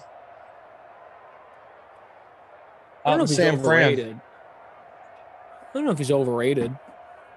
He's really young. He's the youngest of all of the rookies because how old is he? 18? I was talking about Jimmy G being overrated. You're saying I see what you're saying. I got you. The most overrated, handsome quarterback. Yeah, that's Jimmy G. No, I'm not saying. I don't know what the hell Trey Lance is. I don't know. All these rookies are. Emerson's got a good look at Trey Lance now, I guess. Dude, biggest Trey Lance. We stand, baby. I know everything about him. It's a 6-point game. So Colts are going to play that timeout contest right now. Hey, before we forget, we rarely get together here. I would love the DK Sim fam to get to work on that like button for us. This was a good time. This actually was. This was super smooth. This is one of the smoothest games I've been on actually recently. And shout out to Miami Misfits because very nice comment. Barely watched the game, but enjoying the commentary. And he chimes in again. Great to not listen to movie talk or other. Ooh. You can tune in. But I appreciate it. Movie talk. Yeah. You guys know how we do here, man. We try to have a nice balance. But much love. Even if you watch it on mute, man, the fact that everyone's here, that's all that matters. I remember before too, the pandemic started, there were some people still in the office and they're like, I got to watch you on mute because I'm in a cubicle and my boss keeps coming up asking what I'm listening to and why these dudes are screaming about cereal, dogs, movies. Yeah, there's no sports being played right now. What are you watching? Right. It's amazing this time last year what the hell we were going through. But to answer your question, yeah, they got a call to make there in San Francisco because if Jimmy Garoppolo's on their roster week 1, they have to pay him $25 million. Oh, damn. Yeah. That's what I'm saying, dude. The fact that he's still there, San Francisco could cut him underneath and say, all right, hey man, we're going to let you go, but they still got to pay him. They've got. Oh, I should reword that. They would have to pay him if he's on the week 1 roster. So they have it out by week 1, but it sounds like they're going to keep him, and they're going to invest. I mean, you'd be investing a lot of money into the position, but knowing you have a young quarterback right behind him, they're willing to spend money at that position, just a little differently. They're not paying it all to one guy. They're paying it to 2 people. Because I would assume Trey Lance is going to get a little bit of money. I'm assuming he got his contract by now, but I should double check that. Now I'm curious. 26 of 30 here for Phillip Rivers. The Colts are out of timeouts. They're down 6. So basically they can find some kind of miracle score here. An extra point's going to give them the win. They're at the 41. So they got 59 yards to go. There's 17 seconds left. You got to get out of bounds here. Okay, that could be the game then. I think that's going to be the game. Trey Lance did get paid $34 million contract. He got paid May 13th. Okay. So think about that. They're investing. They're going to be paying close to, if I'm doing my math, they're paying close to $60 million for this upcoming season if they keep Jimmy Garoppolo. Not for this, I shouldn't say that. Not for this specific year. Either way, it's a big number. It's going to be close to like $40 million for 2 quarterbacks. It'd be the same thing as paying like Mahomes, but in this case, you're paying 2 guys. Well, I'm going to let you deliver some awards today. Yeah, I can do that. Brad guy, go back real quick. Let me just get that. I'm sorry, I'm doing it again.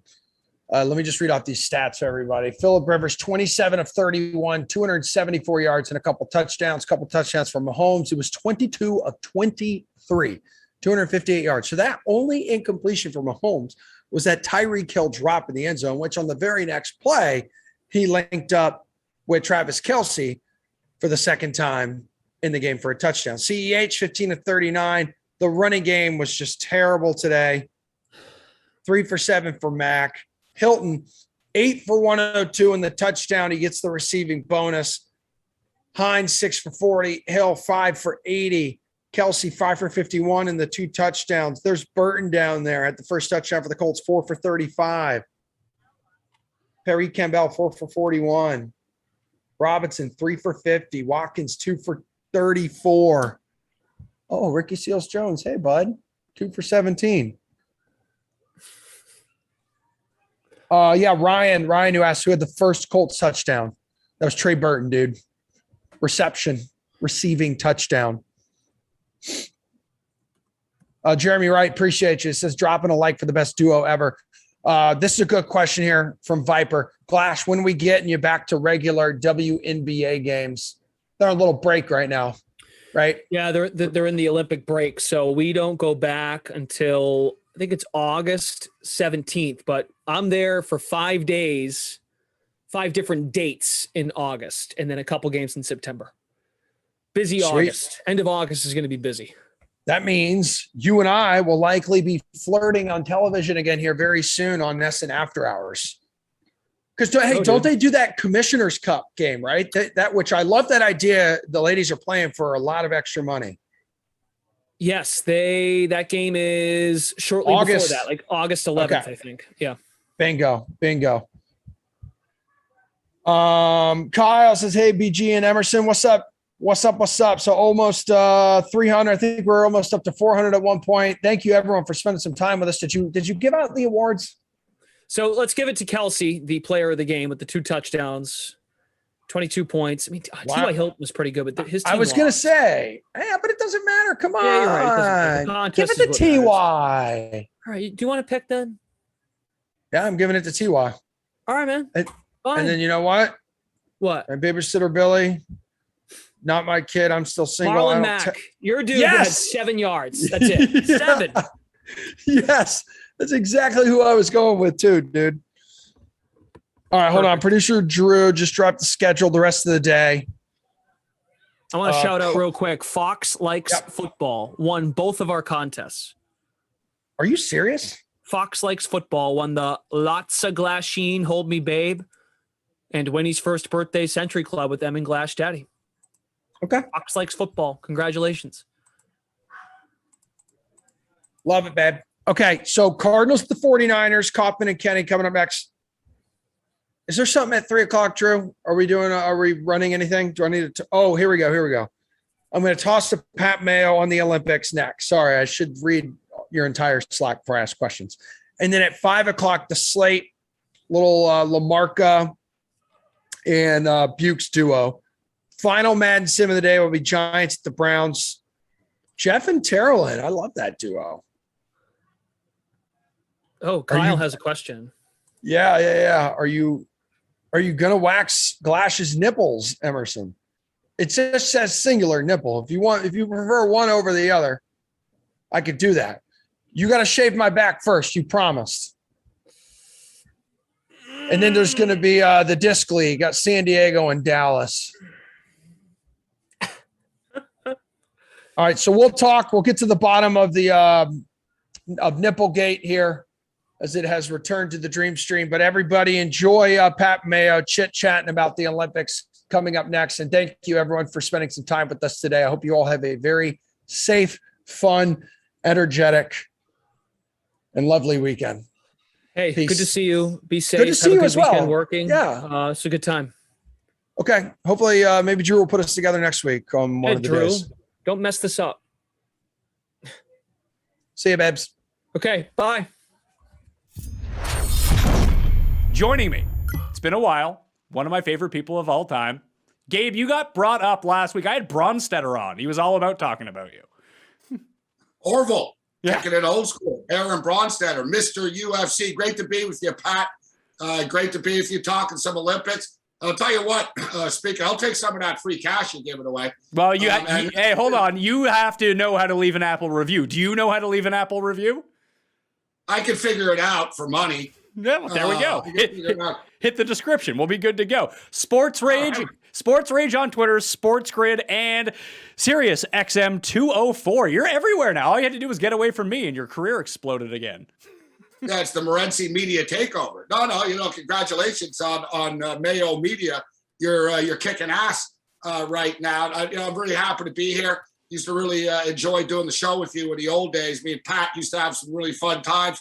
Great pick, give you winners, great debates, arguments, and it was real passionate. You're great at what you do, so it's great to catch up with you. But you asked what your favorite Olympic sport is. I'll tell you right now, mine is not women's softball, bro. So the Olympics starting, what's up with this anyways? Don't they actually use the words, let the games begin, right? Isn't that what the point of an opening ceremony is? So I always hate that. So, the opening ceremony is later in the week. Some of these teams are going to be eliminated. I think the Italian women's softball team are going to be bounced by the time they walk into the stadium later in the week. But I laid 9.5 runs with Team USA. They win 2-0. Lesson learned. 0-1 out of the gate. And, it's proof that the odds makers are kind of in this. We're all in this together, right? Dave, come on. Let's be real. They're setting numbers for NFL games. These guys can set numbers blindly, drunk in their sleep, blindfolded for college football future. They don't know about Italy and USA women's softball. I think the Europeans know about cycling. They know about fencing, track and field. They actually follow this stuff year round. But when you get into some of these American sports in an international landscape, the odds makers are lost. Look at the USA laying massive points against Nigeria, against Australia. The USA woman lost to Australia. Now we see the USA women's softball team lay 9.5 runs to Italy and only win 2-0. Something to keep your eye on moving forward. The dogs might be barking in the Olympic Games. Well, hopefully that's not everything right out of the gate. So to counterbalance you who knows about this, I had to bring on someone else who thinks that they know about this and is just a huge Olympics fan that is out there, but actually doesn't know anything from what I've heard. Maybe I think he does. I think he knows about the Olympics. He doesn't know anything about football because he's a Jets fan. This is true. So let's bring him on. Welcome to the show, Tim Undergust. Tim Undergust. That's not my name, but I love the Olympics, particularly the Summer Olympics, and I'm very excited to have them back in my life. Why do you like the Summer Olympics so much versus the Winter Olympics? At least where you're from, like the country you're from is good at the Winter Olympics, unlike the Summer Olympics. There's just a lot. There's a lot more sports in the Summer Olympics, so the action is more jam-packed. There's a lot more medals being given out. And what I love about the Summer Games is that outside of a couple of sports like sailing or equestrian, they're the sorts of sports that the average person can do or can try or may have tried in high school, whether it be throwing a discus or running or swimming or jumping. There's just something like universal about these things. So you get to see just how amazing these people are because you yourself have tried your hand at this event or that event, and you can't believe how good somebody is. It's appointment television in a world where very little appointment television exists. I'm gonna have to disagree, Tim, and good to catch up with you. I love your passion for the Olympics, and I share it. But I think the Winter Games are better than the Summer Games. Like, they're less. I think the casual fan will stop and watch Eddie the Eagle flying off a mountain, right? I think I get it. It's more historic and very basic, marathon, 100 meters. And it's great. Who's the fastest? Weightlifting. Who's the strongest? I like the simplicity. I love them both. But from an excitement factor, come on, man. You got downhill skiing, ski jumping, ultra hot figure skaters, speed skating, all that new stuff on the half pipe and all that, the snowboarding. For me, I think the Winter Games are more exciting and the Summer Games are more, like, put it this way, the Winter Games are sort of X Games-ish. Hey, let's party. You know what I mean? It's like on the edge. All these sports are kind of dangerous and stuff. Summer is like your uncle's Olympics, more traditional. But I'm going to go with the winter, but I love them both.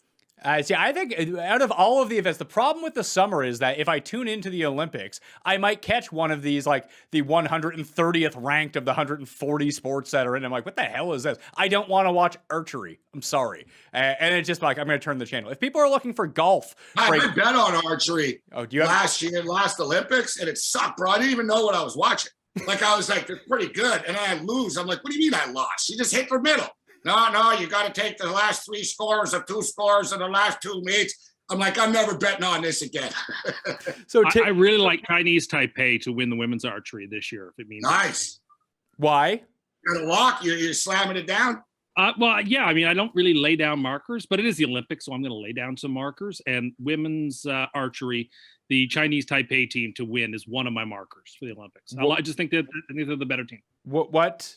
I mean, how do you make that distinction, for one thing? And two, what are they like minus 20,000 or something like that? No, they're plus 250. They're the second favorites. Who's the favorite? The favorite right now is South Korea at minus 180. Interesting. But I think the Chinese Taipei team, this is one of their best chances at a gold to show up on the world stage in a really big moment for Chinese Taipei. I want them to win, and I think they're going to win. So fade Chinese Taipei in women's archery. Okay. I mean, I got that one written down. Feinberg and I are going to be going through the Olympic golf early next week for that tournament. So we're not going to talk about that here. Gabe, do you have anything like straight up out of the gate, like a bet that you like? Yeah, you know what? I can't wait for the Olympic golf. I'm fired up for the Olympic golf. And listen, I had Morikawa last week, so I got golf going now, man. 35-1, baby. And I think Morikawa's live. I can't wait for this golf. Hideki Matsuyama, the pressure on the South Koreans, the intensity. John Rahm, the U.S. team's amazing. Can Xander Schauffele maybe win a gold medal? Hasn't won a major. So you said, wait for next week. I'm sure you guys will do a great job, but I'm fired up for the golf. Great pick, though. I like where you're going with the archery. Me and Tim were talking a little bit online last week on Twitter about the men's 100 meters. So I'll throw a couple of picks at you guys, and we'll see if Tim agrees or disagrees. But this is hard to believe that the USA haven't won the 100 meters, the glamour event, since 2004. Yeah. And Justin Gatlin. So it's been a little while. This is the year right now. Trayvon Bromell, you're getting him at plus money. He's by far the fastest man in the world right now. He just ran a 9.77. He was only 21 years old in the last game, so he's matured right now. He's just head and shoulders above everybody else. And, I know about Andre DeGrasse, and we'll get to him, but I really like Bromell to win the 100 meters. But as far as the 200 meters, Noah Lyles is the favorite, guys. And Tim, I don't know, I'm curious your take on this, but we've seen the Olympics are tough. I get it on the PGA, and we see in sports now, a lot of these young kids, they've got ice in their veins, and they don't know any better, they're fearless. But it's tough when you're the favorite in your first Olympic Games. Andre DeGrasse is a veteran. Yeah, right? I have DeGrasse circled here. What's that, Tim? I have DeGrasse circled here for the 200. I think he knows he's Yeah. got no shot at the 100-meter. Exactly. He's been focusing his energy on the 200-meter because he can win that. So I actually do have him penciled in as the gold medal winner, and you're getting plus 350 on your money if you take him. Well, I have a question. Hold on. I have a question on Neil deGrasse Tyson here. So if he actually wins something, does that mean he gets to be in more commercials now? Because for a guy who never won gold, he is everywhere in Canada. Yeah, but winning silver to Usain Bolt is as close as a gold medal as he could have won. I mean, why don't you win a gold? How about that? Why just? No, I agree with Pat. Like it's such a Canadian thing. How about your damn win, right? Like let's not. You're right, Pat. Let's not celebrate someone getting close. Oh, good for you. I'm saying you gave like. And listen, DeGrasse is good, but let's be real. He's been an underachiever a bit. The 200 meters is very, very winnable for him. Like I said, he's been killing it on the pro circuit. Right now. He just won. They put up a great number in Hungary. He put up a great number in Oslo. Lyles had a great Olympic trials. He kind of stumbled in the 100 meters, but he killed it in the 200. Yet he's a great kid, this Lyles kid. But he's young. He's on Twitter. He's very active social media. He talks about anxiety and medication. And there's a lot of pressure on this kid as the favorite, as a young kid like this. I think DeGrasse can get him. Well, I think DeGrasse is the veteran right now. I think you're right, Tim. He has his eye on the 200 meters, and you see his times have been getting better on the diamond circuit in Europe right now. And like you said, he's a nice plus play here. DeGrasse is a nice value pick, guys. Men's 200 meters. Are there fans at the Olympics in Japan, or are they like having the stadiums be empty? I think just the reporters. Just what? Reporters, I believe. So, I mean, I think, what do you think? Because we've heard about that in golf. I mean, that's really the only like corollary that I can have to this. But wouldn't you think that would scale back? Like if someone is feeling pressure, a lot of that might have to do with 100,000 people being in a stadium at the Olympics. And now you're just running in like an empty gym. Look at someone like Josh Allen, who's not that great of a QB, got to be successful this year because there weren't any fans in the stands. And when the fans return, the pumpkin turns the carriage turns into a pumpkin. I do think that is a very strong case. Did you just say Josh Allen's not a very good QB? Not as good as he was last year. He's more like his 2019 self, not 2020 self. You think not? You think that had his progression had something to do with the lack of fans? I think it helped big time not having those fans screaming. Well, it is here. You worry about your guy Zach Wilson with fans in New York who will be booing him in a couple of months. But no, you know what though, Pat? I think it's a legitimate point and question that you raised. Yet every athlete is different, right? And we've heard a lot of coaches talk about that, and the same thing in the NFL. Kirk Cousins was pretty open about it. He said, "I prefer it without fans." Kirk Cousins liked it without fans. Quarterbacks liked it without fans because they could adjust a hell of a lot easier at the line. That's why some quarterbacks liked it a lot. They could hear the defensive adjustments way, way more than they normally did. But, in the NBA, coaches and players have talked about it, that some guys are no good without fans. Some guys feed off it. It's almost like loving trolls, Pat. You know what I'm saying? It's like a wrestling heel. If you're a wrestling heel and there's no one in the audience, you kind of lose your thing. Some guys love silencing the fans and they feed off the energy, and it's actually a negative. Some people feel anxiety and get nervous when there's that many fans. So, and my own opinion, Tim, too, is I don't care, and Pat, I don't care if there's fans or not. When you've trained for something your entire freaking life, and it comes down to you not screwing up in the next 9.77 seconds, there's pressure on you, whether there's one person or a million people in the stands. And they're also aware that there's billions of people watching on TV. So I think there's pressure on themselves, fans or no fans. Tim, you laid down your preseason markers, as you like to call them, and they've all been wrong so far. But one of them was that China, or China, as it used to be called as of like last year, would win the most gold medals at this Olympics. They are 6-1 to win the most gold medals at the Olympics. The USA is minus 1,200 to win the most gold medals. And then Japan's 25-1, Great Britain's 25-1, the Russian OC is 25 to 1. Germany's 200 to 1. Canada 500 to 1. If they win like a gold medal, that's going to be stunning. And then you have China at 6 to 1. Are you still in on China at 6 to 1? I just think for an Asian Summer Olympics, where a lot of the Americans are a little overrated in some of these events, that there presents really nice value on China at 6 to 1. If you look at the swimming events, you know, there's a lot of people who think the U.S. are going to win a ton of swimming events, and I actually don't. I think in a lot of the tight ones, I prefer, for example, in the 200-meter medley, like I prefer the Japanese swimmer, Daisetto, over Michael Andrew, for example. Like there's all kinds of places where you think you're going to see Americans win, where I'm not so sure. I think it'll actually be a down Olympics for the United States, not a down Olympics overall. They'll still do fantastically. But I don't expect this to be the Olympics of the past for the United States. This sounds like the difference. This sounds great for the U.S. Gabe, he just reverse cursed the United States, who didn't need any help to begin with.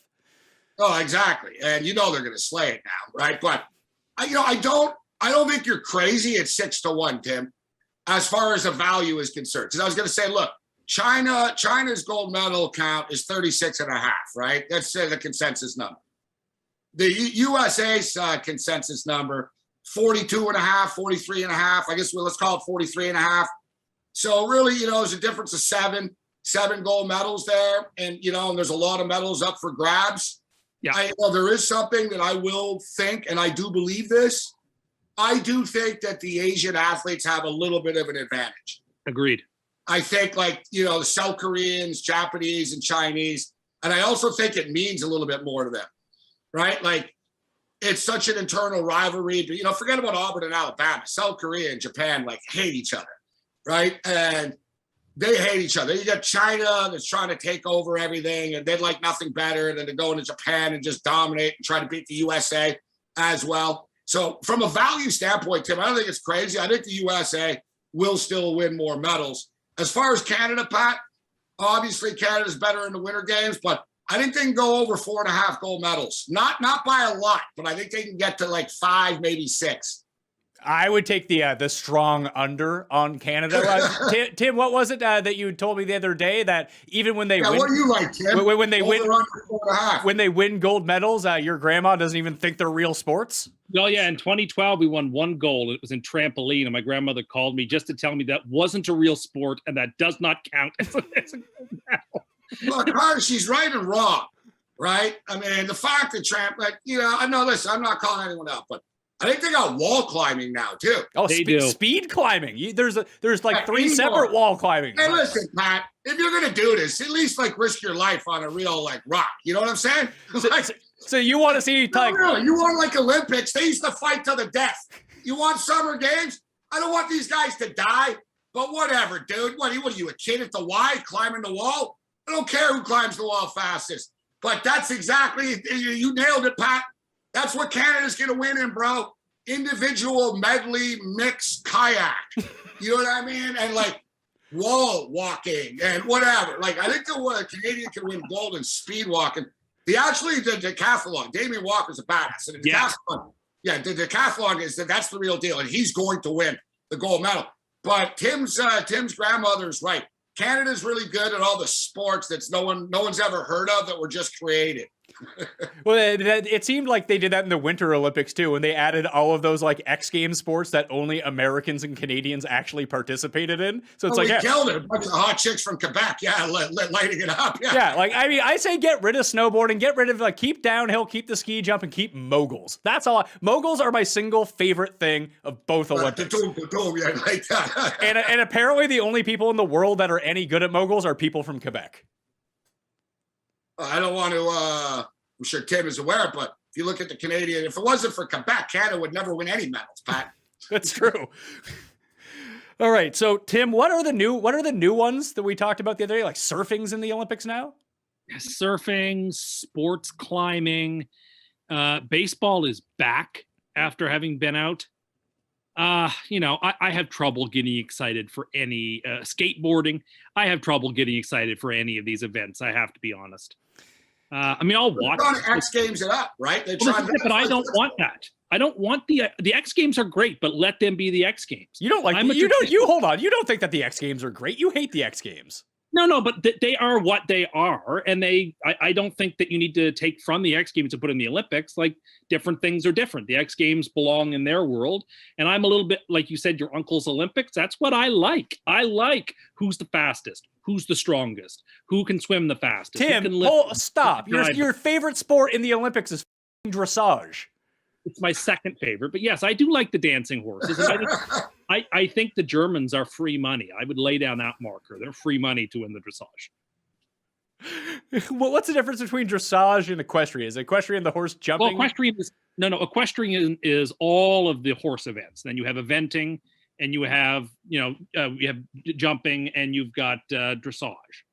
You've got different events all under the heading of equestrian. It's sort of like how track and field is the heading for dressage and jumping and for its stuff. Germany is minus 650 to win the dressage. Great Britain is 8-1. Is like Meghan Markle doing it for Great Britain? Like, do they have a queen who's on the horse? No, I don't believe so. I'm coming with some value picks here. Tim's dropping minus 650s, Pat. What's going on here? I don't know. I would like to give a couple dogs. Hold on. There's one I want to talk about first because it's minus 320, and it was one I was actually looking at. And Gabe, I want to get your take on this. Men's basketball, the U.S. is only minus 320. I know they lost these like preseason games. They lost Bradley Beal. Who knows what's going on with their team? But even if they had to play like 7 guys, I feel like because they lost those exhibition games that they're not the minus 700 they probably should be. No, you're exactly right, actually. And, you can never say, there's value laying anything over minus 300. But to put it in context, Pat, they were minus 1,200 before they lost those games in Vegas. And we should know, exhibition games in Vegas. And, by the way, Devin Booker, and how about that? They're taking the same plane together. So Devin Booker, Chris Middleton, and Drew Holiday will be joining the U.S. team, which will put them over the top. Now, listen. France are getting 11.5, 12.5 points in the first game against the USA, and France are good. France are dangerous. I think France's starting 5 can play with anybody. They got Rudy Gobert. They got Nicolas Batum. Evan Fournier is the point guard. So they can compete, but you just talked about the depth pattern. It is pretty crazy. This is as low as you're ever going to get a U.S. Olympic team, men's basketball team.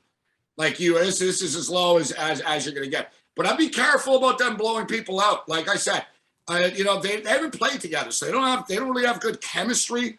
The U.S. team, they have the talent, and they're just going to be deeper than everybody else. I think they can win. It won't be easy, but you can't argue that it's not good value. Look, they were minus 1,200 before they lost 2 exhibition games, so it speaks for itself. So, Tim, what are some of the dog plays that you have for the Olympics this time around? Sure. So I like Long Chen, who is plus 900 to win the men's badminton from China. Why are you laughing? Do you know anything about this? Did you Google someone else's picks and that's what you're taking? No. Or do you pick this? Absolutely not. I wouldn't touch the boxing, as Gabe would tell you. Olympic boxing is shady at best. So I just take everyone from Kazakhstan. Yeah, just don't get involved in that. There's just no need. Let's see. What else did I really like? I mentioned dressage, but that was a big over. You just like saying that word, dressage, huh? No, for women's swimming, people aren't going to want to hear this who are Canadian, but I really like Penny Olesiak. What is she currently right now?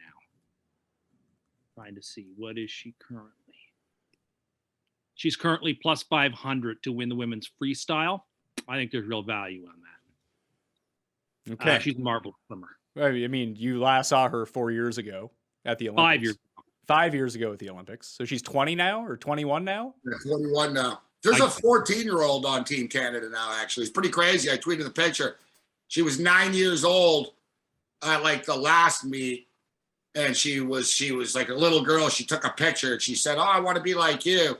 No one thought she'd be like her, like Penny, 5 years later. I think it's interesting. I think Kylie Masse is dangerous as far as Canadian swimmers are concerned, but they're going to be in tough. I think they're going to be in pretty tough. But I can never argue with value like that, Tim. No, right. Exactly. Well, Gabe, who are your like dog plays here, like, or anything just stands out to you as value? I'll bang off and listen. I'm not playing around. I wanted to put $500 on every pick. All right. literally and figuratively. And then I realized I can't do it because I'm a degenerate and I'm going to bet too much. So I've scaled it down a little bit, but I still have too much money on this stuff. But these are so I'm not just, these aren't opinions. This is what I'm actually putting real money on. So I got Trayvon Bromell to win 100 meters. He's at plus money. We talked about Andre DeGrasse. Nice plus price for him to win the men's 200 meters. Women's 100 meters. I don't want to use the term stone cold lock, but Shelly Ann Fraser-Price from Jamaica. Guys, she just ran the fastest time in the last 30 years. All right, for the women's 100, a 10.63 in Kingston on June 5th. She won gold in 2008. She won gold in 2012. She finished third in 2016. And you would figure that she's kind of done now because she's older. She's 34 years old, but she's changed her technique.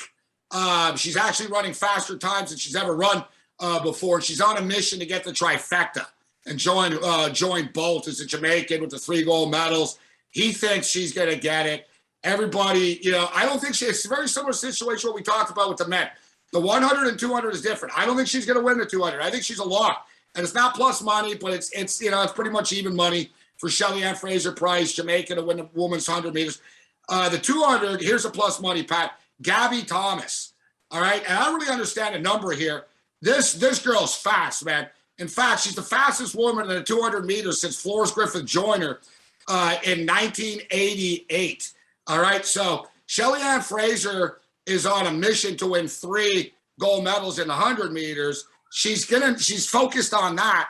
And she's 34 years old. She's not winning 100 and then winning the 200. I think Gabby Thomas at plus money is a really, really nice play here. Here's one for you, Tim. Nice traditional sport, men's discus. Oh, nice. Love Daniel Stahl. He is the favorite, but you don't have to lay too much juice. He's the current world champion. Dude, in the last meet, he was throwing a discus like 71 meters. Everybody else like 65. And the biggest legitimate threat to him was this Iranian, Ashan Haddadi. All right. So speaking of going online, Pat, I was actually on the Tehran Times the other day reading about the discus. So Haddadi was the silver medalist in the last games, but he had to withdraw due to a shoulder issue. Really, he was the legitimate threat to Daniel Stahl from Sweden to win the gold medal, men's discus. So I love that play. Men's baseball, a little baseball action here. Japan, second best league in the world. They shut down their league for this. We know the importance. We talked about the Asian, how important it is to the Asian countries, these games. Baseball, very, very popular sport. Japan's not losing. South Korea is kind of the only. I don't think the U.S. is a legitimate threat. I love South Korea is pretty good, but Japan at plus money, love it. Women's field hockey, Netherlands, got to lay a little bit of a price, but they're dominant. I think they beat the Tampa Bay Lightning if they played against them on grass. Women's field hockey, Netherlands are going to get it done, and women's volleyball, guys. This is an interesting one. This is crazy. The USA has never won a gold medal in women's volleyball before. A lot of people think this is the year. Now, if you look at the odds, you can take both China and the USA and make money. Now, I don't like hedging, and Pat knows that. I hate hedging, but this isn't really a hedge. You're getting 2 teams at plus money that are on a collision course. And you can decide, I want to put a little bit more on the US or I want to put a little bit more on China. But China and the USA are on a collision course in women's volleyball. Based on my theory that the Chinese are going to win the most gold medals, I need this one. Yeah, that's one of the keys. You're right, because that's a head-to-head one. You're right. I need this one. Yeah, because you're right. They're going to be going head-to-head. And good call by you. But you mentioned 200. I got him winning the 400. Daiya Sato from Japan. This guy's a great swimmer, but he's been marred in controversy over the last year. He had an extramarital affair, all right? And I guess in Japan, it's a problem. So he cheated on his wife. He lost all his sponsors. He got kicked out of the swim league. Great team name. I talked about this yesterday on the shows. Tokyo Frog Kings, Pat. That's the name of the professional swim team over there. So he got kicked off the Frog Kings. And, they're into you shamed everybody type of thing. And he's on the redemption tour right now. Right? And he basically stated, I let a lot of people down, but I'm going to bring great honor and glory back by winning. He's very confident and his times are great. You got to lay a little bit of juice here, but I don't see any reason why Daiya Sato doesn't win the men's individual 400-meter medley. Okay, hold on. Gabe, before I let you go, I had Tim come up with a list just for you. So you gotta let him say his list, and then we can discuss it, okay? Oh boy. So Tim, give us your rankings of the definitive rankings of the best Olympic sports. Yeah, so I have a top 10 ranking of what I think are the best 10 just Summer Olympic sports. Number 10 is water polo. It's a mixture of athleticism and swimming. And again, it's just about everybody can swim and throw a ball, so you can understand how hard it is to do. Great sport. But it's a big sport. Number 9 is the decathlon. Why? Because it determines who the greatest athlete in the world is every 4 years. Shouldn't that be number 1 then? Love the pentathlon, and for the women, the heptathlon determines who the best female athlete in the world is. I love that. Number 8, handball. Handball is so much fun to watch on TV. Anytime an Olympic handball game is on, I dare you to change the dial. It is addictive. Number 7, fencing. It is elegant. It is fast. It is graceful. It's just a fantastic sport to watch. Then there's a gap. Then 6, my favorite is the swimming relays. That's my favorite swimming event, are the relays. There's excitement, there's drama, there's different people involved. They always seem to come right down to the finish. That's my favorite swimming event. Number 5 is the high jump. Again, there's something very graceful about one's ability to use a Fosbury flop and get over that bar. Are you passing? Are you not passing? What height can you make it at? It's high drama. You can't miss it. Number 4, javelin. It's my favorite track event. Is the javelin or field event, to see somebody throw that javelin. Again, it goes back to ancient times. Then there's a gap. Hold on, stop. I'm going to stop you right there. Gabe, did you know that Tim once told us that he thought he could throw a javelin 100 meters? I no longer believe that. I'm willing to bet that he can't. I love how Tim's, all of his favorite sports, Pat, are the most boring ones in the game. I'm not done yet. Oh, wait, let's hear the 3 most watchable sports according to you, Tim. Number 3, my favorite is the marathon. It's on the last day of the event. It goes back to ancient Greece. It ties the history of the Olympics back to its founding. 2 is the dressage. Nobody watches the marathon. Love it. Number 2 is dressage. I love the dancing horses. Very impressive what those horses do. And number 1, my favorite is the weightlifting, particularly the 109 kg plus weightlifting. It is so crazy impressive to see those guys and girls lift those unbelievable amounts of weights. It is captivating television. And boxing. No boxing. Olympic boxing is not as good as non-Olympic boxing. How do you not? There are 3 sports to watch the Olympics. Yeah, you have to watch the 100-meter dash is number 1. It's the Super Bowl of the Olympics. Super Bowl of the Olympics. That's the one. That's like the celebrity row night. Yes, that's the one. No, not me. That's not for me. And I think the BMX bike racing. And Tim, I respect your, I really do. And I love your passion for the games. And like you said, the gracefulness of some of these sports. But how can you justify all these other things and not have respect for who the fastest man in the world is? Well, I do. It's not that I don't like it. It's just these are my 10 favorite. I think the best athlete in the world in the pentathlon, the decathlon is a more impressive thing. But as well, nobody, and I hear what you're saying, it's supposed to be that way. But you know what, Pat, the decathlon is? It's the dudes that are kind of 4th and 5th best at everything else. You know what I'm saying? Yeah. It's like one of those deals. Listen, you're pretty good at the 100 meters, but you're never going to you can't beat these guys. But you're also pretty good at the 200. You're pretty good at jumping, but you're not going to you know what I mean? They're not great at everything that it comes together. And I'm not disrespecting them. They're great athletes, but nobody even can name, does anyone that wins a decathlon after get to walk around as the best athlete in the world? Nobody even knows who they are. Yeah, the only one I can remember is the former Bruce Jenner, is the only decathlete I've ever heard of. And Xander Schauffele's dad. Now, there was a dude from Canada that used to choke all the time too, Pat. Well, Tim, Tim, what about your favorite triathlon? You love that one too, don't you? I love the triathlon, but I can't have the triathlon and the marathon in the same event. But I mean, when the triathlon's on, I will watch it. You don't think people know about Ashton Eaton? I think people remember that name. I've never heard that. He won the last 2 pentathlons. Well. going back, like Daley Thompson. Do people not remember him? Like, I think there are some decathletes people remember. Jim Thorpe, for heaven's sake. The greatest athlete perhaps to ever live, Jim Thorpe. Tim, that was almost 100 years ago. What about diving? Like on the high one. That's awesome. I will say That's about awesome. handball. I do agree with handball. Handball, I brought this up earlier too, Pat, earlier in the week. There is no sport in the world whose numbers are sharper than handball. It's a barbed wire fence. I swear to God. Like in-game handball,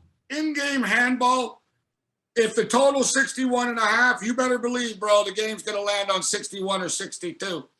Like, I've never seen anything like it. Keep your eye up on that. Be very careful. The numbers are as sharp as a rusty nail in handball. Well, you have a lot of experience betting table tennis, and apparently table tennis is like one of the most bet on sports in Colorado for some reason. I'm not entirely sure why. Don't know what's going on. Like betting on that stuff there? I guess so. Like when I looked at it, it had bigger handle in Colorado than the PGA did.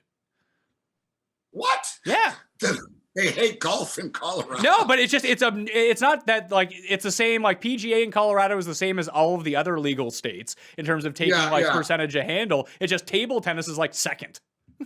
I've been baffled by this, actually. I don't listen. Olympic table tennis, international table tennis, fine. But it's amazing to me that the sports books in America are taking action on two Russian dudes playing ping pong in some beer hall in Moscow. Right? I swear to God, man, you look at these ping pong matches and like not the Olympic stuff, but some of this stuff, and I'm amazed they have numbers for it. It's like, guys, like, you don't think it's a coincidence that one of the guys just won the first set 11-0 and then he got killed after? You know, if there's a bait and switch going on here, like even me, and I'm for like, no, I'm not one of these everything's fixed guys, but I don't bet on Russian ping pong. Olympic ping pong, I don't have a problem with.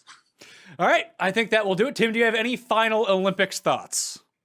Other than just how excited I am for the event, I said I think it'll be an up Olympics for Japan, China, and Canada, and a down Olympics for the United States. So those countries are cursed. The U.S. is anti-curse. So good reverse curse. Great news for all the American viewers out there. And do you want to share with people? USA's going to have like 50 goals now, Pat. Their over-under is 43 and a half. They're going to shatter it. They're going to break the all-time Olympics record. More so than when the Soviets boycotted in L.A. It's going to be even greater than that. Krusty the Clown. Oh, God. In Los Angeles that time, the Canadians killed it. Oh, yeah, of course. There was no Eastern Bloc countries. It was Canada, the U.S., and a bunch of countries that couldn't swim.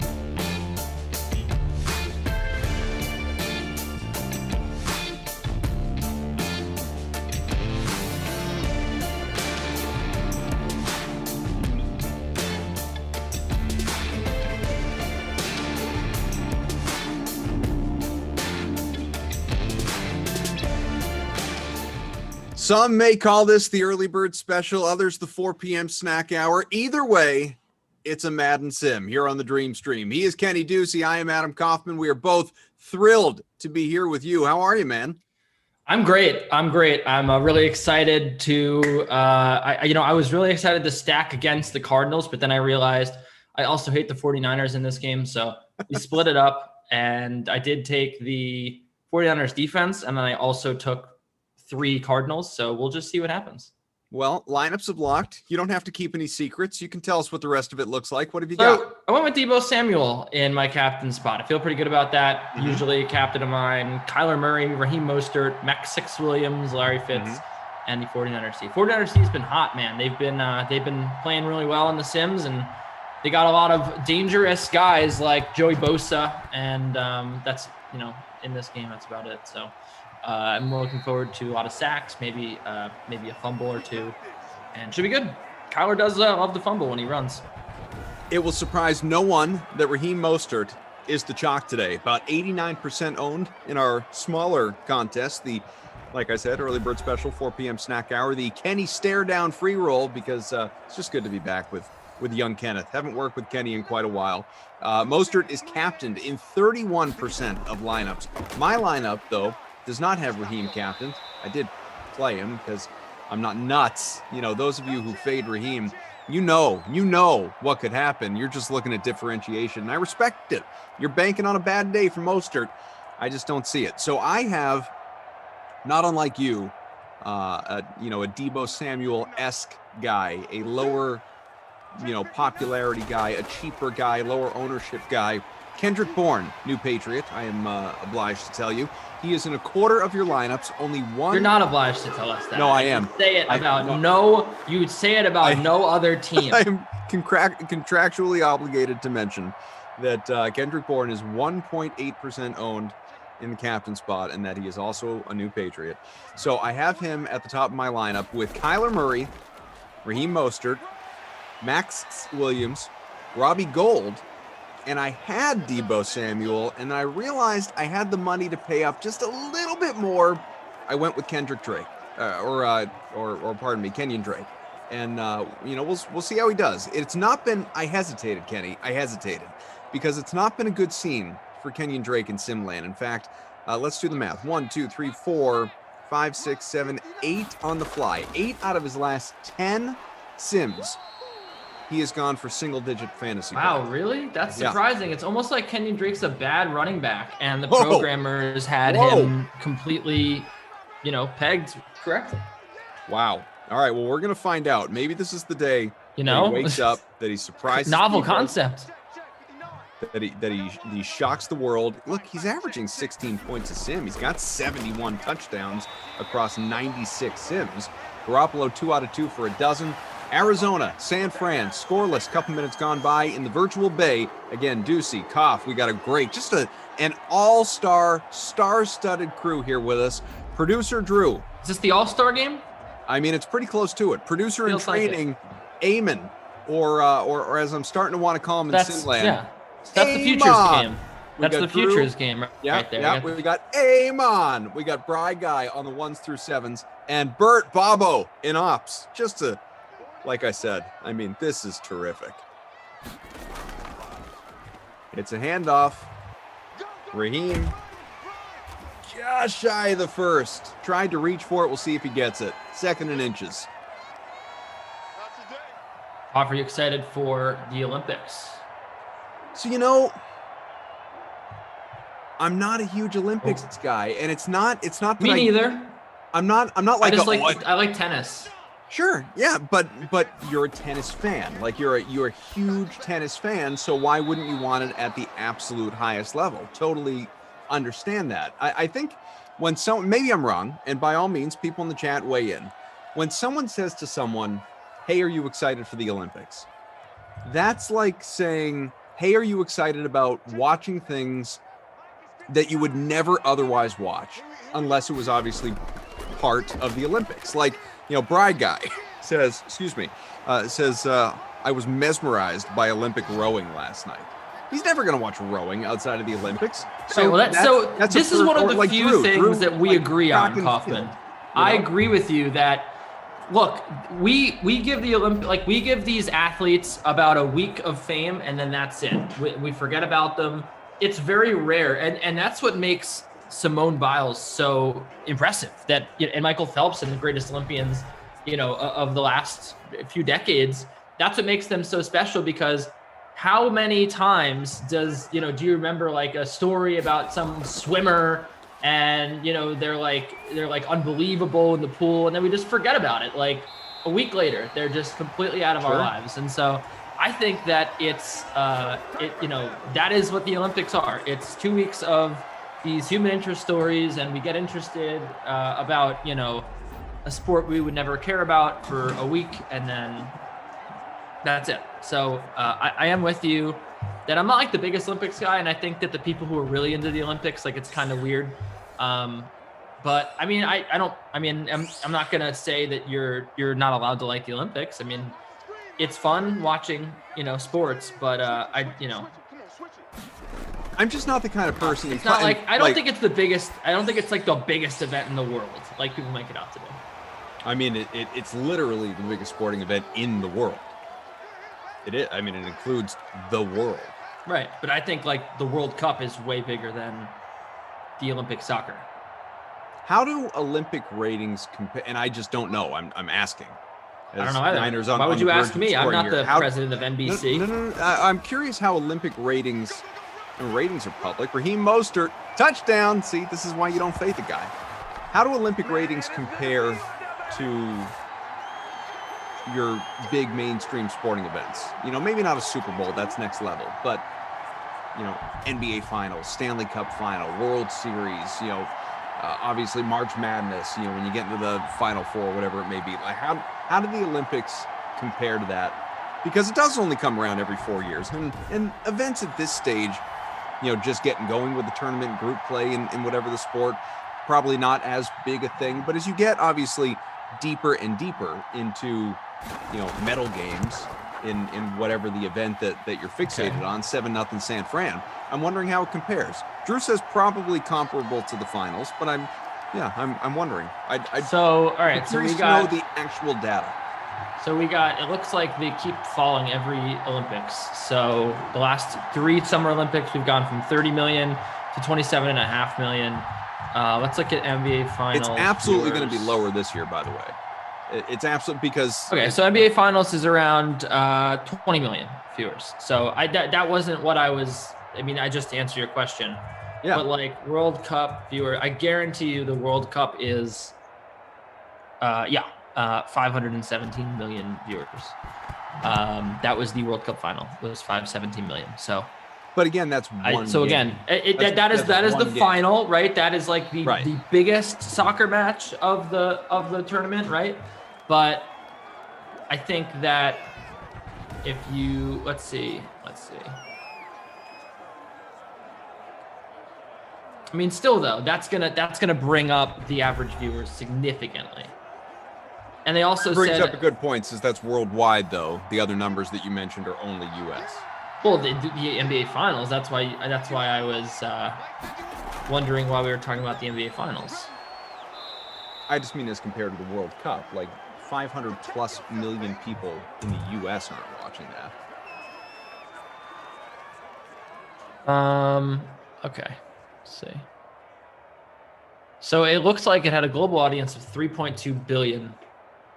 Global broadcast audience, and for just the World Cup final it was 1.1 billion, which for my money is pretty dang close. That's pretty ridiculous. That one match had about a third of the viewers or the audience anyway, of the Summer Games in 2016.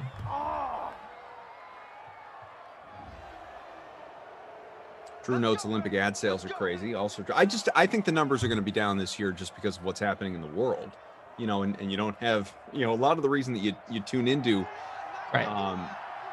bigger events in general, whatever the event, and Olympics or otherwise, like, championship numbers inside the bubble last year were down because people want to see fans and fan reaction, just the environment. Not having any fans in Tokyo is going to be part of bringing down the numbers. I don't know. I just think you have it's like, I don't think it's the magnitude of the Olympics is, if you compare it to, like I said, the World Cup, it's not that much bigger, and it might actually not even be bigger. We don't have the numbers on like the total for the entire World Cup with us or in front of us, but like, if it's, I don't know. I think that the World Cup is probably a much bigger global event. Also, if you think about it, not that it matters for ratings wise, but like the US dominates the Olympics, right? Mm-hmm. And none of these other countries really have a chance at, I mean, almost any event really. And when you look at the World Cup, it's the complete opposite, where, you know, Europe is, you know, there's about 4 to 6 European teams that have a legitimately great chance at winning the World Cup. So I just think that it's a little different, but I don't know. There you go. 31 on one side, 41 on the other. Kenyon Drake with a touchdown, folks. Ugh. Hate the Drake. About to be 7-7, couple minutes to go, opening quarter. And finally someone is using the Chat Kings conference room the way it was meant to be. What? Which is as a as basically a post-it note. Alana, our friend Alana Kilgore, says, someone remind me in 10 minutes to check the cookies in the oven. That was 1 minute ago. So yes, Alana, at 4:20, we will tell you, check the cookies. Okay, we'll tell you. You can't set a timer. You gotta just everyone in the chat, if you're on the East Coast, because that's, you know, the time I live by here. Just remember, at 4:20, just start shouting, Alana, check the cookies. At 4:20. Okay, so I don't understand why Alana couldn't set her own timer. Why does she have to do this? You know, I actually respect it. Sometimes you just want a little help. Sometimes you want a little attention, which is what my dog is doing right now. She's jumping all over me. She's busy watching The Sim, Kenny. She's trying to get on camera. How big What is your happening? dog? I just took her out for like a 25-minute walk before The Sim, so she wouldn't do this. Oh my goodness, tough. You know, puppies are crazy. They are. I'm so in over my head with this. Brian said she needed a 26-minute walk. Evidently. I'm in way too deep, and I also am just in way over my head. I don't know. How old is this puppy? 6 months. Obviously. I don't mean to make it like a thing. All of that. Right. I don't mean to make it like a thing, you know, where it's like, oh, Kenny's talking about his puppy again. But it really is. You don't want to be that guy. We got enough of those around here. Yeah, but also it's just unavoidable. I can't not. I mean, she's jumping all over me. This is insane behavior.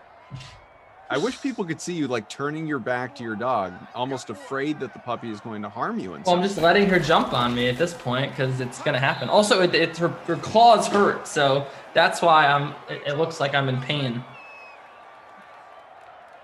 I'm gonna have to go to take her. I'm gonna have to go. Well, we do have clips, but the vet said that it was her claws were still, you know, broken down a little bit because she walks on the cement or the pavement or whatever. So yeah, there's really not. But that just makes them jagged, but they're definitely not too long.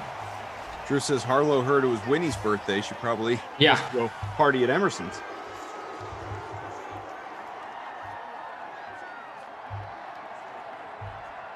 Make the move out there. Forgot. I got to give Harlow the phone so she can send a nice message. I mean, when's the calendar going to come out? Like Dogs of Simland. Dream Stream Dogs. Or pets with Rossi's cat, right? True.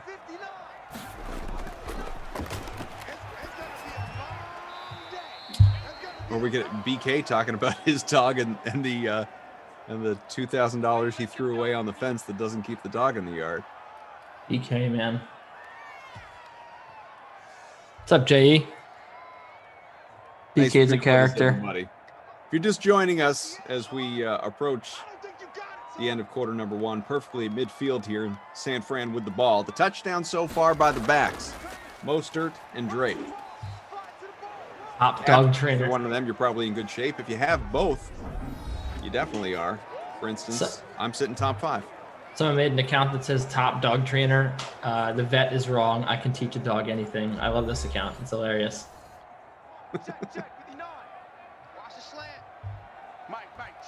All right, folks, we will go over some numbers here momentarily. This 7-7 game.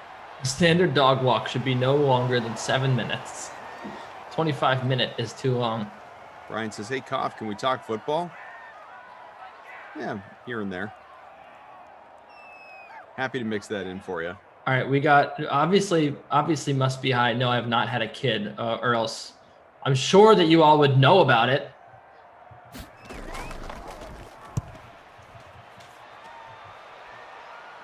I mean, you'd think, right? Punts away. So, folks, we'll blow past the quarter break here. 7-7, just to keep you in Simland, just to hang out with you. On the subject of football, though, Kenny, we're on the cusp of August. It is rapidly approaching. What are you most excited about with training camp beginning here in a matter of days for most every team?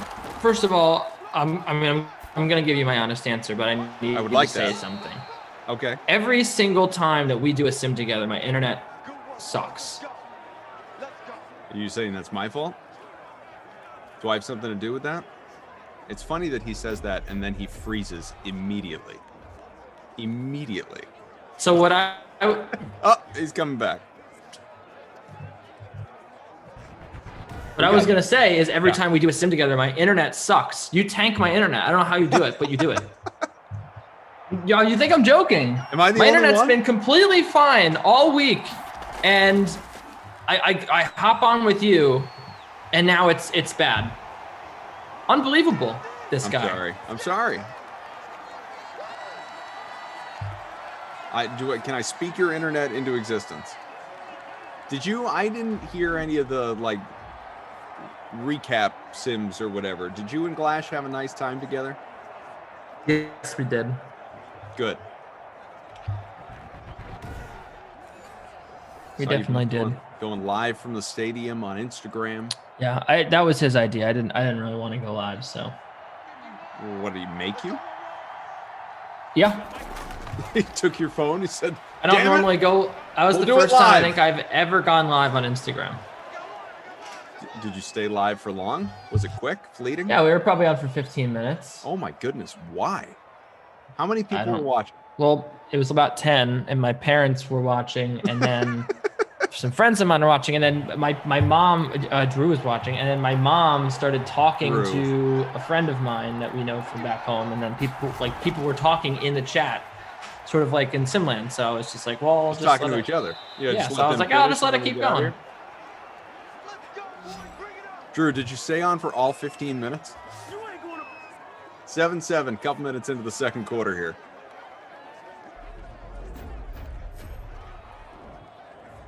Ducey, Koff, Drew, Bry Guy, Amon, and Bird, Bobo.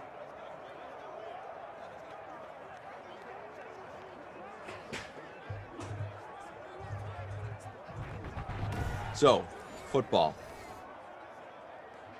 What are your anxieties? What are your feelings? What are your concerns? What are you thinking about with training camp here? All I am thinking about, the only thing that I'm thinking about is Zach Wilson. So that and all more. That's it.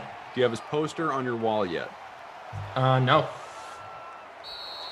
But it's all I can think about. I watched Zach Wilson highlights yesterday. Really excited to see him in an College offense with highlights real. or mini camp highlights? Yeah, of course, Kyle. What do you think I'm watching? Mini camp highlights? What the heck? I don't know how Do invested they even you have are. mini camp highlights? You can find. It depends on the quality of the television broadcasts around you. Really excited about him working with real receivers. That's an exciting prospect because obviously he was really good last year with BYU receivers, but I think I'm excited for Corey Davis in that offense with Zach Wilson, the aforementioned Elijah Moore. Should be a good group of guys.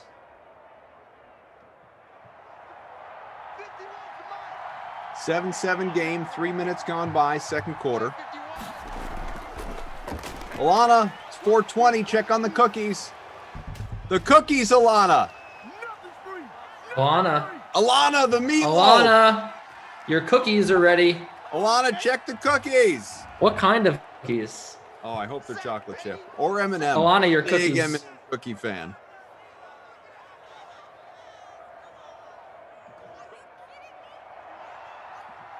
I hope the chat is going crazy. Cookies ready, 4:20. Check cookies, 4:20. 4:20 cookie time. Cookies. Kilgore, you gonna get them cookies? I love the chat. I love the chat. All of you. You guys are great. Cookies are burning, says Kareem. the DraftKings user account. A lot of the cookies. Boy, who's control? Is that Brad guy controlling the DraftKings main account? Alana, the cookies. 7-7 halfway through the second quarter.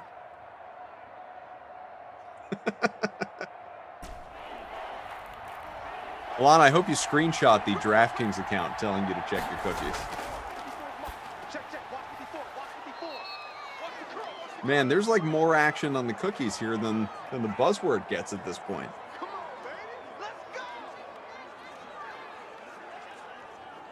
Jared is even telling Alana.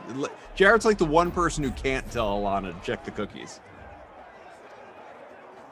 Alana, you wanna see how those cookies are doing? That'd be great. Stay in your lane, Jared.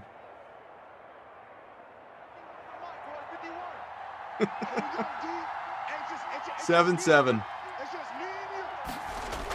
Cards ball, virtual bay. Kyler, 2 for 15 on the ground, gets to the 15. 2nd and 5 coming. Cookies do sound pretty good, though. I'm with you, chat.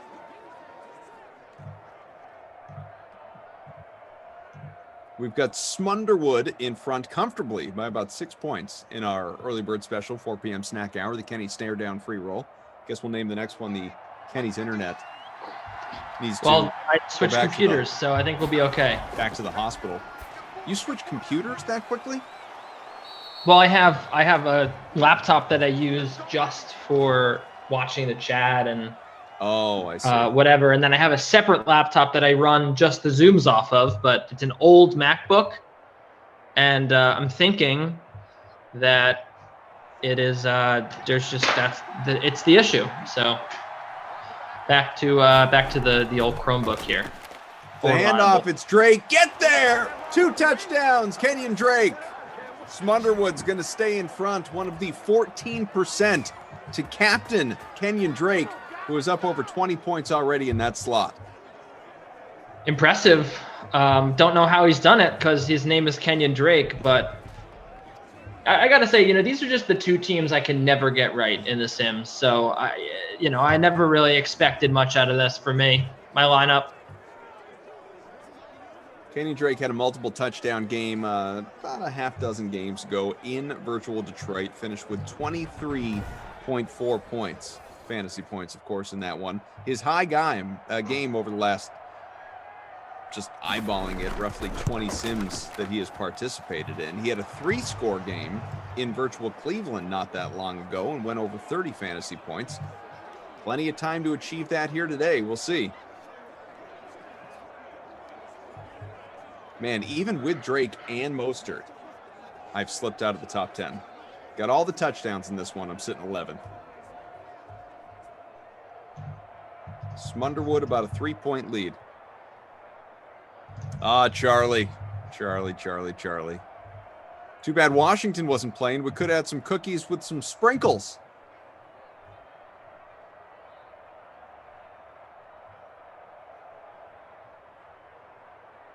S4G. Imagine not playing Drake.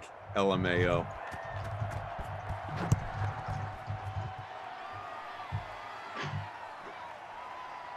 Did you see this this thing today, by the way, that they're thinking about putting electronic armbands on catchers to help them get the signs over to pitchers?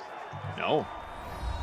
So I lost my mind on Twitter about this, and probably shouldn't bring it up. Trying to weed out some of the technology in baseball. No, because of the sign stealing, and I guess they think that because of the Astros scandal, and there's been other concerns about players or conveying the signs from second base, whatever, that pitchers and catchers are taking longer to figure out what pitch to throw. That's the thought that there is, right? Mm-hmm. So they're testing out this wristband that you can punch in. You can hit a button and say what the pitch is going to be, and then you can move like a joystick as to where you want it to go. And then the pitcher, I guess the pitcher has an earpiece or something and knows. But their whole thing is like that's going to speed up the game. It's not going to speed up anything because you're going to have a pitcher looking at the wristband. He's going to hit the button, and he's going to look up, and he's going to see, oh, Blake Snell, oh, he doesn't want to throw his fastball. Okay, well, now he's going to hit another button. He's going to look back up. It's just the dumbest thing I've ever heard. There's no way it's going to save time. You're still going to have pitchers shaking off pitches because they just don't want to throw them. It has nothing to do with someone knowing what pitch is coming. It is absolutely ludicrous. I think that there's people that Gary and Thorne, we were arguing on Twitter, like people just decide that all new technology is good and and people who don't want it are bad. And I think that is very dumb. And if you're standing for the electronic wristbands, you've lost your mind, I think, because there is no way that is baseball anymore when you are trying to convey signals with a calculator watch, I called it. Yeah, and it's not human, like it's not natural. It also doesn't save time, which is the whole point.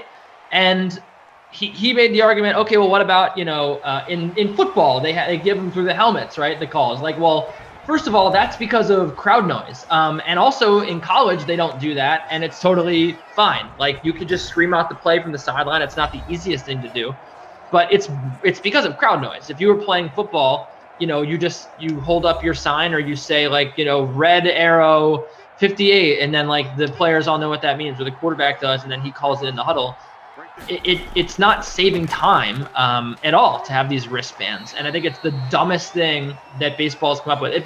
There's so many minutes that are wasted by dumb stuff, like managers getting a minute to decide if they want to challenge a call or not. The replay is taking too long. Players stepping out of the box.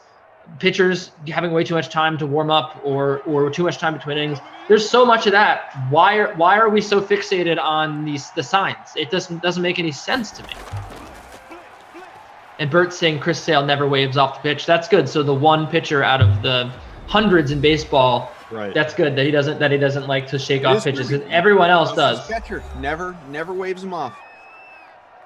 Appreciate that. Alden Gonzalez wrote this article for ESPN. Says, in part, Major League Baseball will begin testing new technology to allow catchers to electronically communicate signs to pitchers at one of the lower minor league levels within the next couple weeks. It is, as you noted, a system designed to both quicken the pace of play and suppress illegal sign stealing methods. You can see, if you look at the article, a picture of what this thing looks like. PitchCom has developed a device that allows catchers to communicate these signs electronically. So, it says the system, which passed safety tests conducted at UMass Lowell Baseball Research Center, consists of a transmitter that is worn on a catcher's wristband and two receivers that fit within the sweatband of a pitcher's cap and the padding of a catcher's helmet. The transmitter includes 9 buttons to signal desired pitch and location and comes pre-programmed with English and Spanish audio tracks through teams, though teams can also record their own. Information is passed from the transmitter to both receivers using an encrypted communication channel played with bone conduction technology, according to the memo. Let's see. They've tested it or will be testing it with a bunch of these, as mentioned, lower level teams. Yeah, it's MLB's failure to police teams' ability to utilize game feeds in order to decipher catcher signs in real time was brought to light, in the fall of 2019. You're excused. Thank you. When the Athletic first shed light on the trash can banging scheme utilized by the Astros during that championship season, the revelations led to a series of punishments, animosity among players, distrust from fans, public criticisms of the league, whispers about other teams engaging in similar, albeit less egregious practices. Yeah, and I think that it's if you really want to mentally, I just don't see it working. And I just think if you really want to crack down on this, why don't you put someone in center field to make sure no one's using center field cameras to steal signs? Because that's exactly what happens. That's what every allegation has stemmed from. It's, oh well, they have a camera pointed at the catcher and they can see the signs and that's it. So. I like too, the article talks about players to be found wearing a receiver while batting will be ejected. Only the active catcher and no other players or coaches are allowed to use the transmitter. So now you're going to have like duplicate transmitters that people are going to be looking for. Who else may have one of these things? People are always going to be searching for that workaround.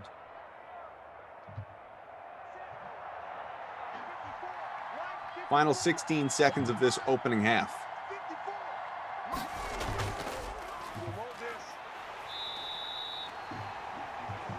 Maybe we can get some sort of transmitter for you, though, to improve your internet situation. But my internet's been great as soon as I switched to the other computer. It's true. Has been better. What's wrong with my internet?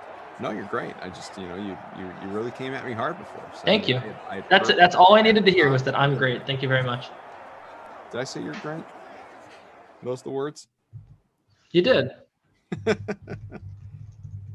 AD Poker says Hopkins has 1 for 8 here, so that's pretty cool. We'll look at the leaders numbers. Kyler in this 14-7 Arizona lead has 96 passing. Garoppolo 70. Neither one has passed for a touchdown. The production has come on the ground in terms of the scoring so far, and obviously not a lot of yards in the air in general. We'll give you the rushing and receiving numbers, but once again, it's been Murray's gotten involved, but it's been Mostert, Drake. You've had Mostert 44 and a touchdown, Drake 38, 2 scores. Murray has 30 to his credit as well. We'll look at the pass catchers, as AD Poker noted. Not a lot going on out of, D-Hop. 3 for 33 for Fitzgerald. Bourne, new Patriot, 3 for 51. Everybody else, single digits in terms of receiving yards. Sorry, what team does Kendrick Bourne play for again? Patriots. He's a new Patriot. Oh, okay. You didn't make that clear. So by the way, for Isabella and 17 for Kirk. We still have Smother in front. Still in front. Where are you? We also have to talk about Sean Williams in the chat going crazy. I love to see the passion in this argument. I'm in 72nd of 109. I know that I'm not doing well, so we just don't have to talk about it. Okay. I've dropped now to 78th. Deebo Samuel has 1 catch. That's been bad. I do have Mostert, but so does everyone else. Niners defense, where you been, man? Where you been? They've done nothing. Now I'm in 71st as Ops updates the scores, so that's good. Thanks, Bert.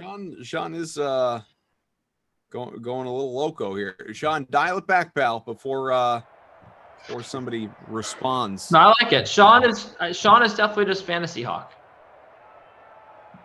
That's fair. Probably just a new name.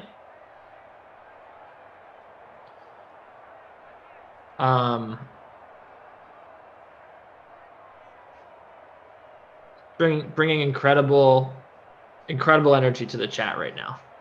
Like him or hate him, he is. Great energy in the sim. That's your Glash, right? Really, it's that your Brendan Glasheen. It's the freak of nature. Smash that like, by the way. We got a few hundred people watching along in the dream stream on YouTube. Thousands more across all of our platforms, including Twitch, twitch.tv/DraftKings. You can find Game Center, DK Nation, DK Playbook, wherever you are. Hit the like, hit the subscribe button. Let's get to 150 likes. We're almost there. It is a Friday. That means, sadly, you do not have 6 Madden Sims. You have 1 more after this. That is, of course, the happy hour sim, Giants and Browns Moose, Jeff Ulrich will be back with Taryn Asak, those two together. And then tonight, you have the American Ultimate Disc League action. So make sure you tune in for that.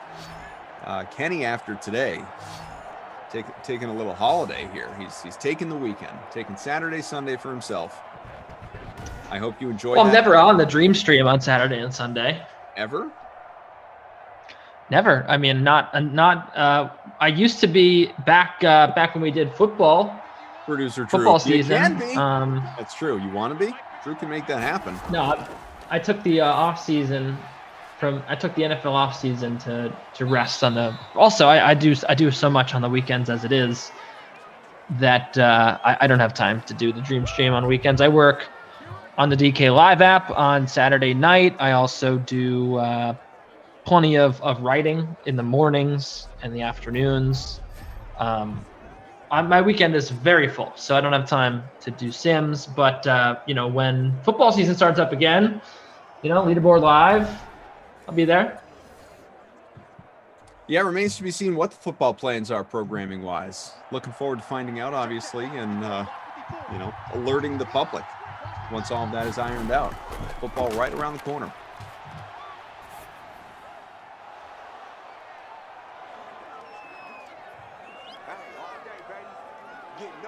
I don't know what Mary just said. Yeah, I was just reading that.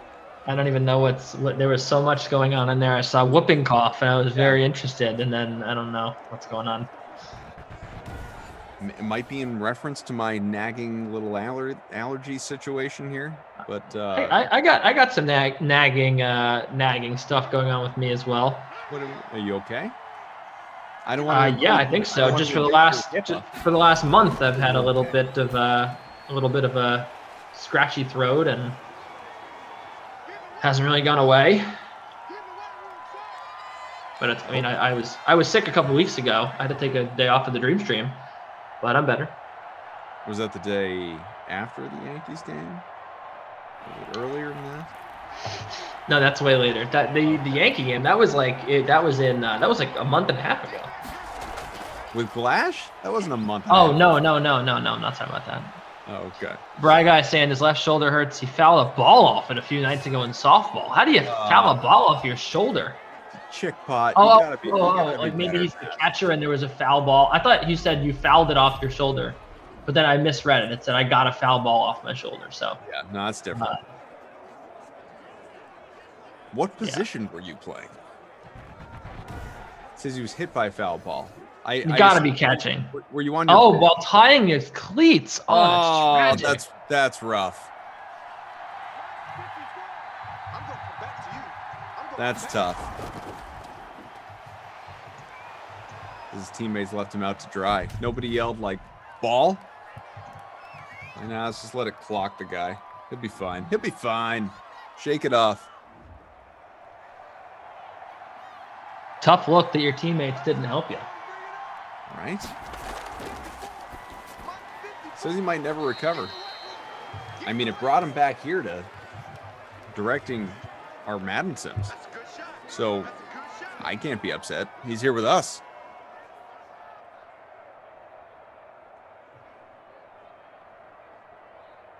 $14-7.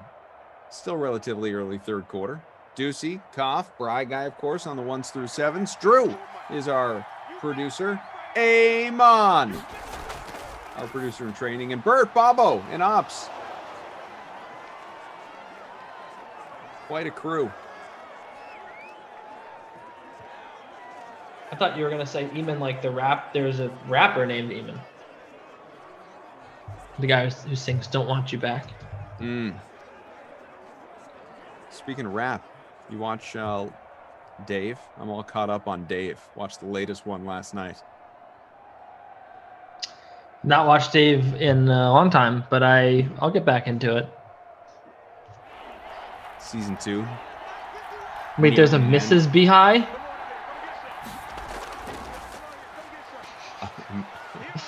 There's a Mrs. Beehive. Is that Alana? No.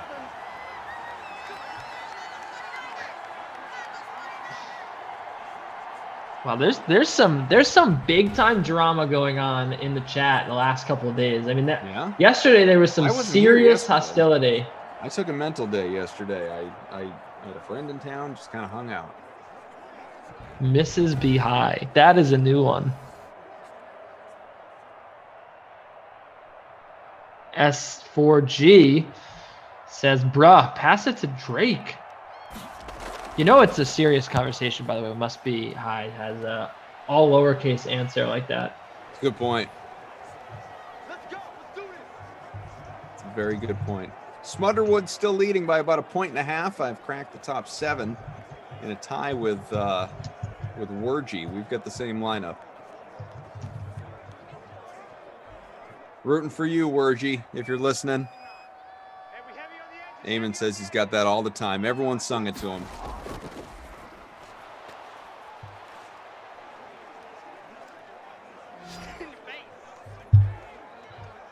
People think that Eamon and Drake look very alike. I'm seeing this on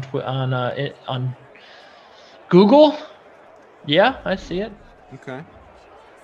Although that's like, early career Drake. Drake without the beard, they definitely look similar.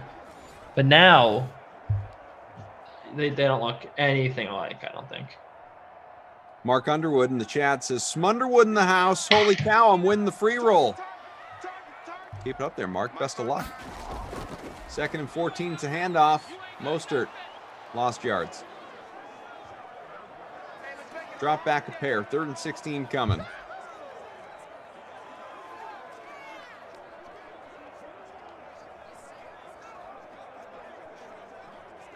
The Guru, see you, man. And obviously, sorry you're frustrated. I would say if, you have any concerns with regard to the prize pools and whatnot, you know what I'm going to tell you. Reach out to DK_assist on Twitter. Yeah. You can email customer DK experience. assist. And real people do read those emails and tweets.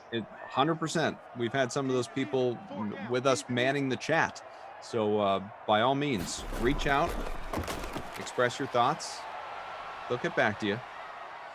We appreciate everyone being here with us. Alana says the cookies have been cooled, tasted. Family gives them a 3 out of 5.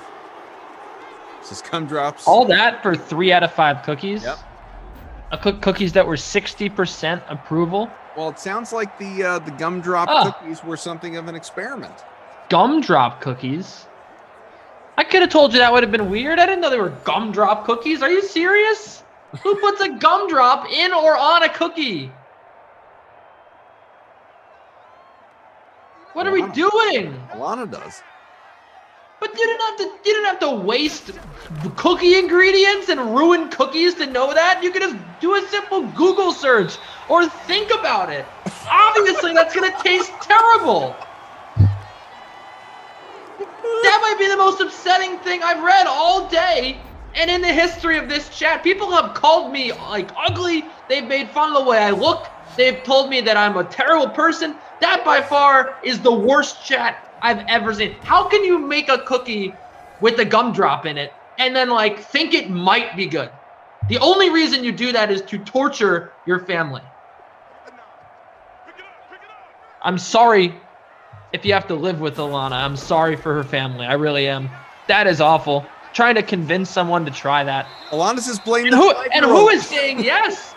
Well, what are you taking baking advice from a 5-year-old for? Come on. There was a recipe in a children's book we read. Also, let's talk about the fact that 3 out of 5 people wanted to eat a gumdrop cookie. Who are the 2? Who are the 3 people who thought that the 5-year-old was one? That's okay. Who are the other 2? Was it Alana trying to make the 5-year-old feel better? That still means there's one person out there who had a terrible opinion about that cookie. What's the timestamp on YouTube so I can go back and relive that little rant right there?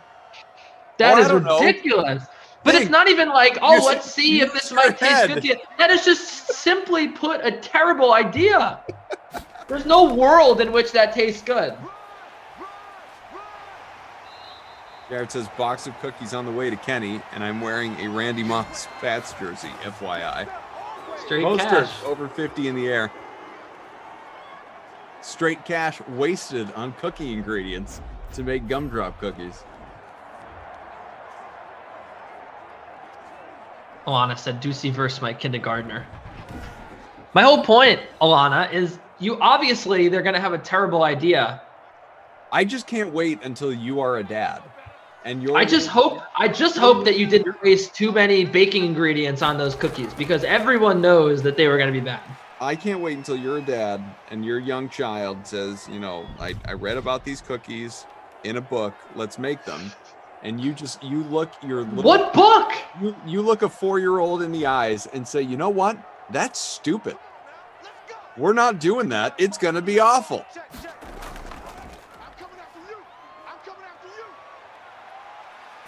Kilgore's Drew says he would take Madden Samantha in that fight. So that should make you feel a little bit better.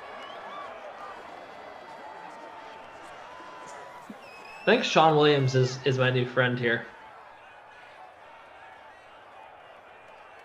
I like Mother Lover Jones here with the MF. Big That's amazing.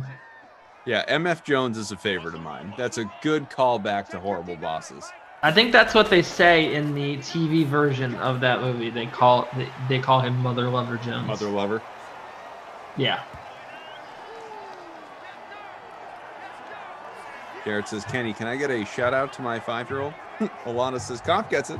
2 sticks of butter is worth a child's happiness.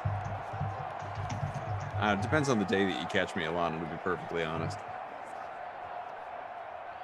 There are some days that it's not. I'm dry heaving thinking of butter those costs. I'm How sorry. much? My wife ordered DoorDash 3 burritos last night. 2 were burrito bowls and then 1, traditional burrito wrap. With all the whatever toppings, add-ons, service fees, how much do you think 3 burritos DoorDash should cost? And maybe your opinion would be skewed because you're in New York City, but I'm curious what a DoorDash burrito? 3 of them. Is that what you just asked me? Yeah, 3 DoorDash burritos from Chipotle. What should that cost you? In New York City, that would cost you about $60, I think. Well, here in the mass suburbs, it was $60. Yeah, that's not that outrageous because you have to remember that there's a fee for processing. The prices on the delivery menu are higher, and you also have to deal with delivery fee and a tip. Yeah, that's like a $60 order. Fry Guy says $25. Fry Guy, no sir. I mean, even I guessed I don't know. My wife asked. I was like, I don't know, 30 to 40, $60.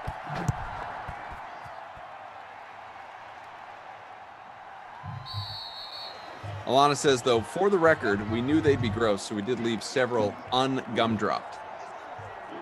Well, were those any good? I liked Noah Moon complaining that Madden is disrespectful to Jimmy Garoppolo. Absolutely not. He's not a good quarterback. This is accurate. He's had the occasional Madden showcase. Not often, but it does happen. I've seen it. I've been around for it.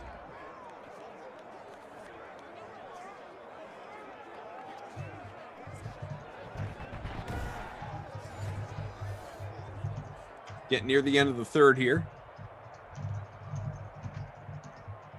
The guru. Was it Kobe beef in the burrito? Alana says $60 can buy a lot of gumdrops. Fair. End of 3. 14-10. Arizona currently in front.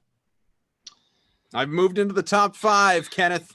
Smunderwood, though. Mark is hanging on. Congratulations, Koff. It's almost like you play a lot of these sims. I'm in 49th. It could be worse for me. Deebo Samuel got me some points here. 3 catches for 41 yards. And Kyler Murray has 40 yards on the ground. So he's starting to get up there towards at least 10. And the Niners have 3 sacks now. So all it really is going to take is a scoop and score for the Niners defense. And I think I'm right back in this thing. Kendrick Bourne, he's in New England. 4 for 69, our leading receiver currently. 3 for 41 for your captain, Deebo Samuel. Max Williams, as well as Larry Fitzgerald. America's captain, Deebo Samuel. 3 for 33. America's captain. I do like him. Alana says I should have dropped some of the gumdrops on the floor first. Called them the Glash's surprise. Mm. Did he eat any food off the ground at Yankee Stadium, by the way? No. Does he eat food off the ground? Oh, That's notorious disgusting. for it. Yeah, he's a big eat floor candy. That's what we call it. Nope. That would also have been gross because we would have been on the pavement or whatever, on the concrete at Yankee Stadium. That would have been disgusting. I feel like my video quality is better with this camera than it was, or with this computer than it was with my last computer. You should keep using it. It's a good one.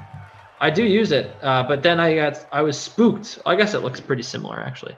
It does look a little bit better on this. I was spooked because someone told me my audio wasn't good. Last time I was on the Sweat, I was told the audio didn't sound great. But I'm using my my Yeti mic. So I was like, how is that possible? I don't know what to tell you. I just want you to sound as good as you can at all times. Hey, here's something for the chat. It has nothing to do with what we're talking about. Big surprise. But I asked this on Twitter yesterday. Got pretty good response. I mean, not like it went viral or anything like that, but it was a good response from people out there in the world. I'd be curious to know from our production team, ops, obviously the chat. What is something athletically you wish you could do just one time? I've received dozens of replies. I can tell you some. That's a good one. Like what do you mean? Like a feat in sport or like a sport you could play? No, a feat in a sport, but I mean just like that you could do you as you. So not like, oh, hit a game-winning, score the game-winning touchdown in the Super Bowl, or have a game-winning dunk, or so, like it just something that, like for me, my example was hit a home run. Not in a game, just like in BP. Like I want to step up to the plate. Not in a game. Why not in a game? Because I want to be realistic about it. Like obviously, like I'm not going to all of a sudden snap my That's finger. weird. I don't like that. I don't like that take at all. But this is you want to be this is- realistic about it. No, but this is the question. Like Matt Lamarca joins us in the chat, says I would say dunk. We all know I've got no but we all know I've got vertical. Sure. A lot of people say dunk though. A lot of people want the ability to dunk just that one time. And I would go even bigger with that. I'd say like, 3. I would say tomahawk dunk or something. But for me, does it have to? So I don't understand. like, Are you saying it has to be within reason? I want to hit a ball 450 feet out of a major league stadium. That's what I like. Just the one time. That's what I want. Brad Guy says tie my shoes without making a noise. He's aiming a little lower, admittedly, but I respect that. What's the one thing, one athletic achievement you'd like to be able to do just one time? So I'm thinking of two things right now. Okay. And I'm trying to decide which one I want to do more. I think one of them is. So does it have to be realistic? I'm confused. Yeah, like you could say like hole in one. That would be a good one. No. A lot of people went with that.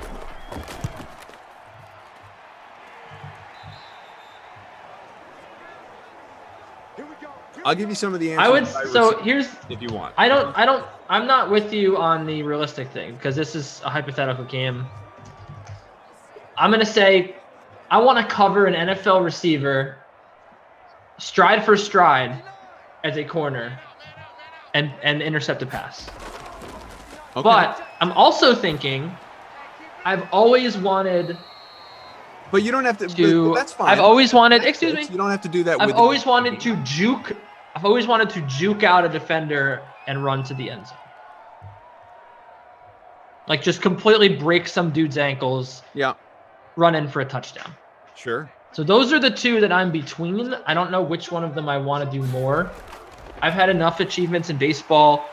I've hit enough balls far. Like if I had never hit a home run, then I would have said probably that. But if I hit one home run in my entire career, in high school. So I think that's enough for me. Yep. Sure. I never played football, and I'm glad because I don't have any head injuries. But I would say that would be one. Those would be the two that I'm thinking about, because football seems to be one that I think would be like really cool. But the other one, if I had to pick a third, I'm not gonna say dunk. I'm gonna say alley-oop dunk. Sure, you can get specific with the dunk. That's fine. I would say throw down an alley-oop. I don't care about a tomahawk dunk. It's stupid. It's not memorable. You're basically, what that means. I think a tomahawk dunk, you're running down the floor all alone, tomahawk it. Like that's where the dunk comes in. Or like, even if you dunking on someone, it'd be fun. But I think throwing down an alley-oop, because it means like an alley-oop is just such a cool play. It's definitely the coolest play in sports for my money. Yeah, like someone responded to me. Someone responded to me on Twitter saying, catch an alley-oop pass and dunk with authority on a fast break. I like that. It's a good one. A lot of people. Kareem says a lot of people went hole in one. A lot of people went dunk. Kareem says I look unathletic. I actually do look very unathletic, but I am very athletic. I played a lot of sports in high school, and I'm a very good golfer. I also was a skier, and I was really good at baseball, and I'm really good at golf. I'm not that good at tennis. I played soccer. I'm not that good at it. I can pick up football pretty well. I'm a great receiver, great hands.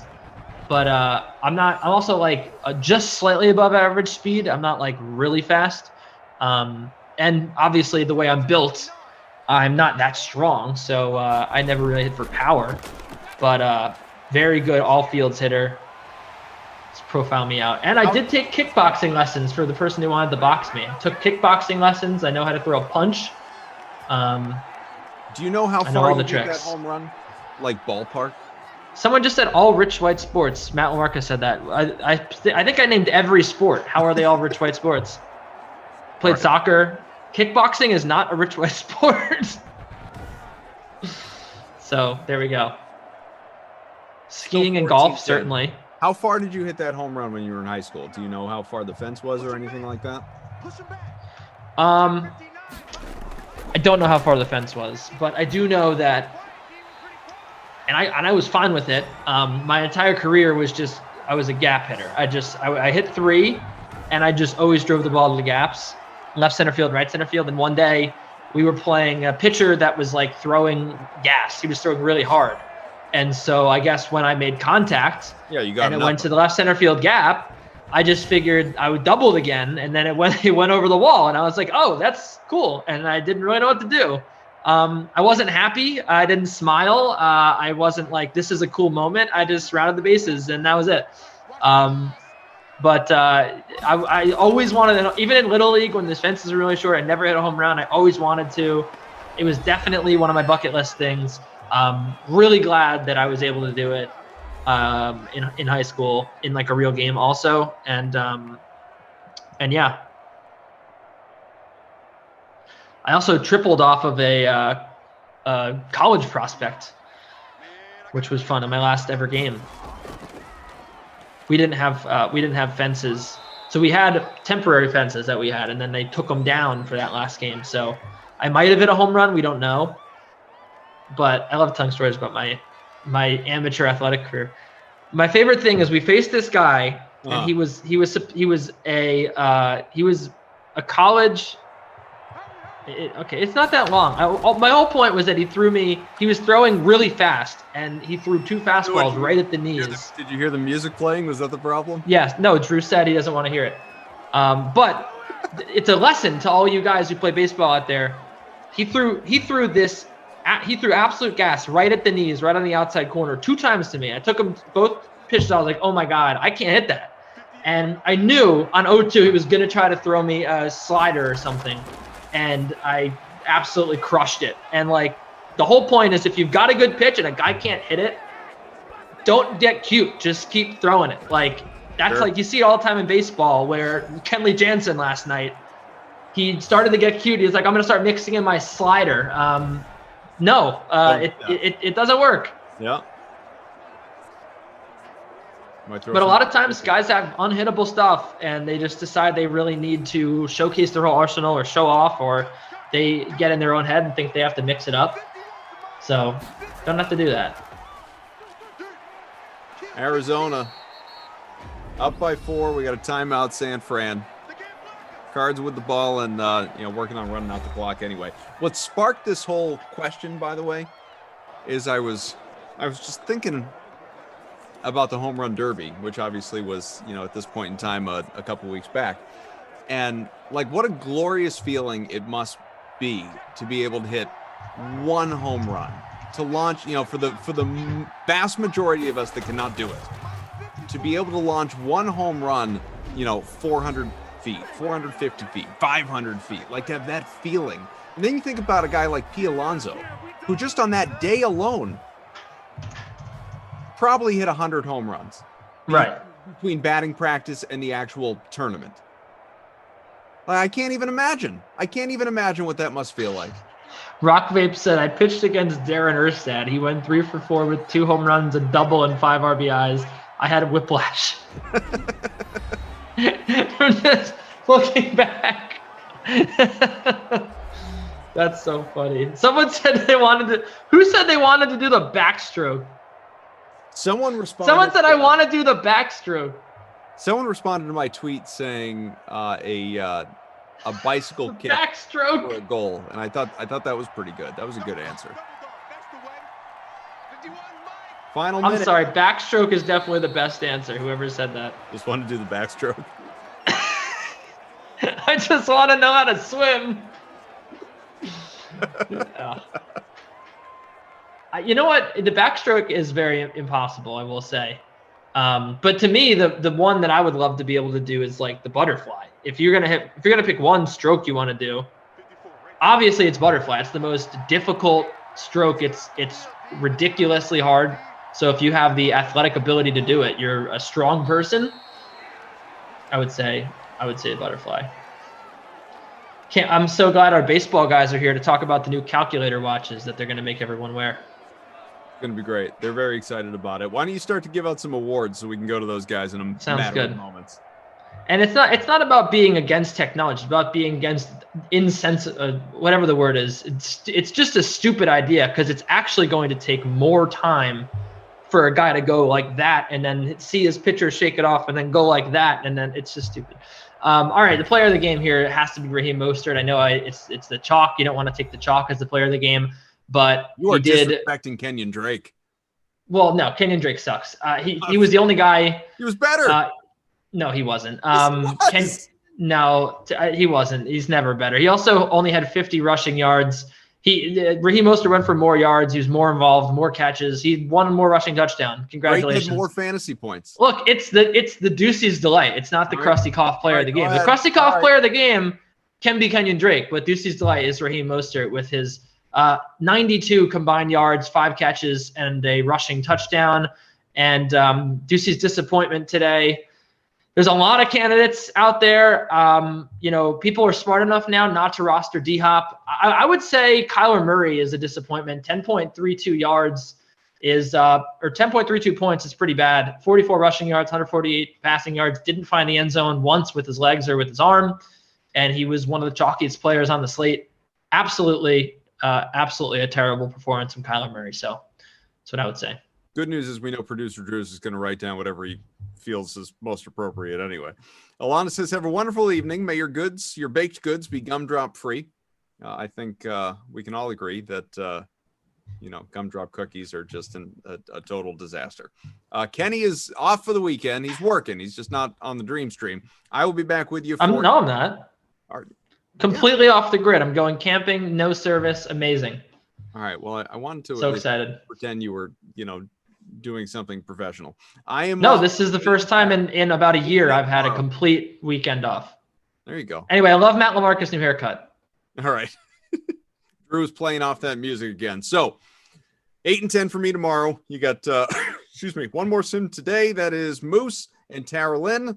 Giants, Browns. That is a little bit less than an hour from now. The slate, little baseball talk to get you set for this evening. A just downright disgusted looking Steve Buchanan not so patiently waiting alongside that new, suave, handsome Matt LaMarca. You guys have fun. Thanks to Drew. Thanks to Eamon. Thanks to Bobo and Bry Guy. We'll catch you next time. All right. Thank you, guys. Getting out of the high school humble brag show. We are now going to get into MLB The Slate and talk about all of the baseball action that is going to be taking place here Friday night. Slate starting, as always, 7:05 p.m. Eastern. Really happy to have my main man, Matt LaMarca, back in the co-host chair. It's been about like a month between my basement getting flooded, you being on vacation, all-star games, just no shows on Fridays, but you and I haven't done a show in a hot minute. But here we are, July 23rd, 2021, 5:05 in the East Coast time zone. You're looking dapper. I love the new hairdo. I like you went through this month of change, and here you are. Yeah, I feel good. You know, this is my version, as I said yesterday on the Dream Stream, like my version of like getting in shape is I shave and I get a haircut. You know what I'm saying? And it tricks everybody. No diet needed. No need to go shopping, food shopping any differently. Haircut, shave. You look like you dropped 20 pounds. You look like a new man. But yeah, I'm good. I got in a little action with Stan the Man last night. We were doing an MLB watch along, so I feel like I got my bearings set, and I'm ready to go. Love it. So we got a huge slate tonight, 14 games on. The only game that is not on this slate is Cubs and Diamondbacks. Was it Cubs and Diamondbacks? Yeah. Cubs and Diamondback. That was the Chicago Cubs special, 2:20 in an afternoon. That's the only two teams that are not on this slate for tonight. Otherwise, 28 teams on the slate for tonight. Really good pitching options on this slate. I'm excited to kind of get into this and talk about some of the options here. We have 6 guys priced at $9K or above. Garrett Cole, the face of the sicky stuff, is the only pitcher at $10K for tonight, going up against the Red Sox. We'll talk a little bit about that game in depth as well. A lot of interleague action going on tonight as well. So there should be that to keep in mind as well. When you're looking at this slate, you're looking at those top guys in the 9K or above range. Who is the one that sticks out the most? It's real close. I think you can make a good case for a good handful of these guys.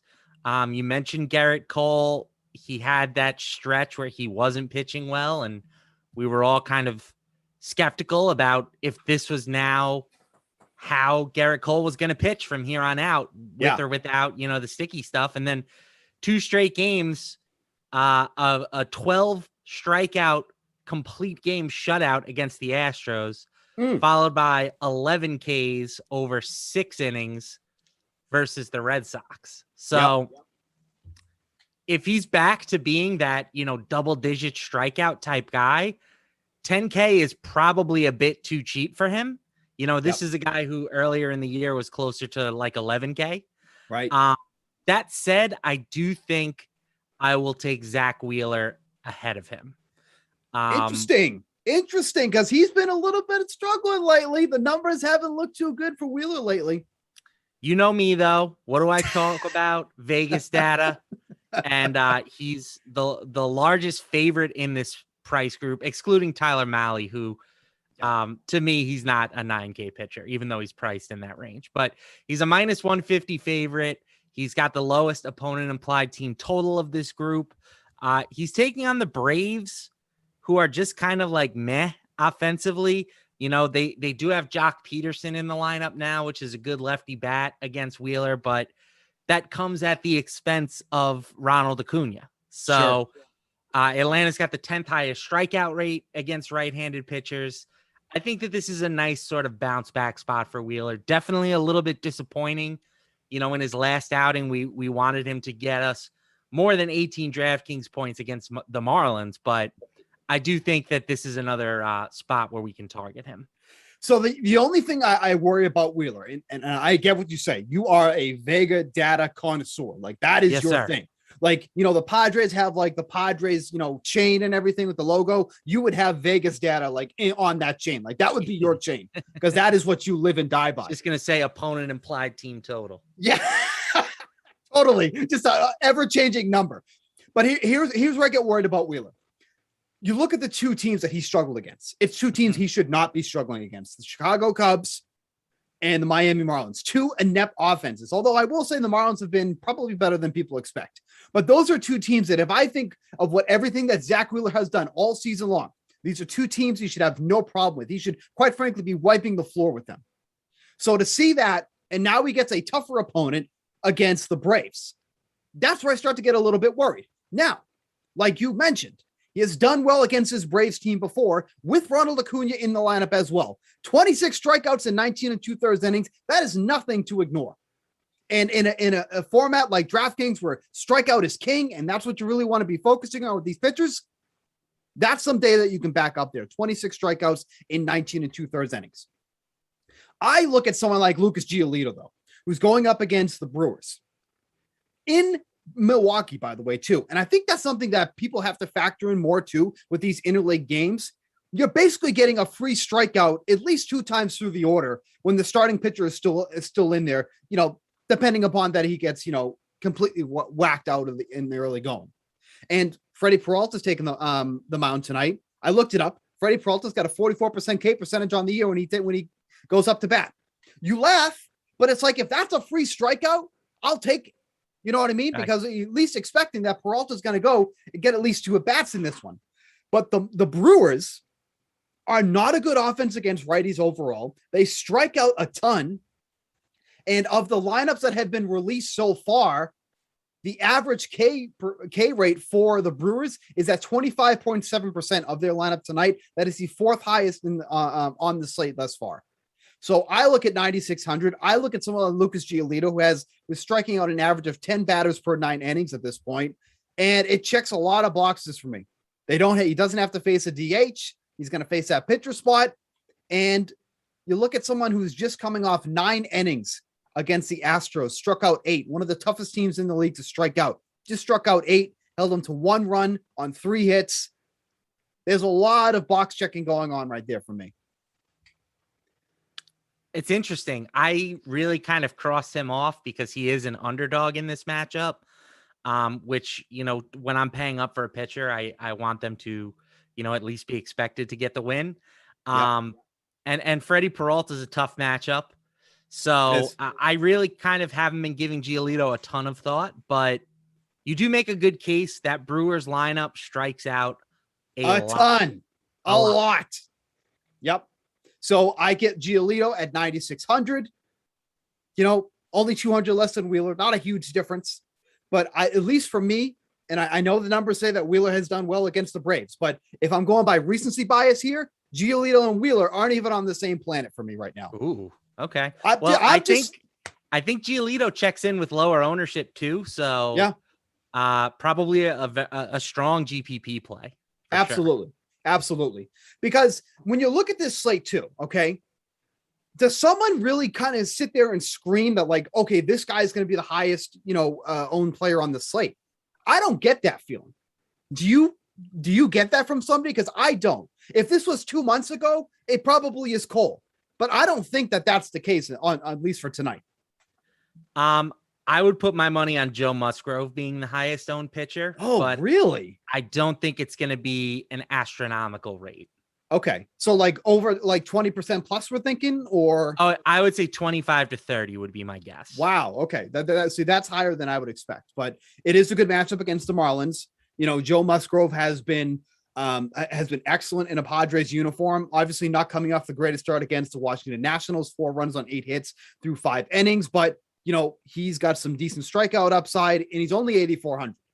And I think there's going to be a lot of high price offenses that people are going to be looking to pay up for tonight. So Joe Musgrove would fit that narrative at 8,400.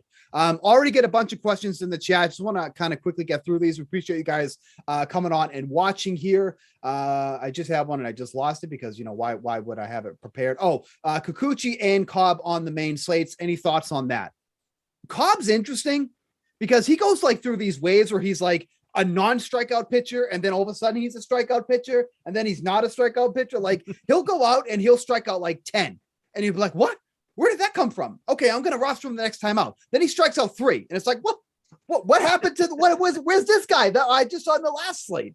So he's too expensive for me for the up and down of a strikeout against the Twins too. Not a team that really strikes out a ton, although Nelson Cruz out of the mix now, that really does change it. Kikuchi's interesting.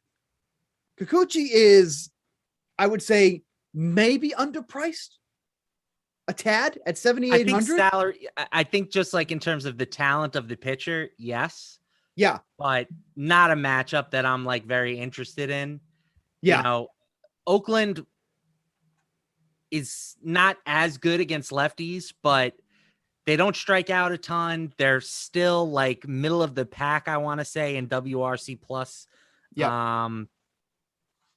Let's see. Sorry, I have it right in front of me. 13th they are. Okay. It doesn't move the needle for me. Right. It's like league average, basically. Yeah. It's a little above league average. Yeah, that's fair. I could see myself going to Kikuchi if I'm trying to do some high price stacks, though. Because if push comes to shove, 7,800, if I really need him, can he maybe snap off 20 DraftKings fantasy points against the Athletics? Maybe. He might be right around that range. That's why I feel like maybe he's a little underpriced, but like getting 3x from Kikuchi at 7,800, I don't feel like is impossible. I do feel like that's more of a reach for Cobb at 7,900 to get 3x out of him. Yeah. The difference in salary definitely makes it's only $100, I guess, but I think Kikuchi's the better play of the two. I just don't trust Alex Cobb. I know he's like a trade target for a lot of teams that need starting pitching. I don't see it. Right. As a pumpkin.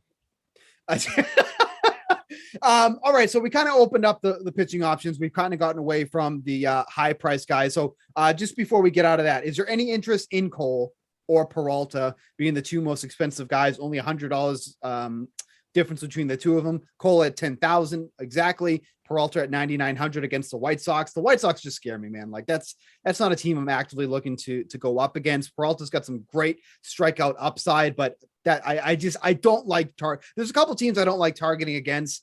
The White Sox is probably one of them for me. Yep. Cole against the Red Sox, you don't know what you're going to get out of him. I understand he's still the leader for Cy Young. Awful bet.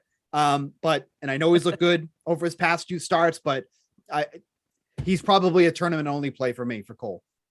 Yeah. I think that this is a good night if you're multi-entering to spread your exposure, like a lot of times I come on here and I feel like one guy clearly stands out above the rest.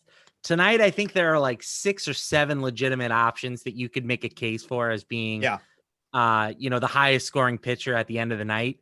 I will say one sort of like tournament off the wall, not really off the wall, but lower ownership guy. I like Erod, Eduardo Rodriguez. Sure. Have you seen how bad this Yankees lineup is? I mean, they are just decimated right now. Yeah, really are. I think you could go out there and shut them down, Steve. Let's go, baby. We were talking about all these. Odor is their number 3 hitter. Yeah. Rugi. Right. I mean, Brett Gardner's hitting 6. Chris Gittens, Ryan Lamari, no relation. Greg Allen. Yeah. Erod can go get me. He got 30 in his last game, I want to say. He can go do that again. So that last start, by the way, also against the Yankees. Being the guy that I know you are, what's one thing that many people could maybe not realize about Eduardo Rodriguez, but guys like you and I who are really in deep into these stats can see about Eduardo Rodriguez? Do you know what it is right off the bat? What's one of the biggest differences? Me on the spot. I'm just going to tell you because I don't want you to sit there and fish for it.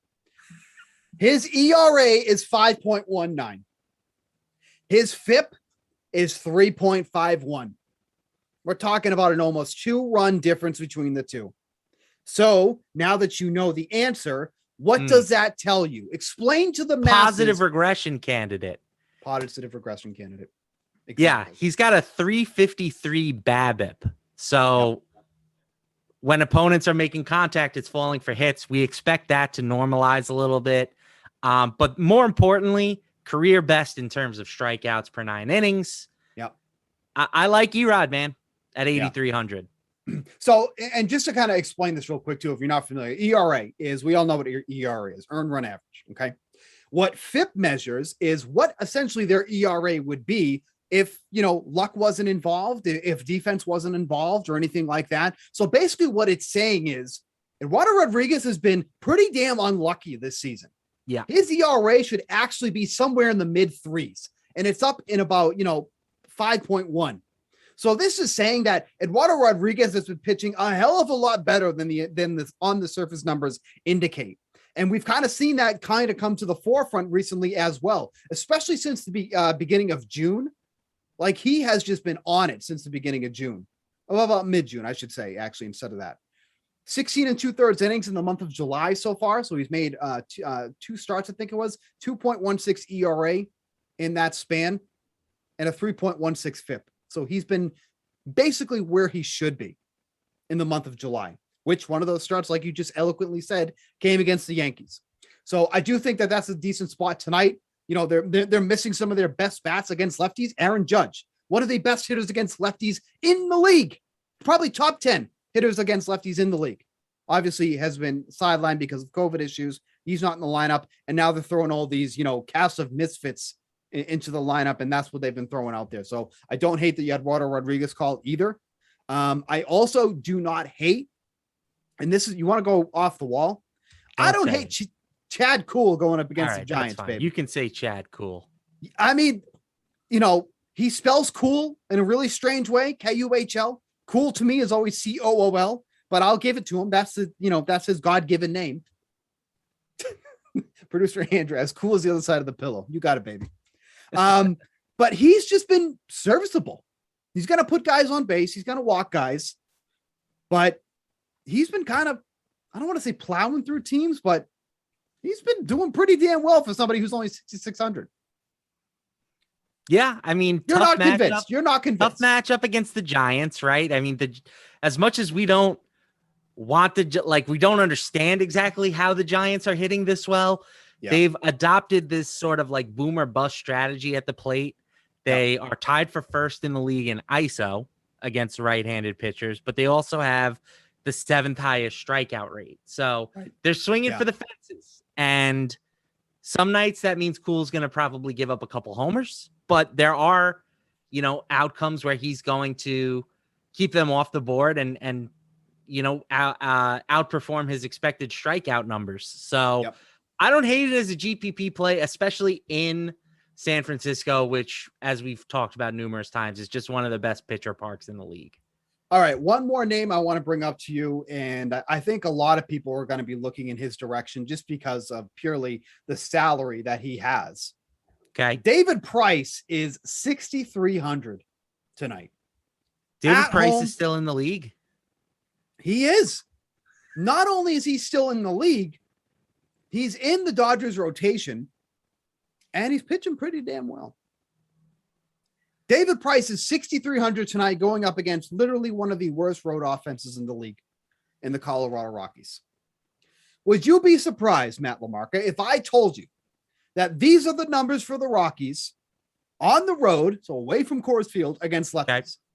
272 WOBA, 128 isolated power, and a 67 WRC plus. Those seems are high. Those are the numbers on the road for the Rockies this season going against the lefty. David Price is still being stretched out. I guess that's the problem, right? Is he going to pitch? No, hold on. No, 5 innings. No, but he's going to pitch 5 innings, but he's 6,300. I don't care if he's going to pitch 5 innings at 6,300. Fine. If you're in that 6K range, do you expect one of those starters to go 7-8 innings? No, because if that's what's going to happen, why would they be 6,300? Right? Yeah. So now my thing is, like you said, he's going to be popular. Yeah. And I don't see the ceiling performance, right? His ceiling is what? 5 innings and 7 strikeouts. That's fine, but that's not going to bury you if you fade him. And if he doesn't hit that ceiling, you're going to get a nice edge on, 15, 20% of the field, however many people roster David Price tonight. Hard pass, Steve Buchanan. Okay. But wait, there's more. Right?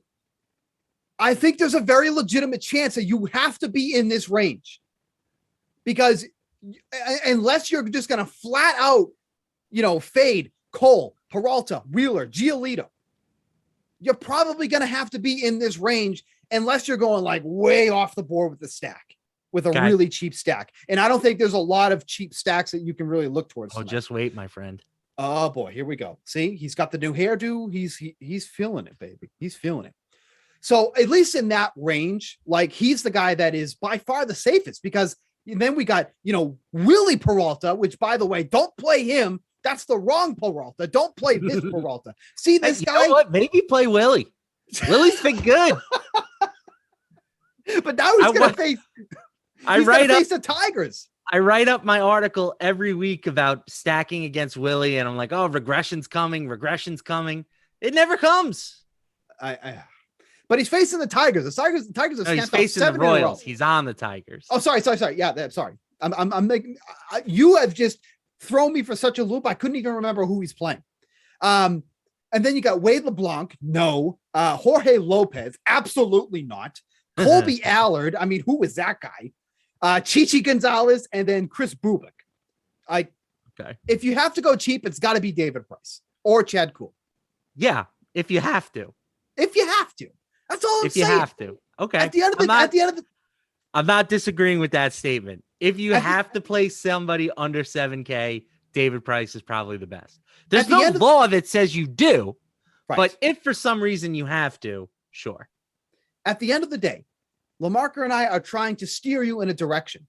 You can go way off course and do whatever you want. We're just giving our recommendations because this is our job. We're in these numbers all day long. When Matt's not fixing his hair, he's in the numbers. It is a full-time job. It is. It really is. Okay. Do we feel good about pitching? Can we go on to hitting, or do you have any other thoughts? Please. Let's move on to hitting. Let's go to hitting. Okay. Real quick. Giolito over 7.5 Ks. Yes, I do like that bet. I would take that bet over 7.5 strikeouts. Any qualms about that? No, sir. Really quick too, because I think this would be right up your alley. Brian wants to know, can you explain what WRC plus is? It's a hitting metric. It takes out things like park factors. So it's considered to be like maybe the truest representation of how a hitter is doing at the plate. 100 is considered a league average mark. So if you have a 100 WRC plus, you're doing exactly what is expected to of any average major leaguer. Above that is obviously good. Below that is bad. Once you start getting into like the 150, or, there are some guys that are 200 type hitters. We're talking about, best in the league against that caliber of pitcher. Right. So obviously, just like with most of the stats, the higher the number, obviously the better.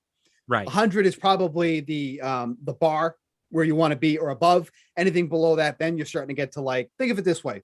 If you're at 100 WRC plus, you're probably about a 270 hitter. Just trying to put in like easy terms here. When you start getting up to like the 150s, then you're in the 300 range. Would you say that's probably fair?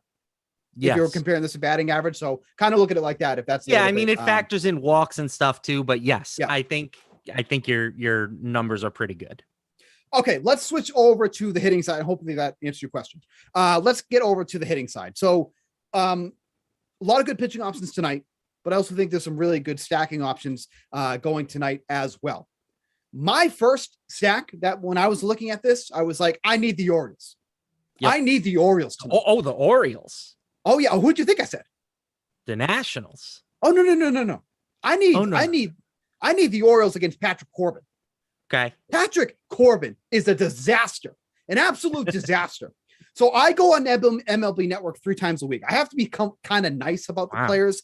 I can't be like really, I'm just doing my job.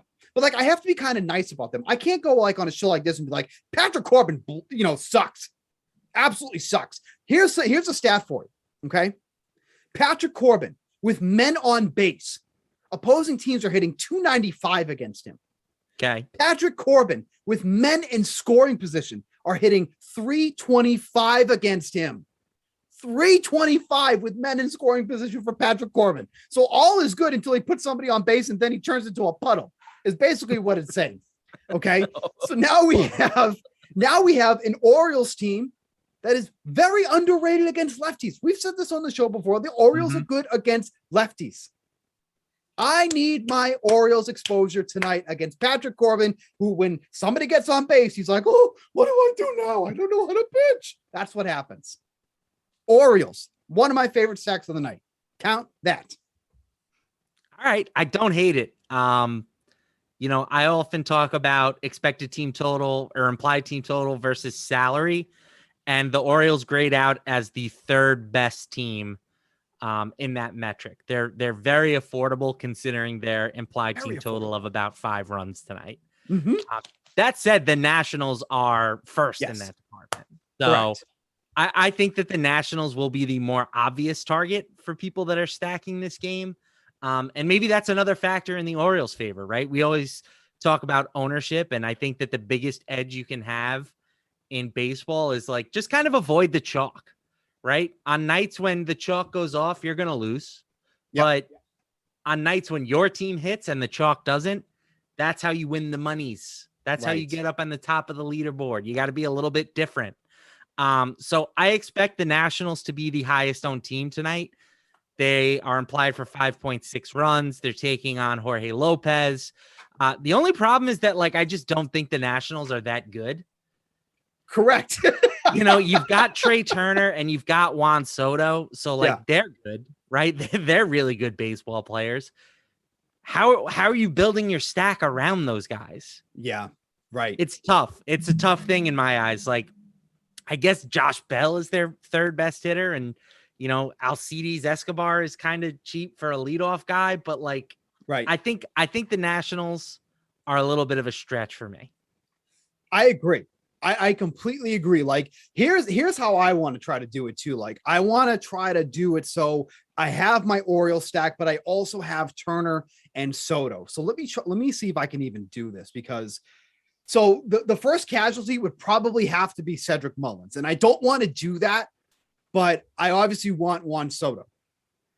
So you do Austin Hayes, whose splits are so vastly different. He's so good against lefties, not so much against righties. So you want Hayes. Obviously, you get Mancini. Let's put Turner and Soto in, right? And then it's actually, I probably can do Mullins still, actually. So we could do that. So there's a David Price team. Oh, yeah, probably. This is probably where you have to use a David Price one. So there's your little bit of a Orioles and National stack. So you got a little bit of a game stack going on here. That's doable. Yep. And then you throw David Price in there, because why not? David Price going up against the Rockies, about 5,000 for the rest of your lineup, including a pitcher. So you're probably going to have to go a little bit cheaper again. Obviously, I'm going to stop here because then I'm basically, giving you a lineup. And let me tell you, we don't do that here. But I think that's a good starting point for a game that's supposed to have a lot of runs scored. You're getting probably your best guys in there on both sides. That's when you say yes or no. I can vibe with that. Can I give you my team? Yeah, of course. That's what we're here for. The Los Angeles Angels. Okay. Of Anaheim. Yep. I don't know if that still is part of the team name anymore, but you want your cheap stack, Steve? Here it is.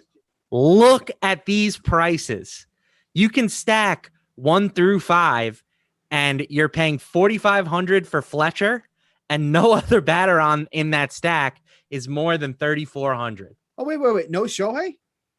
No Shohei in the lineup tonight. He's resting. I know he's slumping. Oh, is that why he's resting? Yeah, he's out. Okay. Yeah. See, the home run derby curse, man. People don't want to say it's real. It's real. It is absolutely real. So I love that 1 through 5 stack. They're all right-handed bats taking on J-Hap, J.A. Hap, whatever you want to call him. J.A. horrible. J.A. Hap, little bit of a gas can this season against right-handed batters. 393 WOBA when facing a right-handed batter. His FIP in those matchups, 5.78. Oh my God. So I can get 5 cheap right-handed bats hitting at the top of the order in a great matchup. Sign me up. There's your answer. Then you can go with some high price pitchers if you want. You Yeah, can you can. throw a Juan Soto in the outfield if you want. Like this lineup right here kind of gives you a good flexibility, in my opinion, to go wherever else you want on this slate. Yeah, so I just threw the first 5 guys in. I threw in Giolito and Cole, and you still have an average of 4,600 for 1, 2, 3 more spots. Like that is just ridiculous. I will say though, when you put this stack in your lineup, you're gonna go, this is horrific. This looks so ugly. Like I have, I have Justin Upton, I have Jose Iglesias, I have Kurt Suzuki, I have David Fletcher. Like it looks gross, but J Happ has been that bad. They're He has still given up- implied for about 5 runs. That's all I need to know. Yeah, but really. Happ has given up at least 1 home run in 9 straight starts. He's given up 2 or more in 5 of those starts. Like he just cannot keep the ball in the park. And this is somebody who, by the way, used to be like a ground ball specialist. It's the opposite.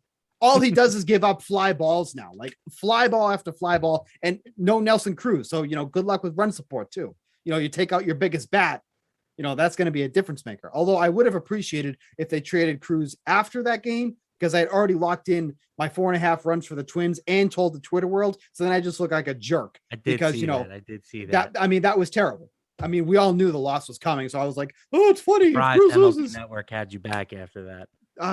Believe me, I've given out some way jerkier plays on MLB Network. So if they have me back still, then I'm in the clear. But so I didn't appreciate that trade. It would have been better if it happened today. So yeah, this is your cheap stack. This is absolutely your cheap stack. I like Justin Upton. He was one of my favorite value plays before, we knew he was going to be batting cleanup. I like him even more now, batting cleanup against J Happ. You look at his numbers against lefties on the year. Like Upton is not the elite hitter that he was maybe 5-6 years ago, but against lefties still 415 WOBA, 328 isolated power, 167 WRC plus. And thanks to Matt LaMarca's little, WRC plus class, we know that is an elite number right now going up against lefties. So really, really, really good value play with Justin Upton. I expect him to be uber popular now. That might be like in that 20+% range for Justin Upton batting cleanup, because he just jumps off the lineup card now, 3,300 going against the lefty. So would this classify as kind of like you're off the wall too? Because that was that dirt cheap, man. I mean, yeah, I don't think that's I don't think that's particularly off the wall. I think that people are going to I don't want to say gravitate, but I think people are going to play the Angels in lineups where they pay up at pitcher. So I don't think that's like a super off the wall type play. So do you have one? It's been a minute since you've been on the show. So I understand if you're not prepared. It's been a while. You kind of forget the format. It's okay. But do you have one that you can give that we can, try to help these people out make some money before, the weekend comes around? How about the new Cleveland team? The Cleveland, what are they? Guardians? Now? The Guardians of the Galaxy. They're taking on a lefty. And if I'm going to use Cleveland, I like using them when they're facing a left-handed pitcher. Yeah. They have some guys who hit much better in that split than they do otherwise. I mean, look at their top of their lineup. They're sending in 7 or 8 right-handed bats tonight and 7 righties and 2 switch hitters. So it's a team that can have some success. I don't love targeting Rays pitchers because the Rays are typically pretty good, but Fleming is he's got a 4.41 FIP.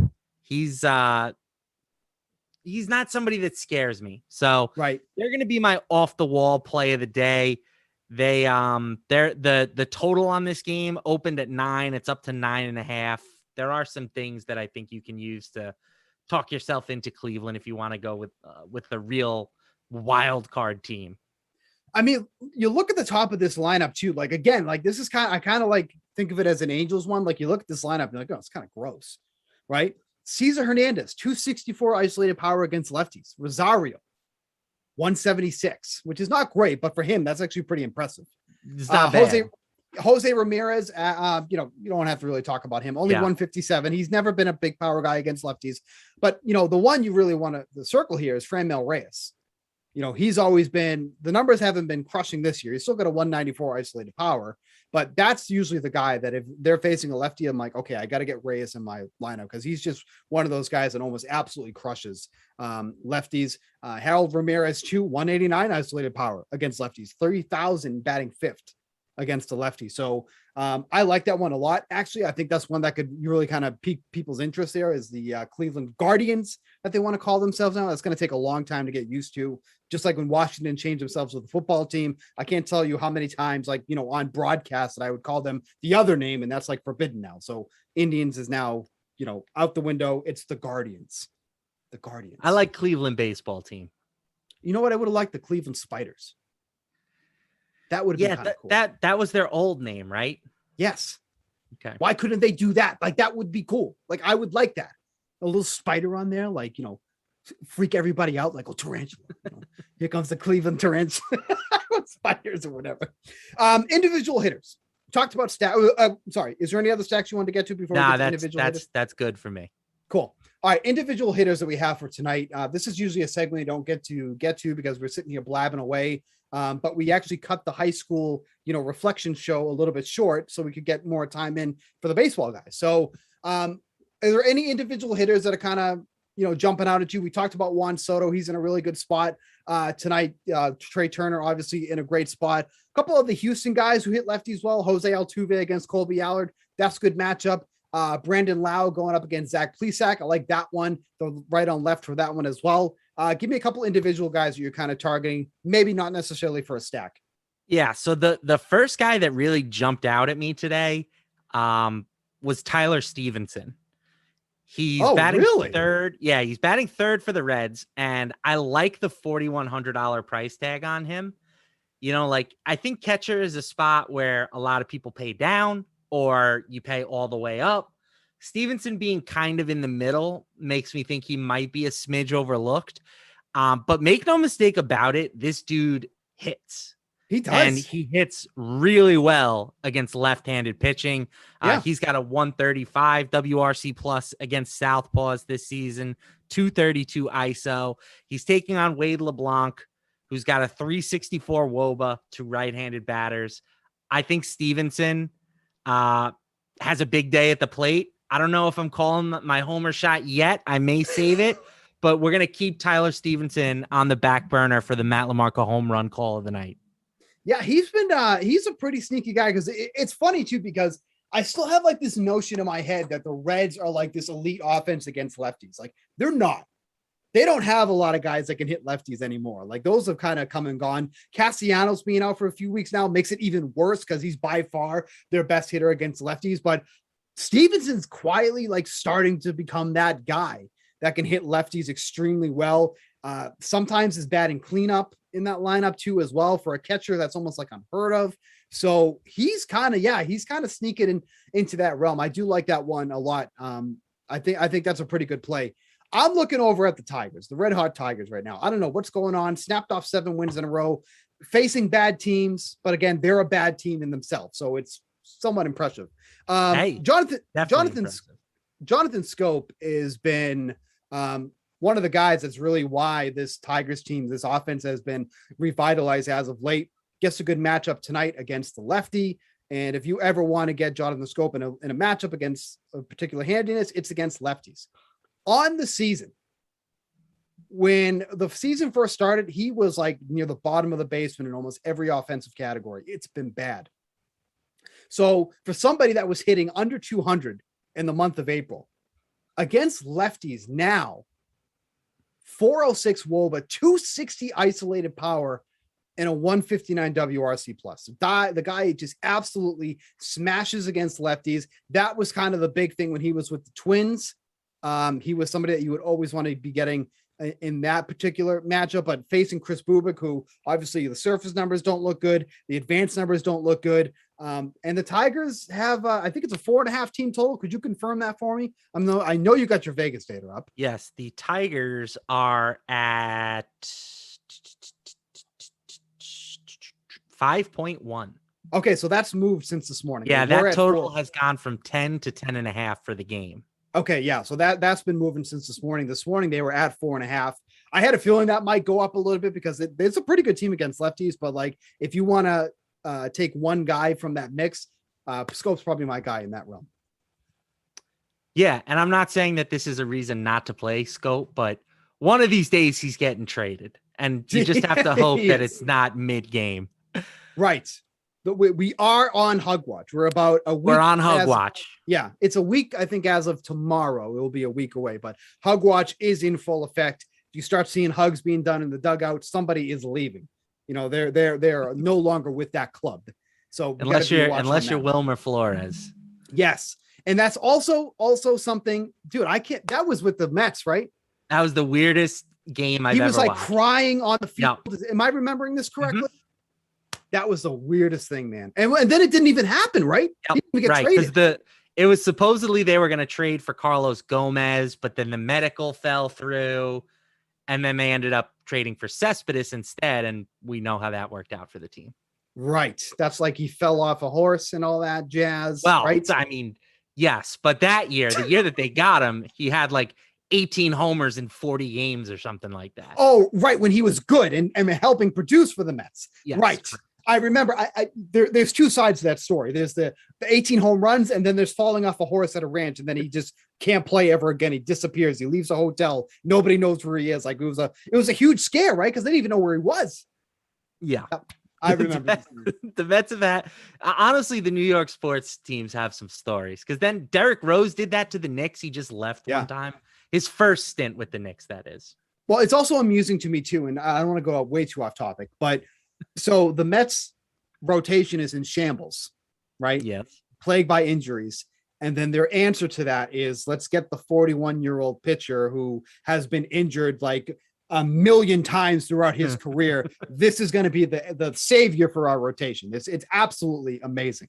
Brian says Cespedes fell in a hole on his ranch chasing a boar. That's exactly. I feel like that is. I can't confirm that that's the actual story, but that sounds familiar. I feel like that was familiar.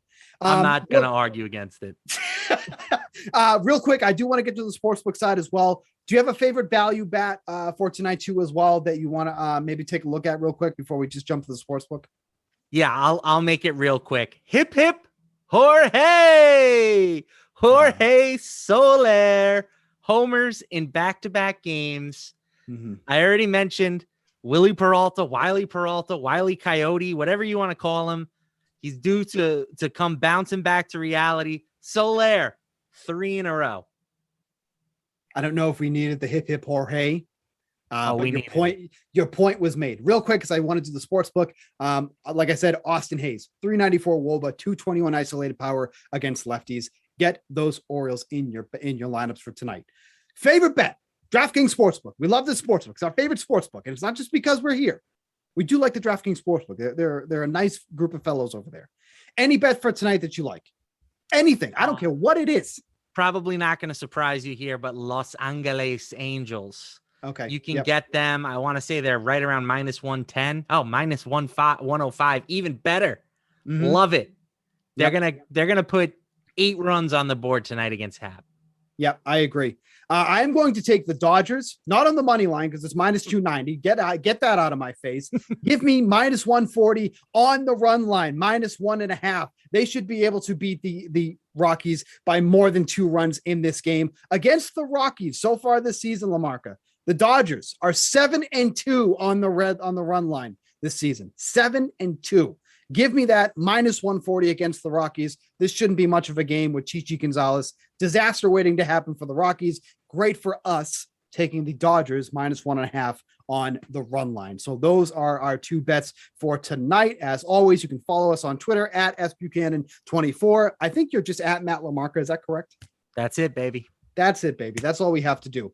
I would tell you what is coming up on the Madden stream tonight, but I do not have that information in front of me. I was not given that information, and that really upsets me. I got it for you, buddy. Oh, we got it. Okay, go ahead. Quick. We got Jeff and Tara Lynn calling Giants at Browns, and that's a the hot last booth. game of the That's night. a hot booth. Yep. It's a hot duo. Then we're going straight into the American Ultimate Disc League. And that's San Diego and Dallas for that game. So if you wanted to know who's playing in that one, that's the one that you have for there. Okay, that is going to wrap it up for this edition. It's a Friday edition. Go have a good weekend, but put those lineups in first, make those bets, play some Madden simulations. And we want to thank everybody in the back. I want to thank Matt LaMarca for coming back. I'm Steve Buchanan. I will be back here on Tuesday with Gary and Thorne, getting you ready for that MLB slate. Until then, have a good weekend. We'll talk to you next time.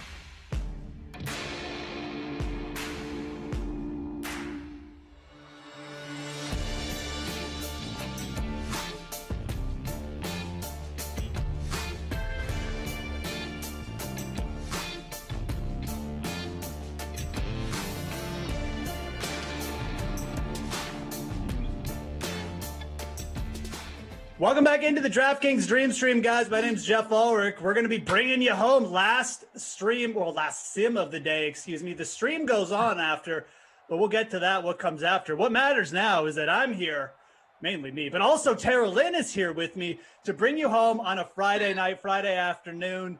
Who do we have, Tara Lynn? Do you even remember who the teams were? I just made a lineup and I forgot. I know the Browns are playing. First of all, can I just say the sass coming from Jeff Moose Ulrich for this last sim of the day, I approve. I like it. I like spicy. Jeff, this is the Giants, Browns. We're bringing it home, people. I was already on the nooner with Christian and Glash, and I'm way more excited for this one. Of course you are. I mean, you're with the second highest paid broadcaster on these sims, right? I mean, obviously I can't touch Emerson's salary, but I'm just kidding. Anyways, happy to hang out here with you guys, get in a little Friday sim action. Glad, Tara Lynn. Hey, this is becoming like a weekly hangout with you and me. I mean, I think we did this one last Friday too, or maybe it was 2 weeks ago. I can't remember. But anyways, good. We keep getting paired up on the Fridays, and I feel like it's like a feel-good Friday vibe. The people need it. We need it. It's great. Great duo right here. It is. I know the chat loves it when you drop in. So yes, just like Brian C says. Obi-Wan says, Moose has always been sassy. That's true. High school teachers would agree. Always brought the sass. But today we're bringing you, like I said, Giants, Browns. We had some NFL news to talk about. We do have, and I'll be reminding you guys throughout the day, but coming up on the Dream Stream after this, we do have the American Ultimate Disc League. That's going to be starting at 8:30 p.m. Eastern, I believe. Yes, 8:30 p.m. Eastern. That's the Growlers. San Diego Growlers, Dallas Roughnecks. So stick around for that. And also, guys, again, as we're waiting for kickoff here, there is a free-to-play pool for this American Ultimate Disc League. So whether you're going to watch the Disc League or not, go over to the DraftKings Sportsbook and get in the free-to-play pool because it's free. It's, again, I don't need to say anything else.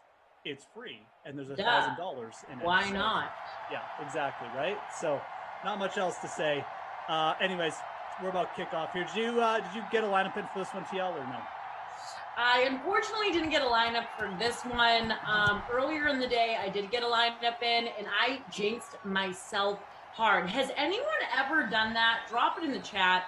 If you get your lineup in and then you're doing so well, and I was making fun of Glash, obviously, because I was kicking his butt, and then I was kicking Christian's butt, which I never do. And I was like, yes, I am in 4th place. Look at me, best Friday ever. Then all of a sudden, the Jets got a touchdown, and I dropped right down to like number 35. Yeah. Jinxed myself. Yeah, no, I've been there before. I think everyone in the chat has been there before. It's premature, what do you call it? Premature celebration? I don't know what you call it. And I need to stop doing that fantasy. because I have the worst luck ever. But you got a lineup in, so you're already doing better than me. Who do you have your lineup? Yeah, there's no guarantee that I'm going to be doing better than you, even though I did get a lineup in. But all right. I put Nick Chubb in the captain spot because I always put Nick Chubb in the captain spot when the Browns come. I don't always do that, actually, but when I do, he's terrible. And when I don't play him, he's awesome. So I don't know. We'll see. The chat knows my consternation with Sim Nick Chubb when the Browns play. So I do. And the reason I play Nick Chubb is because I really like Nick Chubb for fantasy this year. He's one of the players I really feel like you should be spending up to get at running back. Just an amazingly good runner. So anyways. Yeah. Drop some stuff for Tara Lynn and I in the chat, guys. We'll be hanging out obviously throughout the sim. So you were which sim were you on today? So I was on the nooner today with Christian, who I love doing sims with Christian. Do you do a lot of them with Christian or no? I feel like you guys don't really get paired up. It's funny because we used to be like, we kind of do like one a week. Like it feels like Christian and I don't think we did one last week, but that's because like I was gone for a bit as well. So that's probably why, but he's kind of like the same with you. Like I seem to get paired with him like once a week. Sometimes we don't see each other for like a few weeks, but generally we get on at least one a week. So no, I've done quite a few with Christian over the last 3 or 4 months. It's been good. I love doing them with him too, for sure. Yeah, love Christian. He always drops the knowledge. Oh, are we going in for a touchdown, baby? Wow. This is how my Nooner Sim started out, too. Yeah. I'm on hot Sims today. Well, and this is interesting because it's funny. We were talking about yesterday with Matt Lamarca on the stream. Potential quarterbacks who are like really undervalued and you should just be waiting on and you can get at the back end of drafts. I did kind of bring up Daniel Jones's name, and I'm not, but it's interesting. That was a really good throw by Daniel Jones. But do you know what my favorite medal is, Carolyn? No. It's Sterling Silver, just like Sterling Shepard scoring that touchdown. Oh, I know. It was like the biggest dad joke ever. I should just show You're myself such that. a dad. It really shows, but I love it. Anyways, yeah, Sterling Shepard on the touchdown. No, there's no free roll. I'm sorry, guys. I honestly, at some point, I'm going to get all over this free roll stuff. I'm going to make them like days in advance. It's just not happening this week. Yeah, he has this puppy that's crazy, but that's the 37 TD too for Shepard. 37th. Yeah, look at him. Sterling Shepard's a pretty good player.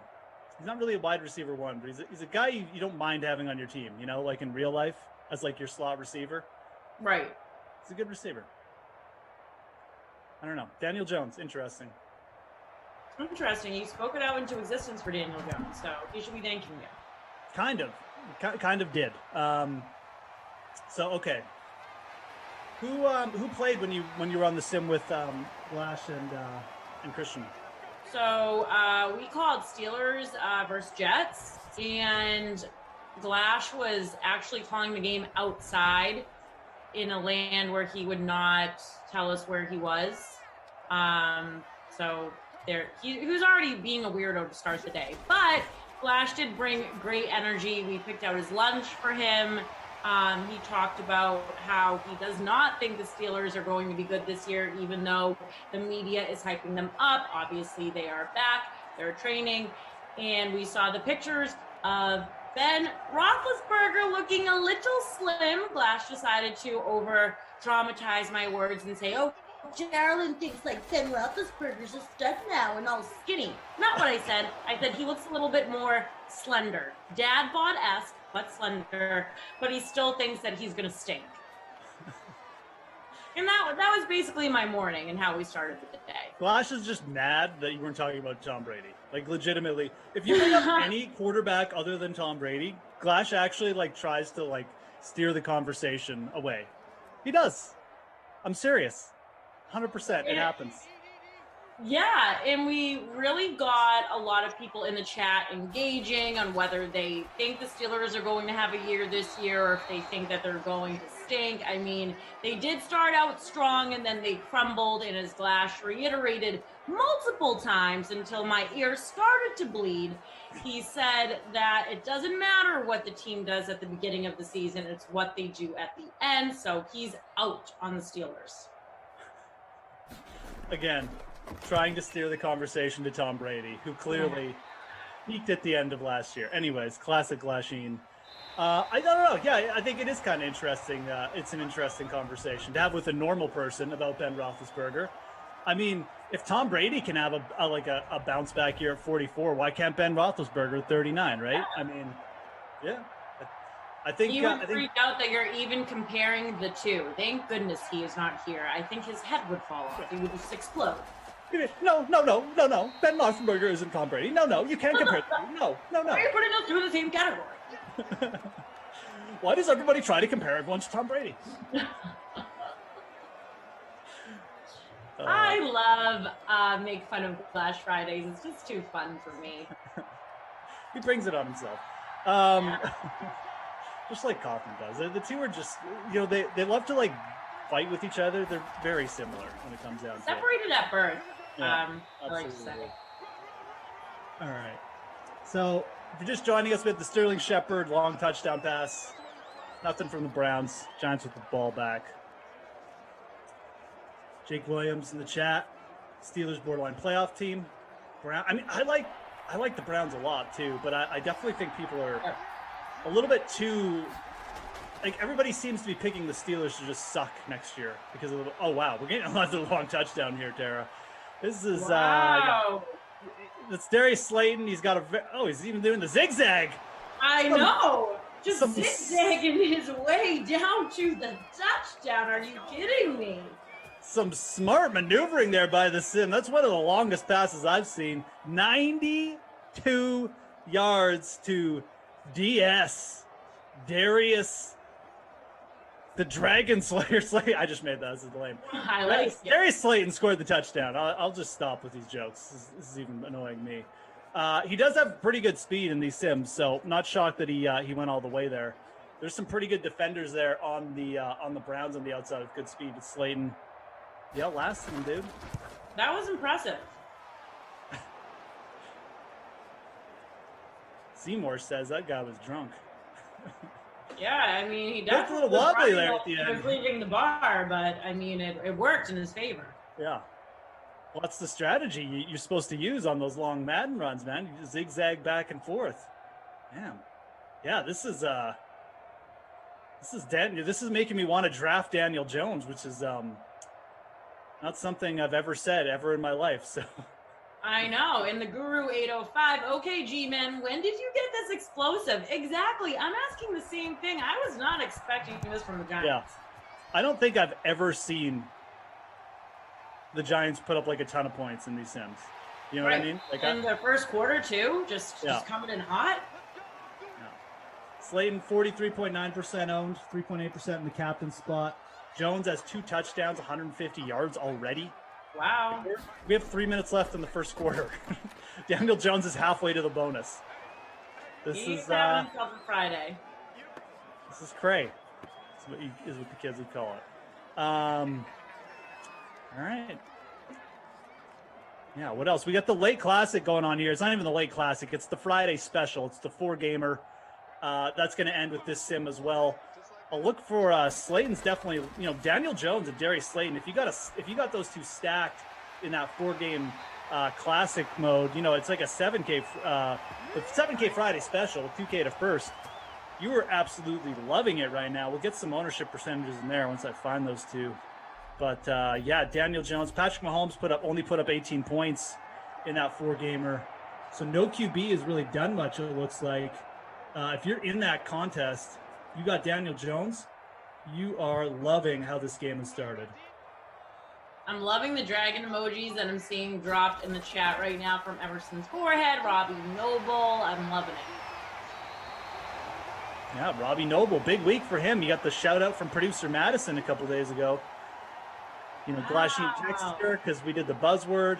Right. You know what? Do you want the full story on that, Tara? Yeah, I didn't hear about this. I was why wouldn't Glash explain this today? Instead, I had to figure out if he wanted a fried chicken sandwich or a grilled chicken sandwich. So please tell me something that I actually might find interest in. Yeah. Okay. So I think this was Friday night. It was Wednesday night. Excuse me.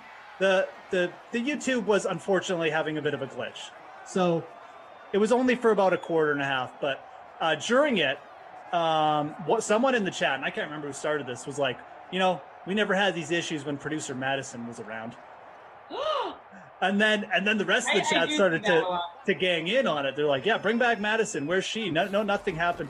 So first of all, Daniel was producing. Well, he wasn't producing. He was on ops. Right. Daniel's like the best. He's amazing. He's great. And so are all the guys, by the way. We got Andrew, Michael, and Bird on ops here. We have Andrew here, and you're gloating about Daniel. I mean, they're all good, though. I'm just saying. Andrew knows he's good. All these guys are great. Anyways, They really are. They're very talented. Andrew, it could have been Daniel. Regardless. Daniel is pretty good. It's okay. Anyways, the chat started complaining. Glasheen gave him a rant, about how Glash lose it? Glash lost it. He absolutely lost it on the chat. He gave them one of his Glash rants, about how Madison wasn't even there from the start, and Daniel I do probably love the Glash rant. He was defending Daniel, but then we made Madison the buzzword. Right. Anyways, and he texted Madison during the sim. So Okay. and she shouted out Robbie Noble. Hey, that's awesome, Robbie. Look at you having a week.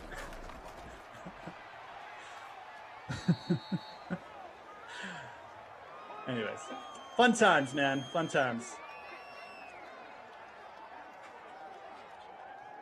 All right. Browns finally moving the ball a bit. 2nd and 8. 22 of the Giants. So they can do something for the quarter ends. Not on that play. Oh, no. What even was that, Mayfield? Baker We were talking Mayfield. about Baker a lot today, and basically Glash was talking about how Mayfield, he was really out there in the media doing all of his commercials, being the star of Hulu, all of it. And he said that it was getting to his head. And I actually agree with Glash on this, which I... Okay. All right, we'll pause because finally we got a touchdown for the Cleveland Browns. Yep. Bring in Jarvis. Fire up the Jarvis machine, I guess. I don't know. The Jarvis But, machine. a nice throw over the middle there by Baker Mayfield. Yeah, he's in. I was going to say maybe they'll review this one, but I don't think so. Pretty clearly in. Regardless, that's going to count. Jarvis Landry with the touchdown. So Baker Mayfield, Jarvis Landry. This game is delivering, man. It feels like we're like about at halftime here. We're only in the first quarter still. I know. Fire up the Jarvis machine. People are happy about Landry, Jake Williams. I got to be cashing in now. Landry only 8.5% in the 7K special. Darius Slayton was only 10% owned in the Friday special. And Daniel Jones only 5.8% owned in the Friday special. So and Shepard's under 10% owned there too. So a lot of low owned plays again in this 4-game classic 7K Friday special to watch out for. As we're gonna get, it just seems like again we're getting a lot of points here. So something to keep an eye on. Darius Slayton 8 yards away from the bonus already. Only a quarter in, not even a quarter in. Oh boy. Hope everyone's having a good Friday. We're in the dog days of summer here, folks. What are you doing this weekend, TL? Anything crazy or? So tomorrow I am producing during the day. Then I have a friend's birthday, and then Sunday I got a bridal shower. That's been the theme of my summer. Been a wedding or a shower or something or a bachelorette, like every weekend. Another one, hey? Too many. I mean, every time I talk to you, you're like, yeah, bridal shower, buying presents, wedding. It's constant. I need to start doing more Sims. I mean, I am not the highest paid employee. I'm not even the second highest paid employee. And so I need to start doing more Sims here. They're taking all my money, Jeff. What you need to do is sue Katherine Heigl for making all those movies on your life. You know, like in 2010, you know, like the... Hey, and I even said, I was like, oh, that just shows how many friends she has. That's so awesome that she's in that many weddings. Now here I am as Katherine Heigl, and I regret everything. Then I'm too nice. I'm too nice, and I take everything back because it's really putting such a hole in my bank account. Obi-Wan, I see you in the chat. Always the bridesmaid, never the bride. LOL exclamation point. Listen, Obi-Wan, my day will come, all right? And then everybody that they're torturing me and I'm in their bridal party, wait till I get married. Just wait. Yeah, maybe you're just playing the long game because all these people who you're supporting now, they'll be like, oh my God, we got to get Cheryl in some extra special, right? So Extra special. You're just gonna cash in, in that big day. But no, I mean, look, summer that's kind of what it's about, right? I mean, especially when you're of a certain age and all your friends, everybody is hitching up, so to speak. So yeah, I remember a couple everything got pushed from last year to this year. That's why I'm getting hammered. Right. That makes a lot of sense to me, right? Yeah, that damn pandemic. We're just still catching up on things. Anyways, catch up on the sim. Sterling Shepard, 78 yards and a touchdown. Jarvis Landry, 32 yards and a touchdown. Darius Slayton, 92 yards and a touchdown, 3 passing touchdowns in that first quarter, which felt like it took about an entire game. We had so much scoring. So rip-roaring start here for your last sim of Friday, because again, we got the American Ultimate Disc League starting at 8:30 Eastern, guys. That's coming up after this sim. There is a free-to-play pool on the DraftKings Sportsbook for the American Ultimate Disc League that starts at 8:30. If you want to get in on it, go there now. It's free. Again, I don't need to say anything else about it. Yeah, you really don't. It's free. And we're back. Second quarter now, even though it does feel like we're Drop down T. we're already making moves. Drop down T. So we had some other news, NFL news this week. Tons, actually. Schefter's been putting in work. Yeah, finally. It's his time to shine. I mean, guy doesn't do anything for he's like a teacher. He doesn't do anything for 3 months, and then it's just all business. What do you think about these rings from the Bucks? I thought they were super cool. I know that some people are in on them and some people are out on them. I actually listened to Glash last night on 98.5. I don't even know why I'm admitting this. And he was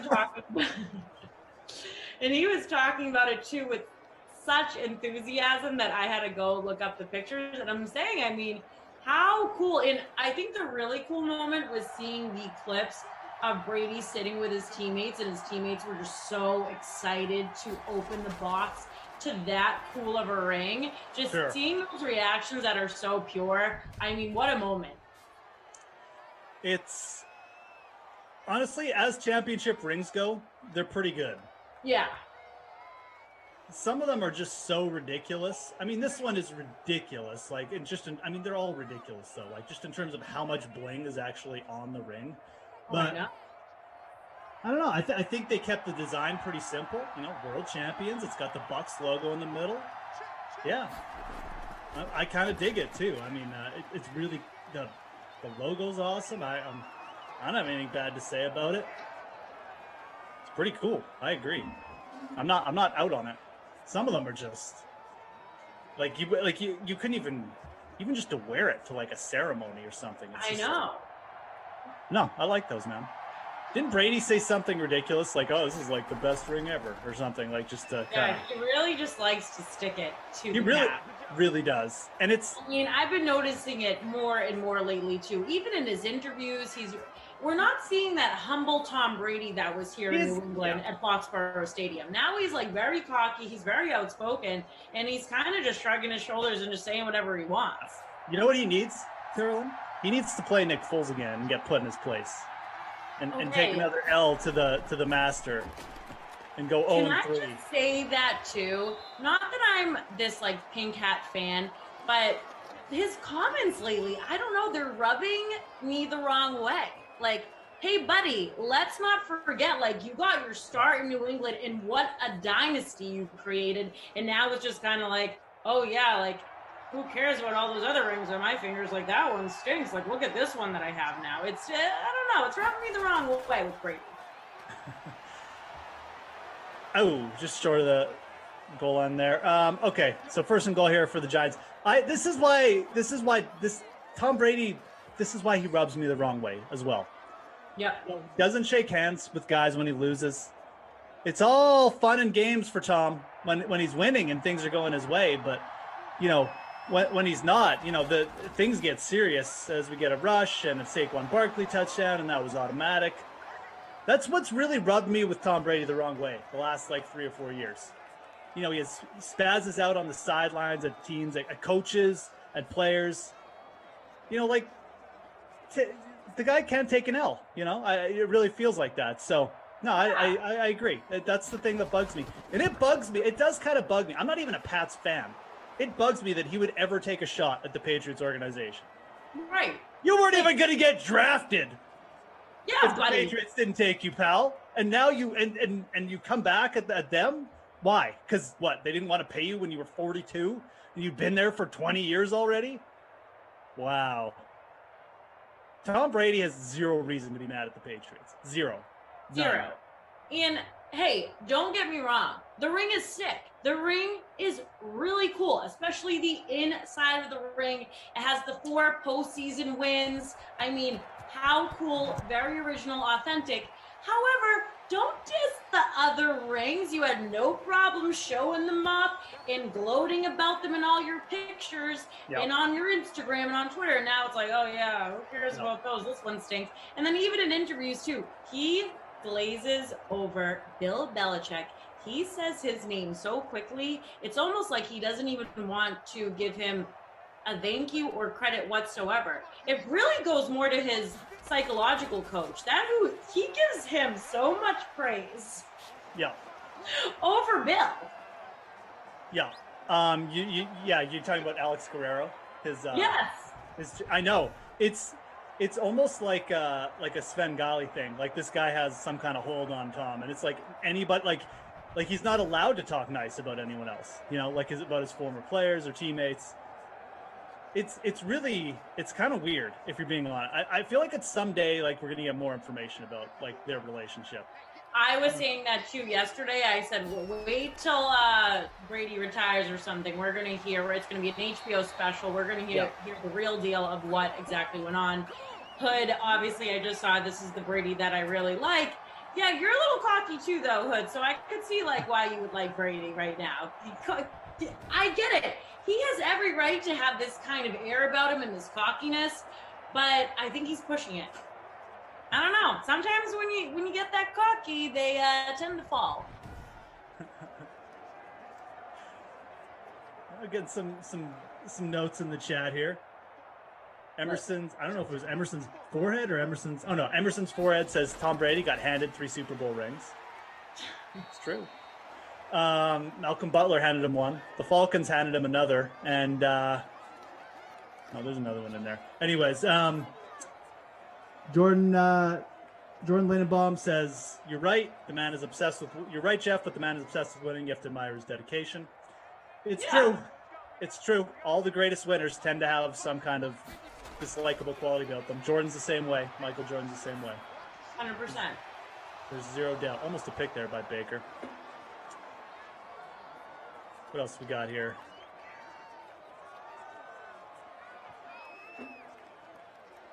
Anyways. All right, Herb Dog. He earned the right to be cocky. Get over it. I completely understand. I didn't say he didn't earn the right to be cocky. He did. I feel like, though, he's really putting it out there, and I'm just not liking it. He's talking more to the press and kind of giving little digs. I don't like the digs. Yeah. I mean, I just don't understand why you'd want to go after the Patriots. Like that's your team, dude. I mean, that's where your career started and that's where you got all your success from, whether he wants to admit it or not. Like that's facts. I mean, right. I just don't know why. Unless we find out when, something comes out that really something went on behind the scenes. I'm not Even like if something did though, like I don't. Man, it'd have to be pretty bad. Anyways, yeah, kind of find it weird, personally. Not sure what his issue is there. It obviously ended poorly. Like somebody, they just weren't cordial when they left, and that's the way it is. And he's obviously holding a grudge for now. At some point when he retires, he'll probably speak nicely about them again, but it doesn't seem like it's at some point when he retires and he's drinking a lot of that avocado tequila, we'll hear the real deal of what went on. Yeah, we'll hear the real deal, and like I said, I mean, Tom will probably come back, and like Emerson's forehead said, he's going to the Hall as a Patriot. So, by the time he gets inducted, he's probably gonna have to say something nice. His Hall of Fame induction is setting up to be interesting though, because. Like, was he just going to ignore Bill Belichick's name completely? Like the whole, No, he'll just say it quickly like he's been doing in the press. He's like, Bill Belichick, in next. Yeah. Anyways. It's a weird one. All right, what do we got here? 2-minute warning. Browns. We had a Saquon Barkley touchdown this quarter. That's it. A little out pass to Odell. I haven't called his name much.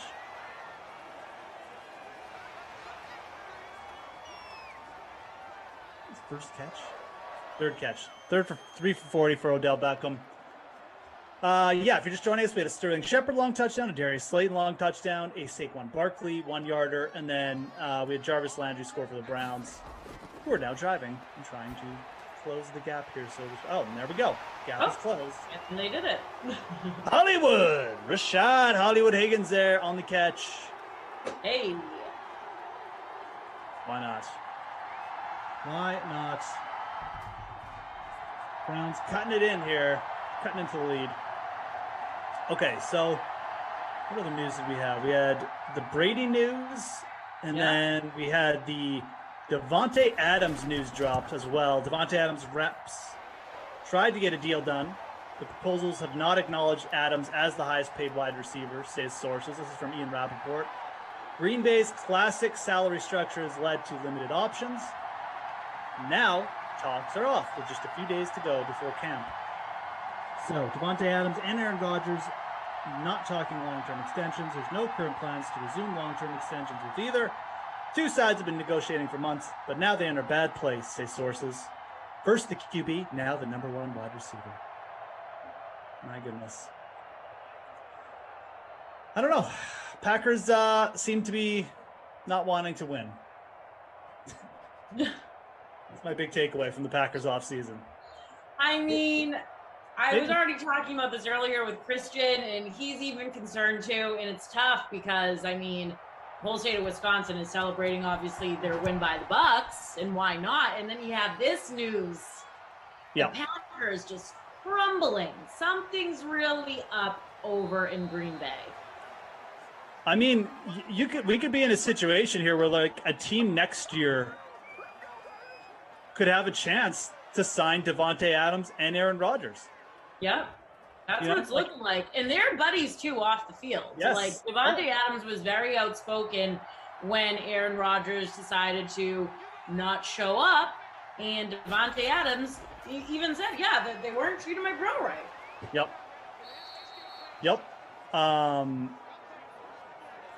So it'd be interesting. I mean, it'll be interesting. Will a team like try and clear some massive cap space for that? You know, what team out there theoretically next offseason could go after them? I wonder. Where You know, would any you like place to see come them to land? mind? If you could pick a team, where would you like to see them land? Oh, Daniel Jones with a little rush here. Oh, fumble. Big shock. Browns got it. Okay. Well, no shock there. Daniel Jones is a fumble master. See if this one gets reviewed. What about this team that we're watching? The Giants. The Giants. I thought you were going to go with our team, the Washington football team. Well, maybe that is actually potentially an option. You know, there's no incumbent QB. Yeah. They haven't. McMahon would love it. They haven't spent huge money on any of their wide receivers. They got a top one. Why not? Great chemistry with Aaron and Devontae. I mean, maybe next season is the season for our team, Jeff. That'd be pretty sick if they did that. Let's see here. How much cap space do they have? I feel like the Washington has some cap space. Dead cap. Maybe not. But they can clear cap space. All right. I mean, we'll talk to our guys. Oh no. Okay. They have some. Not much, but it's a possibility. And it would cost a lot to get those two, though. There's a little dart over the middle by Baker. The Browns now going to have a chance to tie the sim before half with the Daniel Jones fumble. So all kinds of things going on here. Giants dominated the first quarter. Okay, so I throw out the Giants. The Giants did sign Kenny Golladay to a massive contract, so I don't know if they'd definitely be in on Aaron Rodgers, assuming Daniel Jones stinks next year, but I don't know if they'd want to bring in Devontae Adams too. Washington would probably be a better landing spot. Emerson's Peloton. It's crazy how the Peloton can type, but here we are. The Detroit Lions, LOL. The Lions. So here's the problem with the Lions. I don't think Aaron Rodgers would want to play for the Detroit Lions. I don't. I think that's just. I don't think Devontae does either. I think that's too much bad juju right there, to even for Aaron Rodgers to overcome. Do we just get rid of the Detroit Lions at this point? It kind of feels like they should be relegated to the CFL or something, Yeah, absolutely. I feel like at this point, Cleveland settling for a field goal there. they need a player like Kyrie to go stage Detroit. I don't know if there's ever a shot again for the Detroit Lions. They definitely need something. They need someone. I think the Broncos. Ernest is right. The Broncos could potentially bring both. Vegas, yeah. That could be fun. Why not? Actually, Vegas. They don't really have a wide receiver one either. John Gruden is crazy enough to do that. That'd be fun. Devontae Adams and Aaron Rodgers both signing with the Vegas Raiders next year. I actually would love that. That would be I'm a amazing. big John Gruden fan ever since I watched Hard Knocks and just how he coaches. I think he's, first of all, hysterical. He is. Yeah. And ZT actually was saying the other day, too, that if he could pick any NFL stadium in the country to go watch a game, he's never actually watched a game in an NFL stadium before. Fun fact about Professor ZT. He would pick Allegiant Stadium because he said, what an experience. And then you get to go to Vegas after.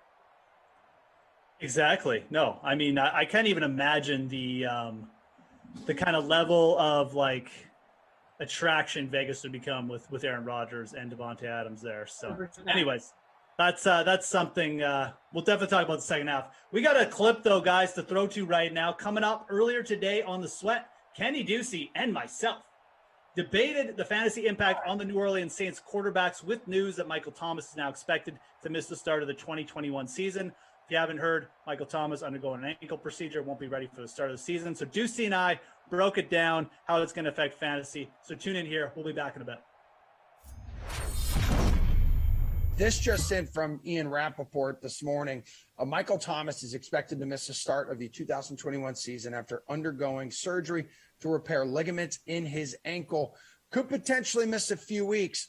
So, Jeff, whose fantasy stock rises now for the Saints? Well, we could go so many ways with this one. I really feel like that this benefits the most Taysom Hill.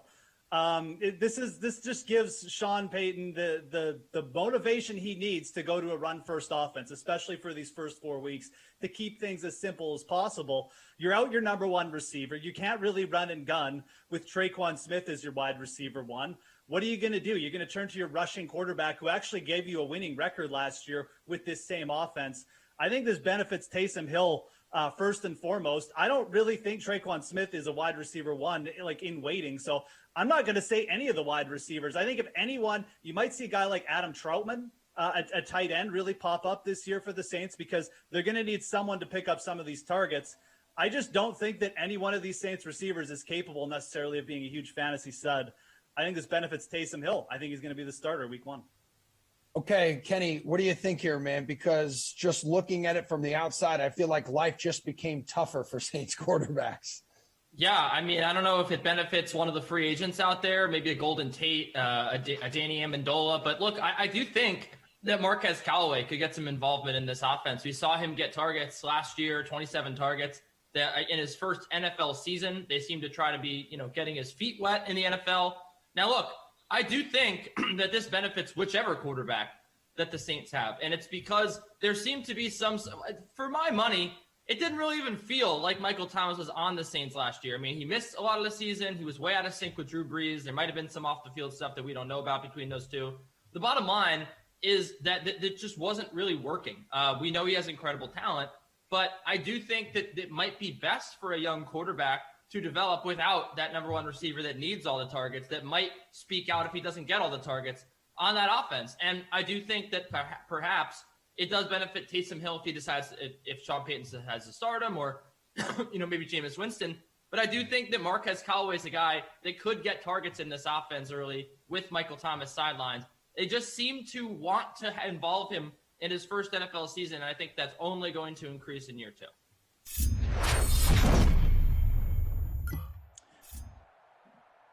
Welcome back, guys. Welcome back, guys. We're back.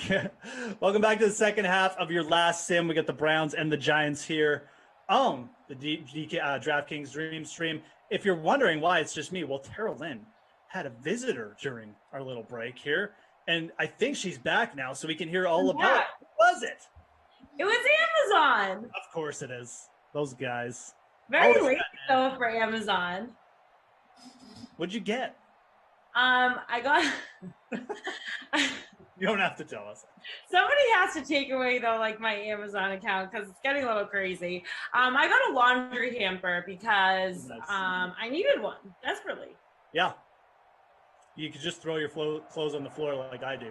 So that's what I've been doing, and I'm like, why am I living like a young boy? I need to get a nice laundry hamper, so that's what I did.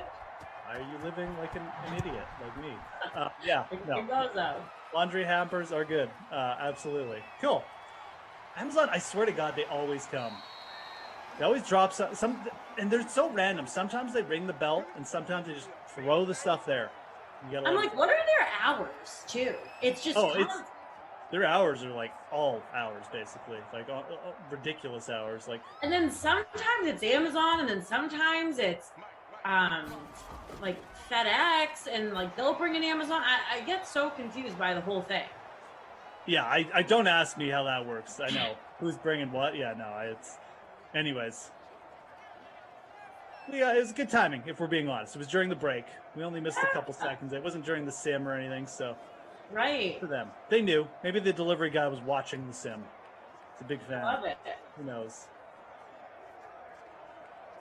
If you're just joining us, we had Sterling Shepard touchdown, Darius Slayton long touchdown. Both those guys, big plays. And then Saquon Barkley. And we had Jarvis Landry. We had Rashard Higgins for the Browns. Closing out your Friday. Here goes Baker. Slang it. Oh, wide open Austin Hooper. Ooh. Wide open. Pass midfield. Brown's trying to put something up right away. Yeah, this is going to be your last sim of Friday too, guys, in case you were wondering. We got the American Ultimate Disc League coming up at 8:30 Eastern. Just a reminder that the San Diego Growlers versus... Oh, I forgot the second team. I can go back and look. San Diego Growlers versus the Dallas Roughnecks. That should be an easy one to remember. I like the American Ultimate Disc League's team names. Oh, absolutely. No, they go right for it. They are electric. The Growlers. Growlers. We were talking about favorite team names yesterday with Lamarca. He's a big fan of like the names that don't end with an S.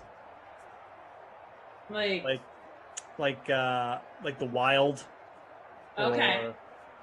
Or like the new one, like the Kraken, like the Colorado Avalanche. The Kraken's pretty unreal. I like that. No, I like it too. Like I can take it or leave it. Some of them are good. Some of them are bad. Do you have a favorite team name? I've never even thought about that before. Now I kind of want to have a favorite team name. Do you? I mean, I think actually we talked about it, and I don't really have one. Like I mean I like some of them. I know, but like there wasn't like Lamarca. I think had a couple specific ones that he actually went to, but there were like even I was thinking about it. Lamarca's life that he had a favorite team name that he could just rattle off. Yeah, like he had a couple that he was very high on, like right off the bat. Right. I couldn't think of one. Like I didn't have one like that just popped off that I'm like, oh yeah, this team name's awesome. Do you? I might take my Friday night and I might think about what team name I love, and next time that we're on a sim together, I'm going to announce it. Fair enough. Because you're like me. You just, I mean, there's There's some I like more than others, but there's not one that's like, oh yeah, this team name. We got a Jarvis Landry touchdown, folks. Second of the sim for Jarvis. Landry is Fire up the Jarvis machine again, man. I mean, this Yeah. Jarvis thing is working, whatever it is. Again, I don't know what a Jarvis machine looks like. Yeah, but the power is on the Jarvis machine. Absolutely. Fire it up. Cleveland taking the lead too after being down 14-0. Impressive. This sim is giving us action at the very least. Yeah, actually, there was more news today. It was non-football news, and this relates to team names. The Cleveland, formerly known as the Cleveland Indians, changed their name to the Cleveland Guardians. Yes.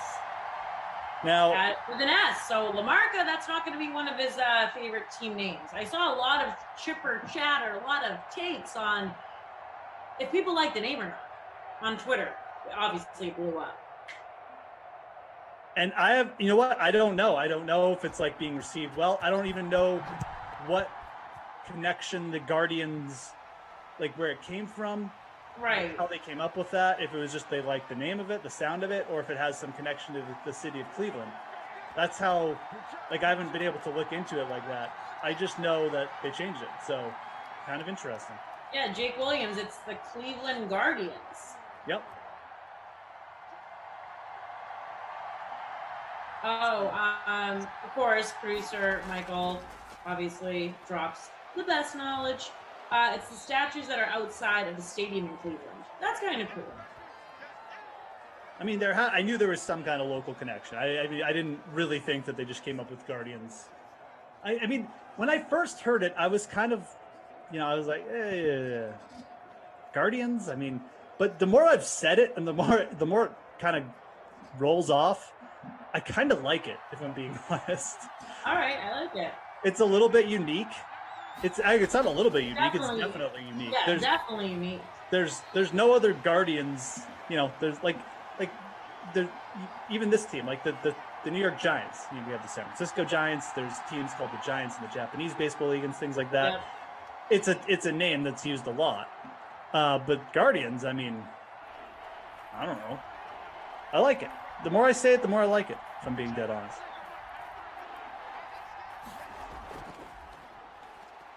All right, Daniel Jones. Slinging again. Not Daniel Jones and me. Not Mr. Jones and me here. 4th and 2. Daniel Jones turning back into Daniel Jones.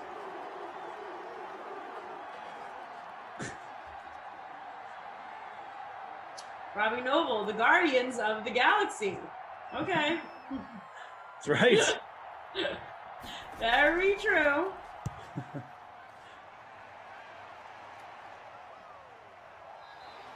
Let's see. Maybe we should do it by sport.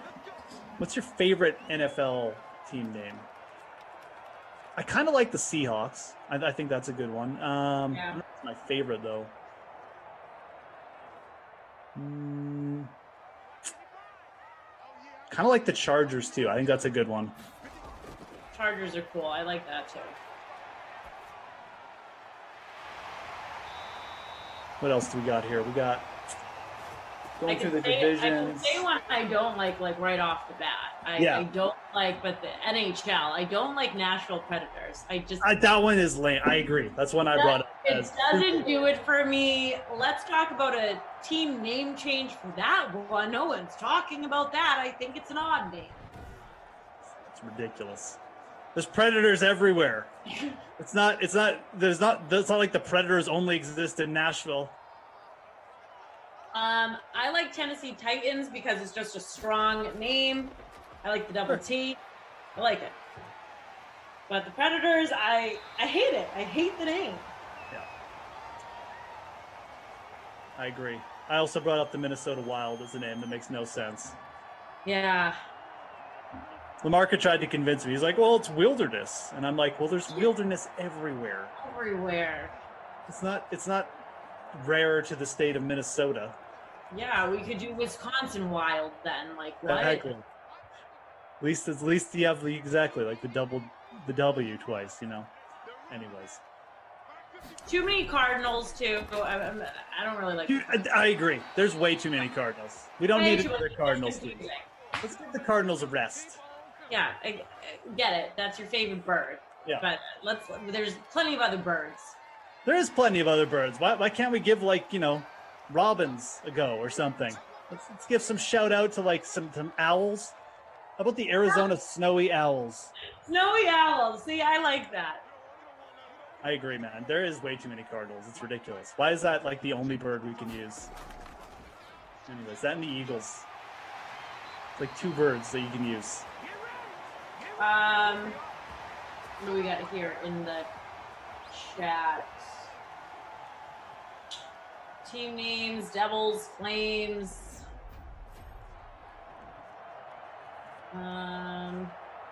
Yankees to Spurs, or Spurs or Sox. Nobody's really dropping there. No one really has I think LaMarca honestly came up with the best question. No, it was an interesting. It wasn't even really a question. It was a discussion around well, I guess it was a question because he asked me if I was in or out on team names that don't end in S. It's a very specific question, but then it led to us talking about our favorite team names. We brought up the Nets as one of the worst franchise names. The Nets. I think that name, I have to agree. I think it stinks. Yeah. The Nets. It's it just feels like there's no effort. It's like, oh, hey, there's nets in basketball. Let's call our team. Yeah. And zero connection to anything, right? So they do have cool jerseys, which they've kind of, is good for them. But the team name itself it's dumb. I like the 76ers logo. I think it's strong. I really like it. Yeah, and I feel like 76ers, I can't remember. Again, our producers are probably going to help me here, but I can't remember what connection they have to the city or whatever. But there's something. Anyways, there's Kareem Hunt on a catch there. Yeah, the Pelicans were another one we brought up, just being ridiculous. I mean, I do like they went with. The name comes from the signing of the United States Declaration of Independence in Philadelphia in 1776. I like that little history. Again, I'm totally down with that. I think that's a good one. I think that's a great one.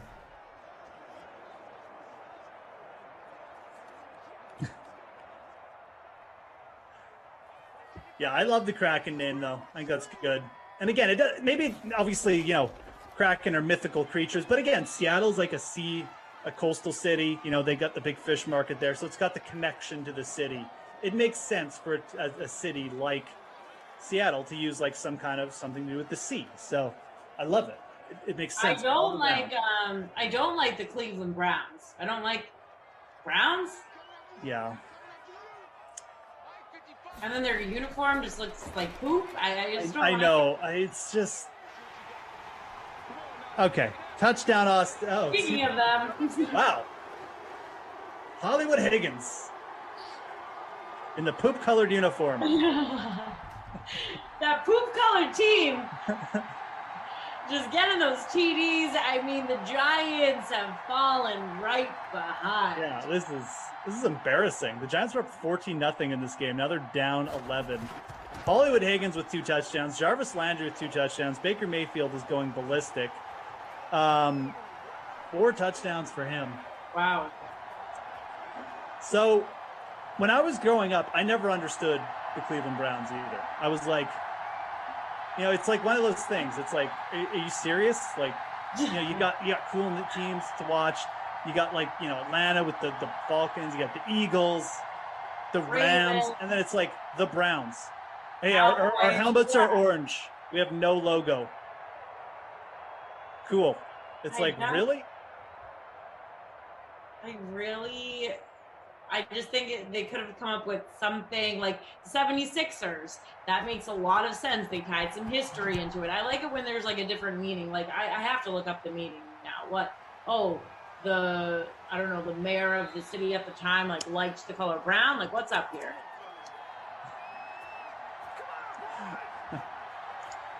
Yeah.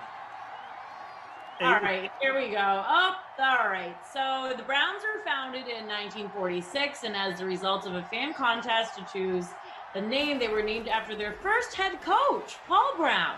who is already a popular figure in Ohio, having coached the Ohio State University to a national collegiate football championship. Okay, I get it. Shout out to Paul Brown, though, just getting NFL team named after him. I'll be dead honest. I never knew that. All this years, I've never bothered to look up why the Browns were called the Browns. They're actually named after a person. That is right. And like, what did Paul Brown do for the Browns in 1946? Though, like, it's not saying like he was the best head coach; he was just the first head coach. What if he stunk here? He was just a popular guy, I guess, in Ohio. That's actually a little ridiculous. I legitimately did not know that. I have to say, having thought about it, I think the San Francisco 49ers is my favorite team name. Jordan Warren dropped that too. He liked the 49ers. Yeah. You go up to it's got to do with the gold rush. I wish they'd have like a little gold miner like logo that they'd use more, but they don't really do that. But just from a team name perspective, I like it. I legitimately, maybe I did hear that about the Browns one day and I just forgot, but I swear to God, I've never heard that. I've just never bothered to look up. That's how little. Wow. So Michael is just like a walking, like, just book of knowledge over here. So he was also the co-founder of the team. Paul Brown also played a role in founding the Bengals. I mean, the dude must have had some cachet back then. C cards 1278. Do your homework. Surprised you didn't know that. What kind of homework is that? We're just having a live discussion. It's not like we studied before the simulation, the Madden game, saying, hey, this is going to be our homework for the day. Let's all go study every name in its origin. Are you kidding me? C cards. Okay, here's a comment that I like to read. Steve Buchanan, Buttes. Check him out. He's on the Unreasonable Odds podcast. He's on the Sweat. He just was on with Lamarca earlier. I mean, another employee that I would think is probably like the third highest paid employee after you, Jeff. But he just said this is a very attractive booth for this game. I'm feeling it. Hey, it's Friday afternoon. We got to bring it home good. We got to send the people off on on a good note here. But yeah, look, I'm not a historian. That's why they pay us, I'm not either. Yeah. They pay Tara Lynn and I for our looks. All right. Third quarter is over. We got one more clip. Let's bring back Ducey one more time. One more Ducey note to end your Friday. We need him. Here he is. The deuce is loose again. He previewed the start of the Tokyo Olympics for the Team USA basketball. They got an opening game against France this weekend. Here he is, Kenny Ducey, once more to break it down for you. We are going to start with USA basketball, dude. Officially opens its Olympic Games on Sunday against France, and they are favored by 12 points. It was a less than impressive showing in the tune-up games here for Team USA. I think everybody out there watching knows that, and if they don't, they know that now. But do you think they will turn it on and cover at least in their first official match? Yeah, this one's really difficult because and it's already down to 12 points, mind you. The Team USA just doesn't look very engaged right now, and they don't have some of the stars that they've had in years past to drive this team. But what I remember from the last time that this team played in the Olympics, and frankly, if I'm just going to get a feel for this game, I don't think it's going to be a great start for Team USA. So I'm actually looking at the first half, France +7 in the first half, because I do think that's the best way to fade what is sort of a lethargic team. I think that the Olympic basketball team turns it on late in this game. But remember, this is France. This is a good team filled with great NBA players. Rudy Gobert is going to be even more dominant for Team France with the expanded lane and the fact that he can tip the ball off the rim with FIBA rules. You have FIBA Frank Ntilikina has been incredible for them off the bench. Nando DeColo, Nick Batum off of a great postseason. I just think that there's a lot going right for this France team, way more anyway than some of the other teams that Team USA had fallen to. They do have Damian Lillard. They do have Kevin Durant. This is still a very good team, but I just don't think that it's going to click until maybe the very end of this game. I want no business sweating out, a late comeback from Team USA or a late surge. So I'm just going to take +7 in the first half. I think that France covers that. They're good enough here. They've got plenty of talent. And I do think that Team USA just has a little bit of chemistry to build here under this coaching staff, which also just kind of has left a lot to be desired. All right, folks, let's bring it on home. We got one more quarter to go. The Deuce has set you up for the Olympics. We've set you up with a little discussion with the fantasy with Michael Thomas. And we're going to bring you home, folks. Last sim of the day, last quarter. We'll keep a track of this 4-game classic as we're going. The Giants have blown a 14-point lead in this sim, by the way. I mean, this is historic stuff. We've got 52 points through 3 quarters. And the Giants are about to go. Darius Slayton now hit the bonus. He's over the bonus. We're having some monster games here. Let's quickly update, Terrell, this 4-game classic. Because right now we got the Brahma Bull. He's in first, 174 points. Got Baker Mayfield at 12.3% owned. Again, this is the 4-game classic, the 7K Friday special. We're going to get a Saquon. Yes, we are. Saquon Barkley back in the end zone. His second TD in this game. We now have Higgins, Landry, Barkley with 2 touchdowns apiece. Some monster fantasy games coming from this sim. 38% owned in this Madden 7K Friday special is Saquon Barkley. We got, again, yeah, he's on the Brahma Bull, the leader. He's got him as well, so in a very good spot. He's also got Higgins. He's also got Landry. Doesn't have either of the Giants receivers, but right now that doesn't matter. So interesting. We'll keep a track on that, but yeah, man, I'm getting some points here. It's ridiculous. How are you doing in the contest? That's some record. Oh, good question. How is my lineup doing? Let's see here. I am in. Lineup. Oh, I'm doing terrible because I captained Nick Chubb. Oh, rats. Anyways, no big deal. My success does not determine happiness here on this sim. Hope everyone else is going. Oh, choke on funny. The Brahma Bull. He shouts out. See, you say their names, and all of a sudden, he shows up in the chat. So good luck if that is on you there. Choke on, and good luck the rest of the way. You do have a big lead there. I believe 11 points now. So 2K to first, guys, and that 7K Friday special. Again, it was 4 games, so that's kind of cool.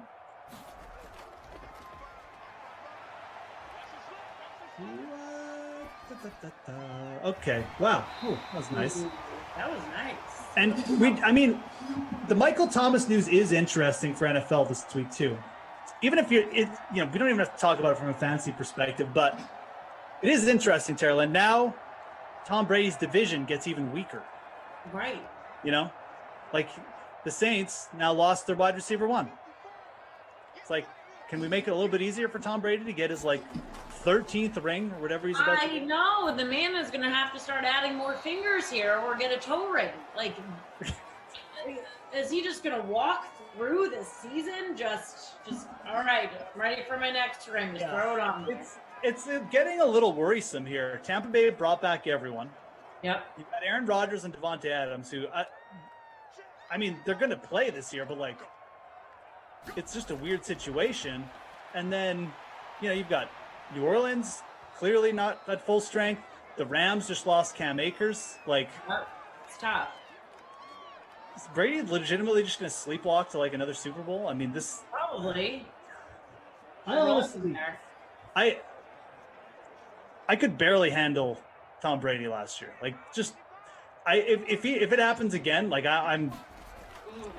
Oh, what was that? Getting some scratches in. My dog is down there. She's being a goof. Pepper is crazy. Yeah, I know. She's just wait. Pepper's One more quarter. Pepper's I would like to talk too. Yeah.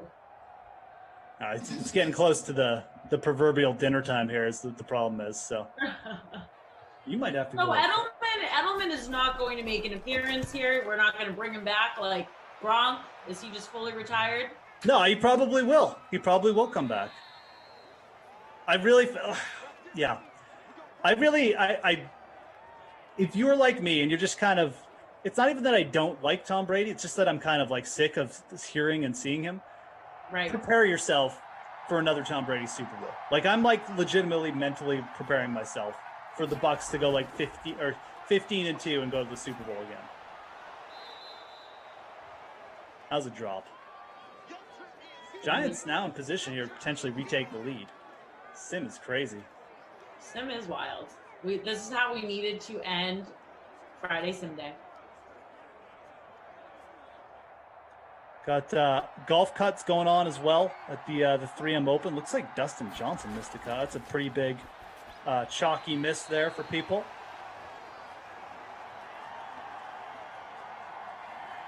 Looks like -2 is going to be the cut there over there in Minnesota. If you're sweating anyone or if you're watching, I think that's going to hold.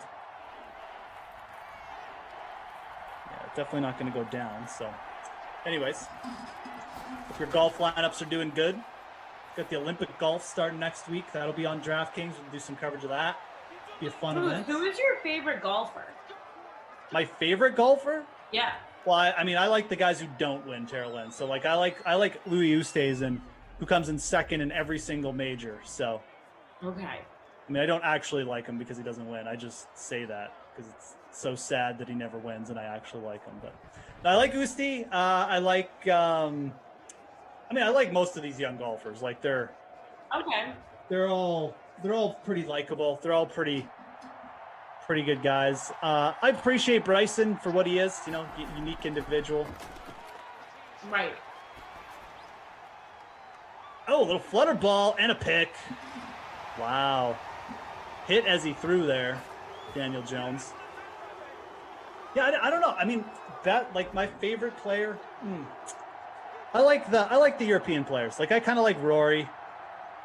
I like I said, I like Usti's from South Africa. So I'm maybe a bit more international in my golf flavor, but I appreciate all the young American players. I like that. Do you have a favorite golfer? Or do you probably don't watch? I don't. You have I don't a wife, have a favorite. so you don't. Yeah, I don't have a favorite golfer, but a lot of my guy friends play golf, so I'll hear them. They've been chirping lately about Bryson, how they're not a fan really of him and his attitude too. A lot of these athletes now, when we get to really see them and how their presence is, because they have the camera locked in on them, or on social media, on Twitter, we have so many ways now that we can like really see into who these athletes are, and it can be pretty telling sometimes. Yeah, Bryson. Like now we kind of think that Brady's kind of mean and a little rude.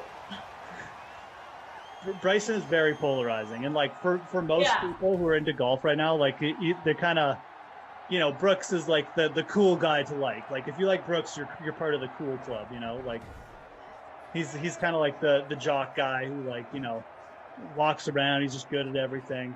Whereas Bryson is a little bit more nerdy about what he does, and he's maybe a little bit more awkward in his conversations, but he's very driven, man. Like that. I mean, look, there's a reason why DraftKings signed him, right? I mean, he's driven, he's very good at his craft, and he wants to win a lot. So I appreciate that. Like I said, I wouldn't say he's my favorite golfer, but you know, I appreciate him. That's not true. Must be. I like Paul Casey. He's like 44. That cracks me up. Baker in the bonus with 310 yards. It's because I told him not to play Phil Mickelson at the PGA, and then Phil Mickelson won. Who hates old people? Which was like the biggest. I want that on a shirt. Jesus Christ! I think he would actually wear it if I bought him that, if we were being dead honest. Anyways.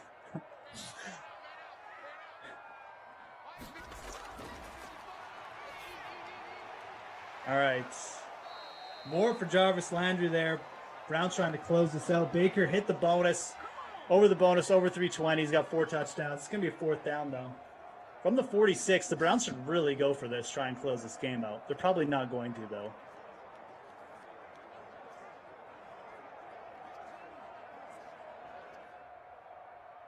No, they're going to punt. They're going to be chickens. Why don't you do a fake? Clap, clap. You bums. Coward. Out at the 29. It's like a 20-yard punt. All right, let's see what Daniel Jones can do.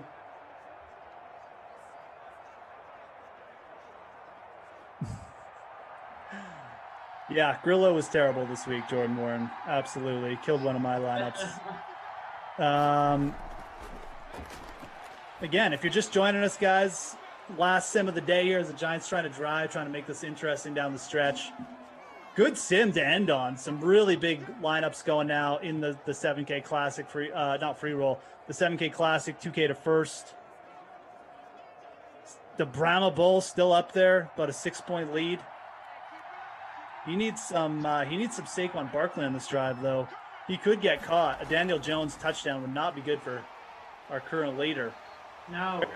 I'm not sure why they ran it there. It's not going to be third down. It was a pretty dumb decision there by the Giants. But, yes, we got that. And then coming up at 8:30 Eastern, guys, again, it's going to be the last sim of the day, but 8:30 Eastern, the American Ultimate Disc League starts. We got the San Diego Growlers. We got the Dallas Roughnecks. There's a free 1K pool on the DraftKings Sportsbook as well. So go check that out. Love that. Ooh, wide open Saquon too. Wow, everything going well here for our leader in the 7K Classic. Needed some Saquon, and he got him there. Saquon up to 88 rush yards as well. So pretty close to the bonus. Okay. Going no huddle. Gonna keep those timeouts. We're gonna run. We're gonna fumble. No, sack though. Sack. Still got 3 timeouts. You see some stressed out Giants players. So you on any sims for the weekend, or are you just producing? I'm not on any sims this weekend. I am just producing. I'm back next week. I have my schedule actually right in front of me. I was going over it with producer Drew. Yeah, I'm starting to get in the hang, though, of Simland. Yeah, very, very, very interesting. We'll have to get you your own landmark. We'll have to get Sarah back on the creative, theme. Yeah, I mean, I asked maybe Sarah can create a backdrop for me because Shrog said he had to beg for one for like 6 months. I mean, I'm willing to put in that time, but I don't know if I can commit to it. I'm just sick of seeing my cabinets back here, and then like earlier I had a Target bag, I had to go hide it. Emerson, put up the backdrop. It's like nothing's back there. At least you have a nice wall. Like it looks like I'm just like reporting for cabinets. Right. I have a backdrop. You need a new cabinet? Well, I'll show you. No, I'm back Monday though for the 4 p.m. with Flash. All right. Yeah. Flash was very jealous of me last night. I got to make it to, yes, I am an Irish cabinet salesperson, Andrew. I got to go to Kowloon. Have you heard the guys talk about Kowloon and Saugus? Oh. Field goal. Field goal. Gonna tie it up. I have not. Where did you get to go? So I went to Kowloon. It's in Saugus, Massachusetts. It's basically a landmark. It's a great Chinese restaurant, and it's huge, though. Like, they even have an outdoor space, and they set it up almost like a beach. It's hilarious. But Jared Carabas, I don't know if you follow him, baseball guy for Barstool, he was there last night for his live podcast. And so I went and checked it out last night because I'm friends with those guys. And Glass was like, "Oh, I'm so jealous that you got to go to Kowloon. What did you get for dinner?" I'm like, "What is up with you and just wanting to know like what we're all eating all the time?" But yeah, he was ragging on me because I didn't get dinner. I just had some Sprites. So. Oh. So he thought you missed an opportunity. He did because he didn't order a meal at this place. He was really upset about it. It does have really, really good Chinese food. Okay. If you ever get to leave Canada and come to the DK office, we'll have to supply you with some calorie. Okay. Sounds good. I'm looking forward to the day. It's going to be actually a very historic moment. Oh, and now we're tied up.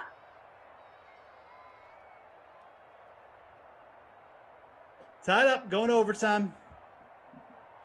My groceries just got here. I'm gonna have to step away for 30 seconds.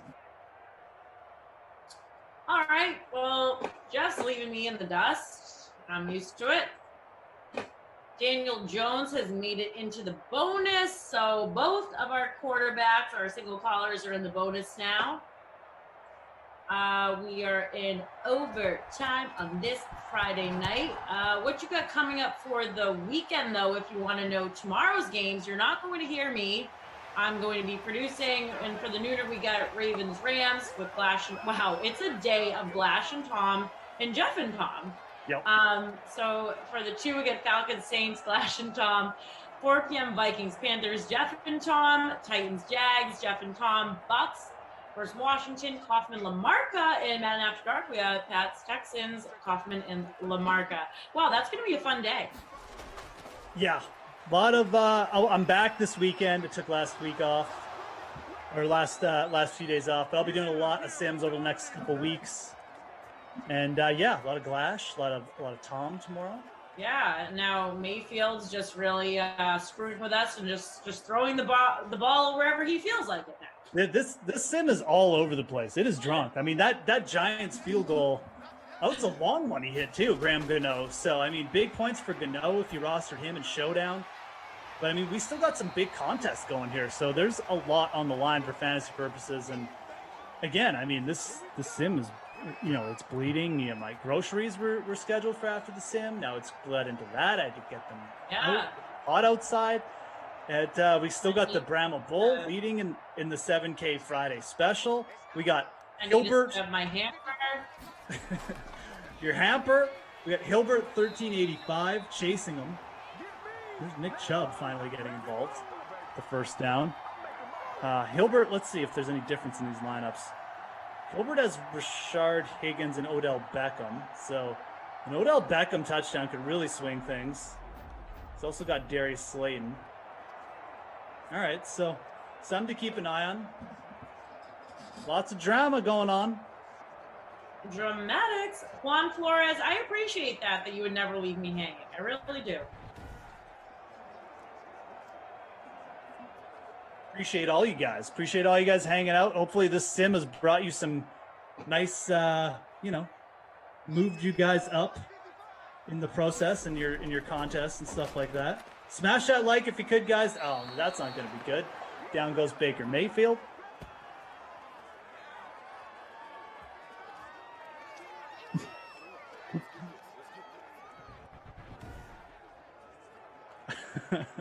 A grocery killer, yes. Grocery killer. So, here's a fun topic to talk about. So, as you know, I'm invited to a lot of weddings. Yes. And one of the brides today decided to text me, and I didn't get a +1 to this wedding. And everybody else that is going to the wedding, this is all college friends, they're either married or they're engaged. And there's me and one other friend that are still the single gals, holding strong here at age 30. It's fine. Doing fine. We won't talk about it. But the bride decided to text me today and say, oh, it was an oversight that I didn't give you and the other friend a +1. We cut down our list. Our list got bigger. We were going back and forth, with COVID and everything. So if you are seriously seeing someone, you can bring someone to the wedding. Here are the options for food. I need to know their name by the end of the week. Now, this wedding is not till September. What do we think about? I think it's a sick and twisted game that these brides are playing with me, Jeff. There is actually a lot to unpack there. They're dangling +1s out in front of me like I'm Pepper and there's a treat. And but the seriously seeing someone. Seriously, what if you just? That's exactly what I mean. Yeah, you can't say, oh yeah, you got a +1, but then there's it's it's qualified, you got to be serious about it. You know, it can't just be someone you just know or you just met or you've only been dating for a week. You know, you got to be considering this person, right? Can't just be a casual acquaintance. No. Exactly. Seriously. Yeah. Hey, this was an oversight. You can have a +1, but only if you've been seriously seeing this person. I need the name by the end of next week. And I was like, I haven't even answered the text message yet. Now the brides are just getting a little too spicy with me. You know what you should do? Just put the name John Doe and be like, Don't answer it. And then like a month from now, be like, oh yeah, I'm going to bring this person and see what she says. I know. I just feel like this is my opportunity to really just play a nice prank here or just take advantage. Either that or just bring the most disruptive, crazy person you know with you. You know? Right. Oh, And we're Pete, I know it's not the place for dating advice. I'm just adding in something fun because it's Fun Friday. Why not? Yeah. That is interesting, though. That's a good lesson. If you're in a wedding, you don't need to qualify. If you're giving a person a +1, then bring whoever they want. That's the whole idea. Not? You don't have to, tell them who to bring. As we get the Browns here. They're going to close this out. I think that's Nick Chubb in the backfield. Let's It is. see. They're not going to hand it off. Baker's going to throw it. Touchdown. Jarvis Landry with the hat trick. Landry. Hat trick. Woo! Let's go. Hats are off. The sim is over. Driver's machine, baby. 60. Fired up today. 9 points. 69 points.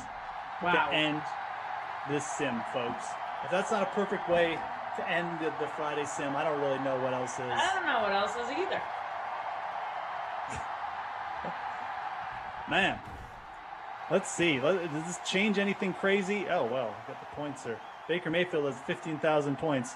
We'll give the ops team a little chance here to catch up on the points. Yeah, that was 380 passing yards for Baker. There we go. Yeah, 380 passing yards for Baker Mayfield. Massive game. 12.3% owned in that little in the 7K, not the little, in the 7K Friday special, 2K to first. Looks like the Brahma Bull might hold on there. I'm not sure. Oh, he did have Jarvis Landry, so that was a good result for him. Again, stats aren't finalized, but 5 touchdowns for Baker. Yep. Congrats to the Brahma Bull if that holds. It looks like it's probably going to. Again, stats aren't finalized. Let's get this sim was like 3 hours long. Let's get everybody out of here. Who's your player of the sim? My player of the sim. I mean, I really love the Jarvis machine tonight. What was the percent owned on him? I think the Jarvis machine is a good call. He had 3 touchdowns. You got the hat trick. You got my hat off. He was eating tonight. Yeah. Let's go with that. I'm just going to go ahead and make Nick Chubb the not my kid least valuable player because that's always what he is when I roster him. So Can I just say that he appears as the babysitter Billy, not my kid. Chubb does not do well in Sunland. No, not when I roster him. Okay. All right. That was a crazy one, folks. I'm not going to lie. Again, you end on 69 points. It's on a Friday. It's a good omen. So we got the American Ultimate Disc League coming up, guys. It's 8:30 Eastern time. It's going to be the San Diego Growlers, Dallas Roughnecks. Tune in for that on the Dream Stream. We also got the free to play American Ultimate Disc League pool on the DraftKings Sportsbook. Tomorrow's schedule, I'm going to go over it real quick. Tara Lynn already gave you a preview. It's the Glass Sheen Show. It's the Tom Show. 12 p.m. Eastern, Ravens, Rams, Glash Tom. 2 p.m. Eastern, Falcons, Saints, Glash Tom. 4 p.m. Eastern, Vikings, Panthers, myself and Tom.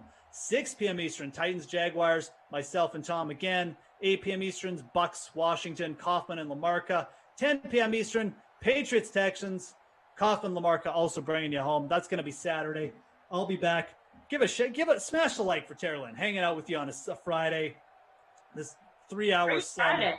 3 hours that we had. It wasn't 3 hours, but it felt like it. But not because of the company, just because the game legitimately was crazy. Sure. But Tara Lynn, give a shout out. You do whatever, say whatever you want. It was a joy to hang out with you this Friday. You know what, Moose? We killed it. That was a great sim. Wild sim. I'm glad it wasn't boring. That's not how we should end our Friday. Check out the American Ultimate Disc League coming up. If you're not doing anything, even if you're doing something, go in that free Cool. Why not? It's free. And also, thanks YouTube, Twitch. If you're watching over on the DK website, we love you all. And thank you so much. I will be back on camera on Monday with my arch nemesis, but also partner in crime, Brendan Glasheen. All right, dudes. Have a good rest of your Friday. We'll talk to you soon.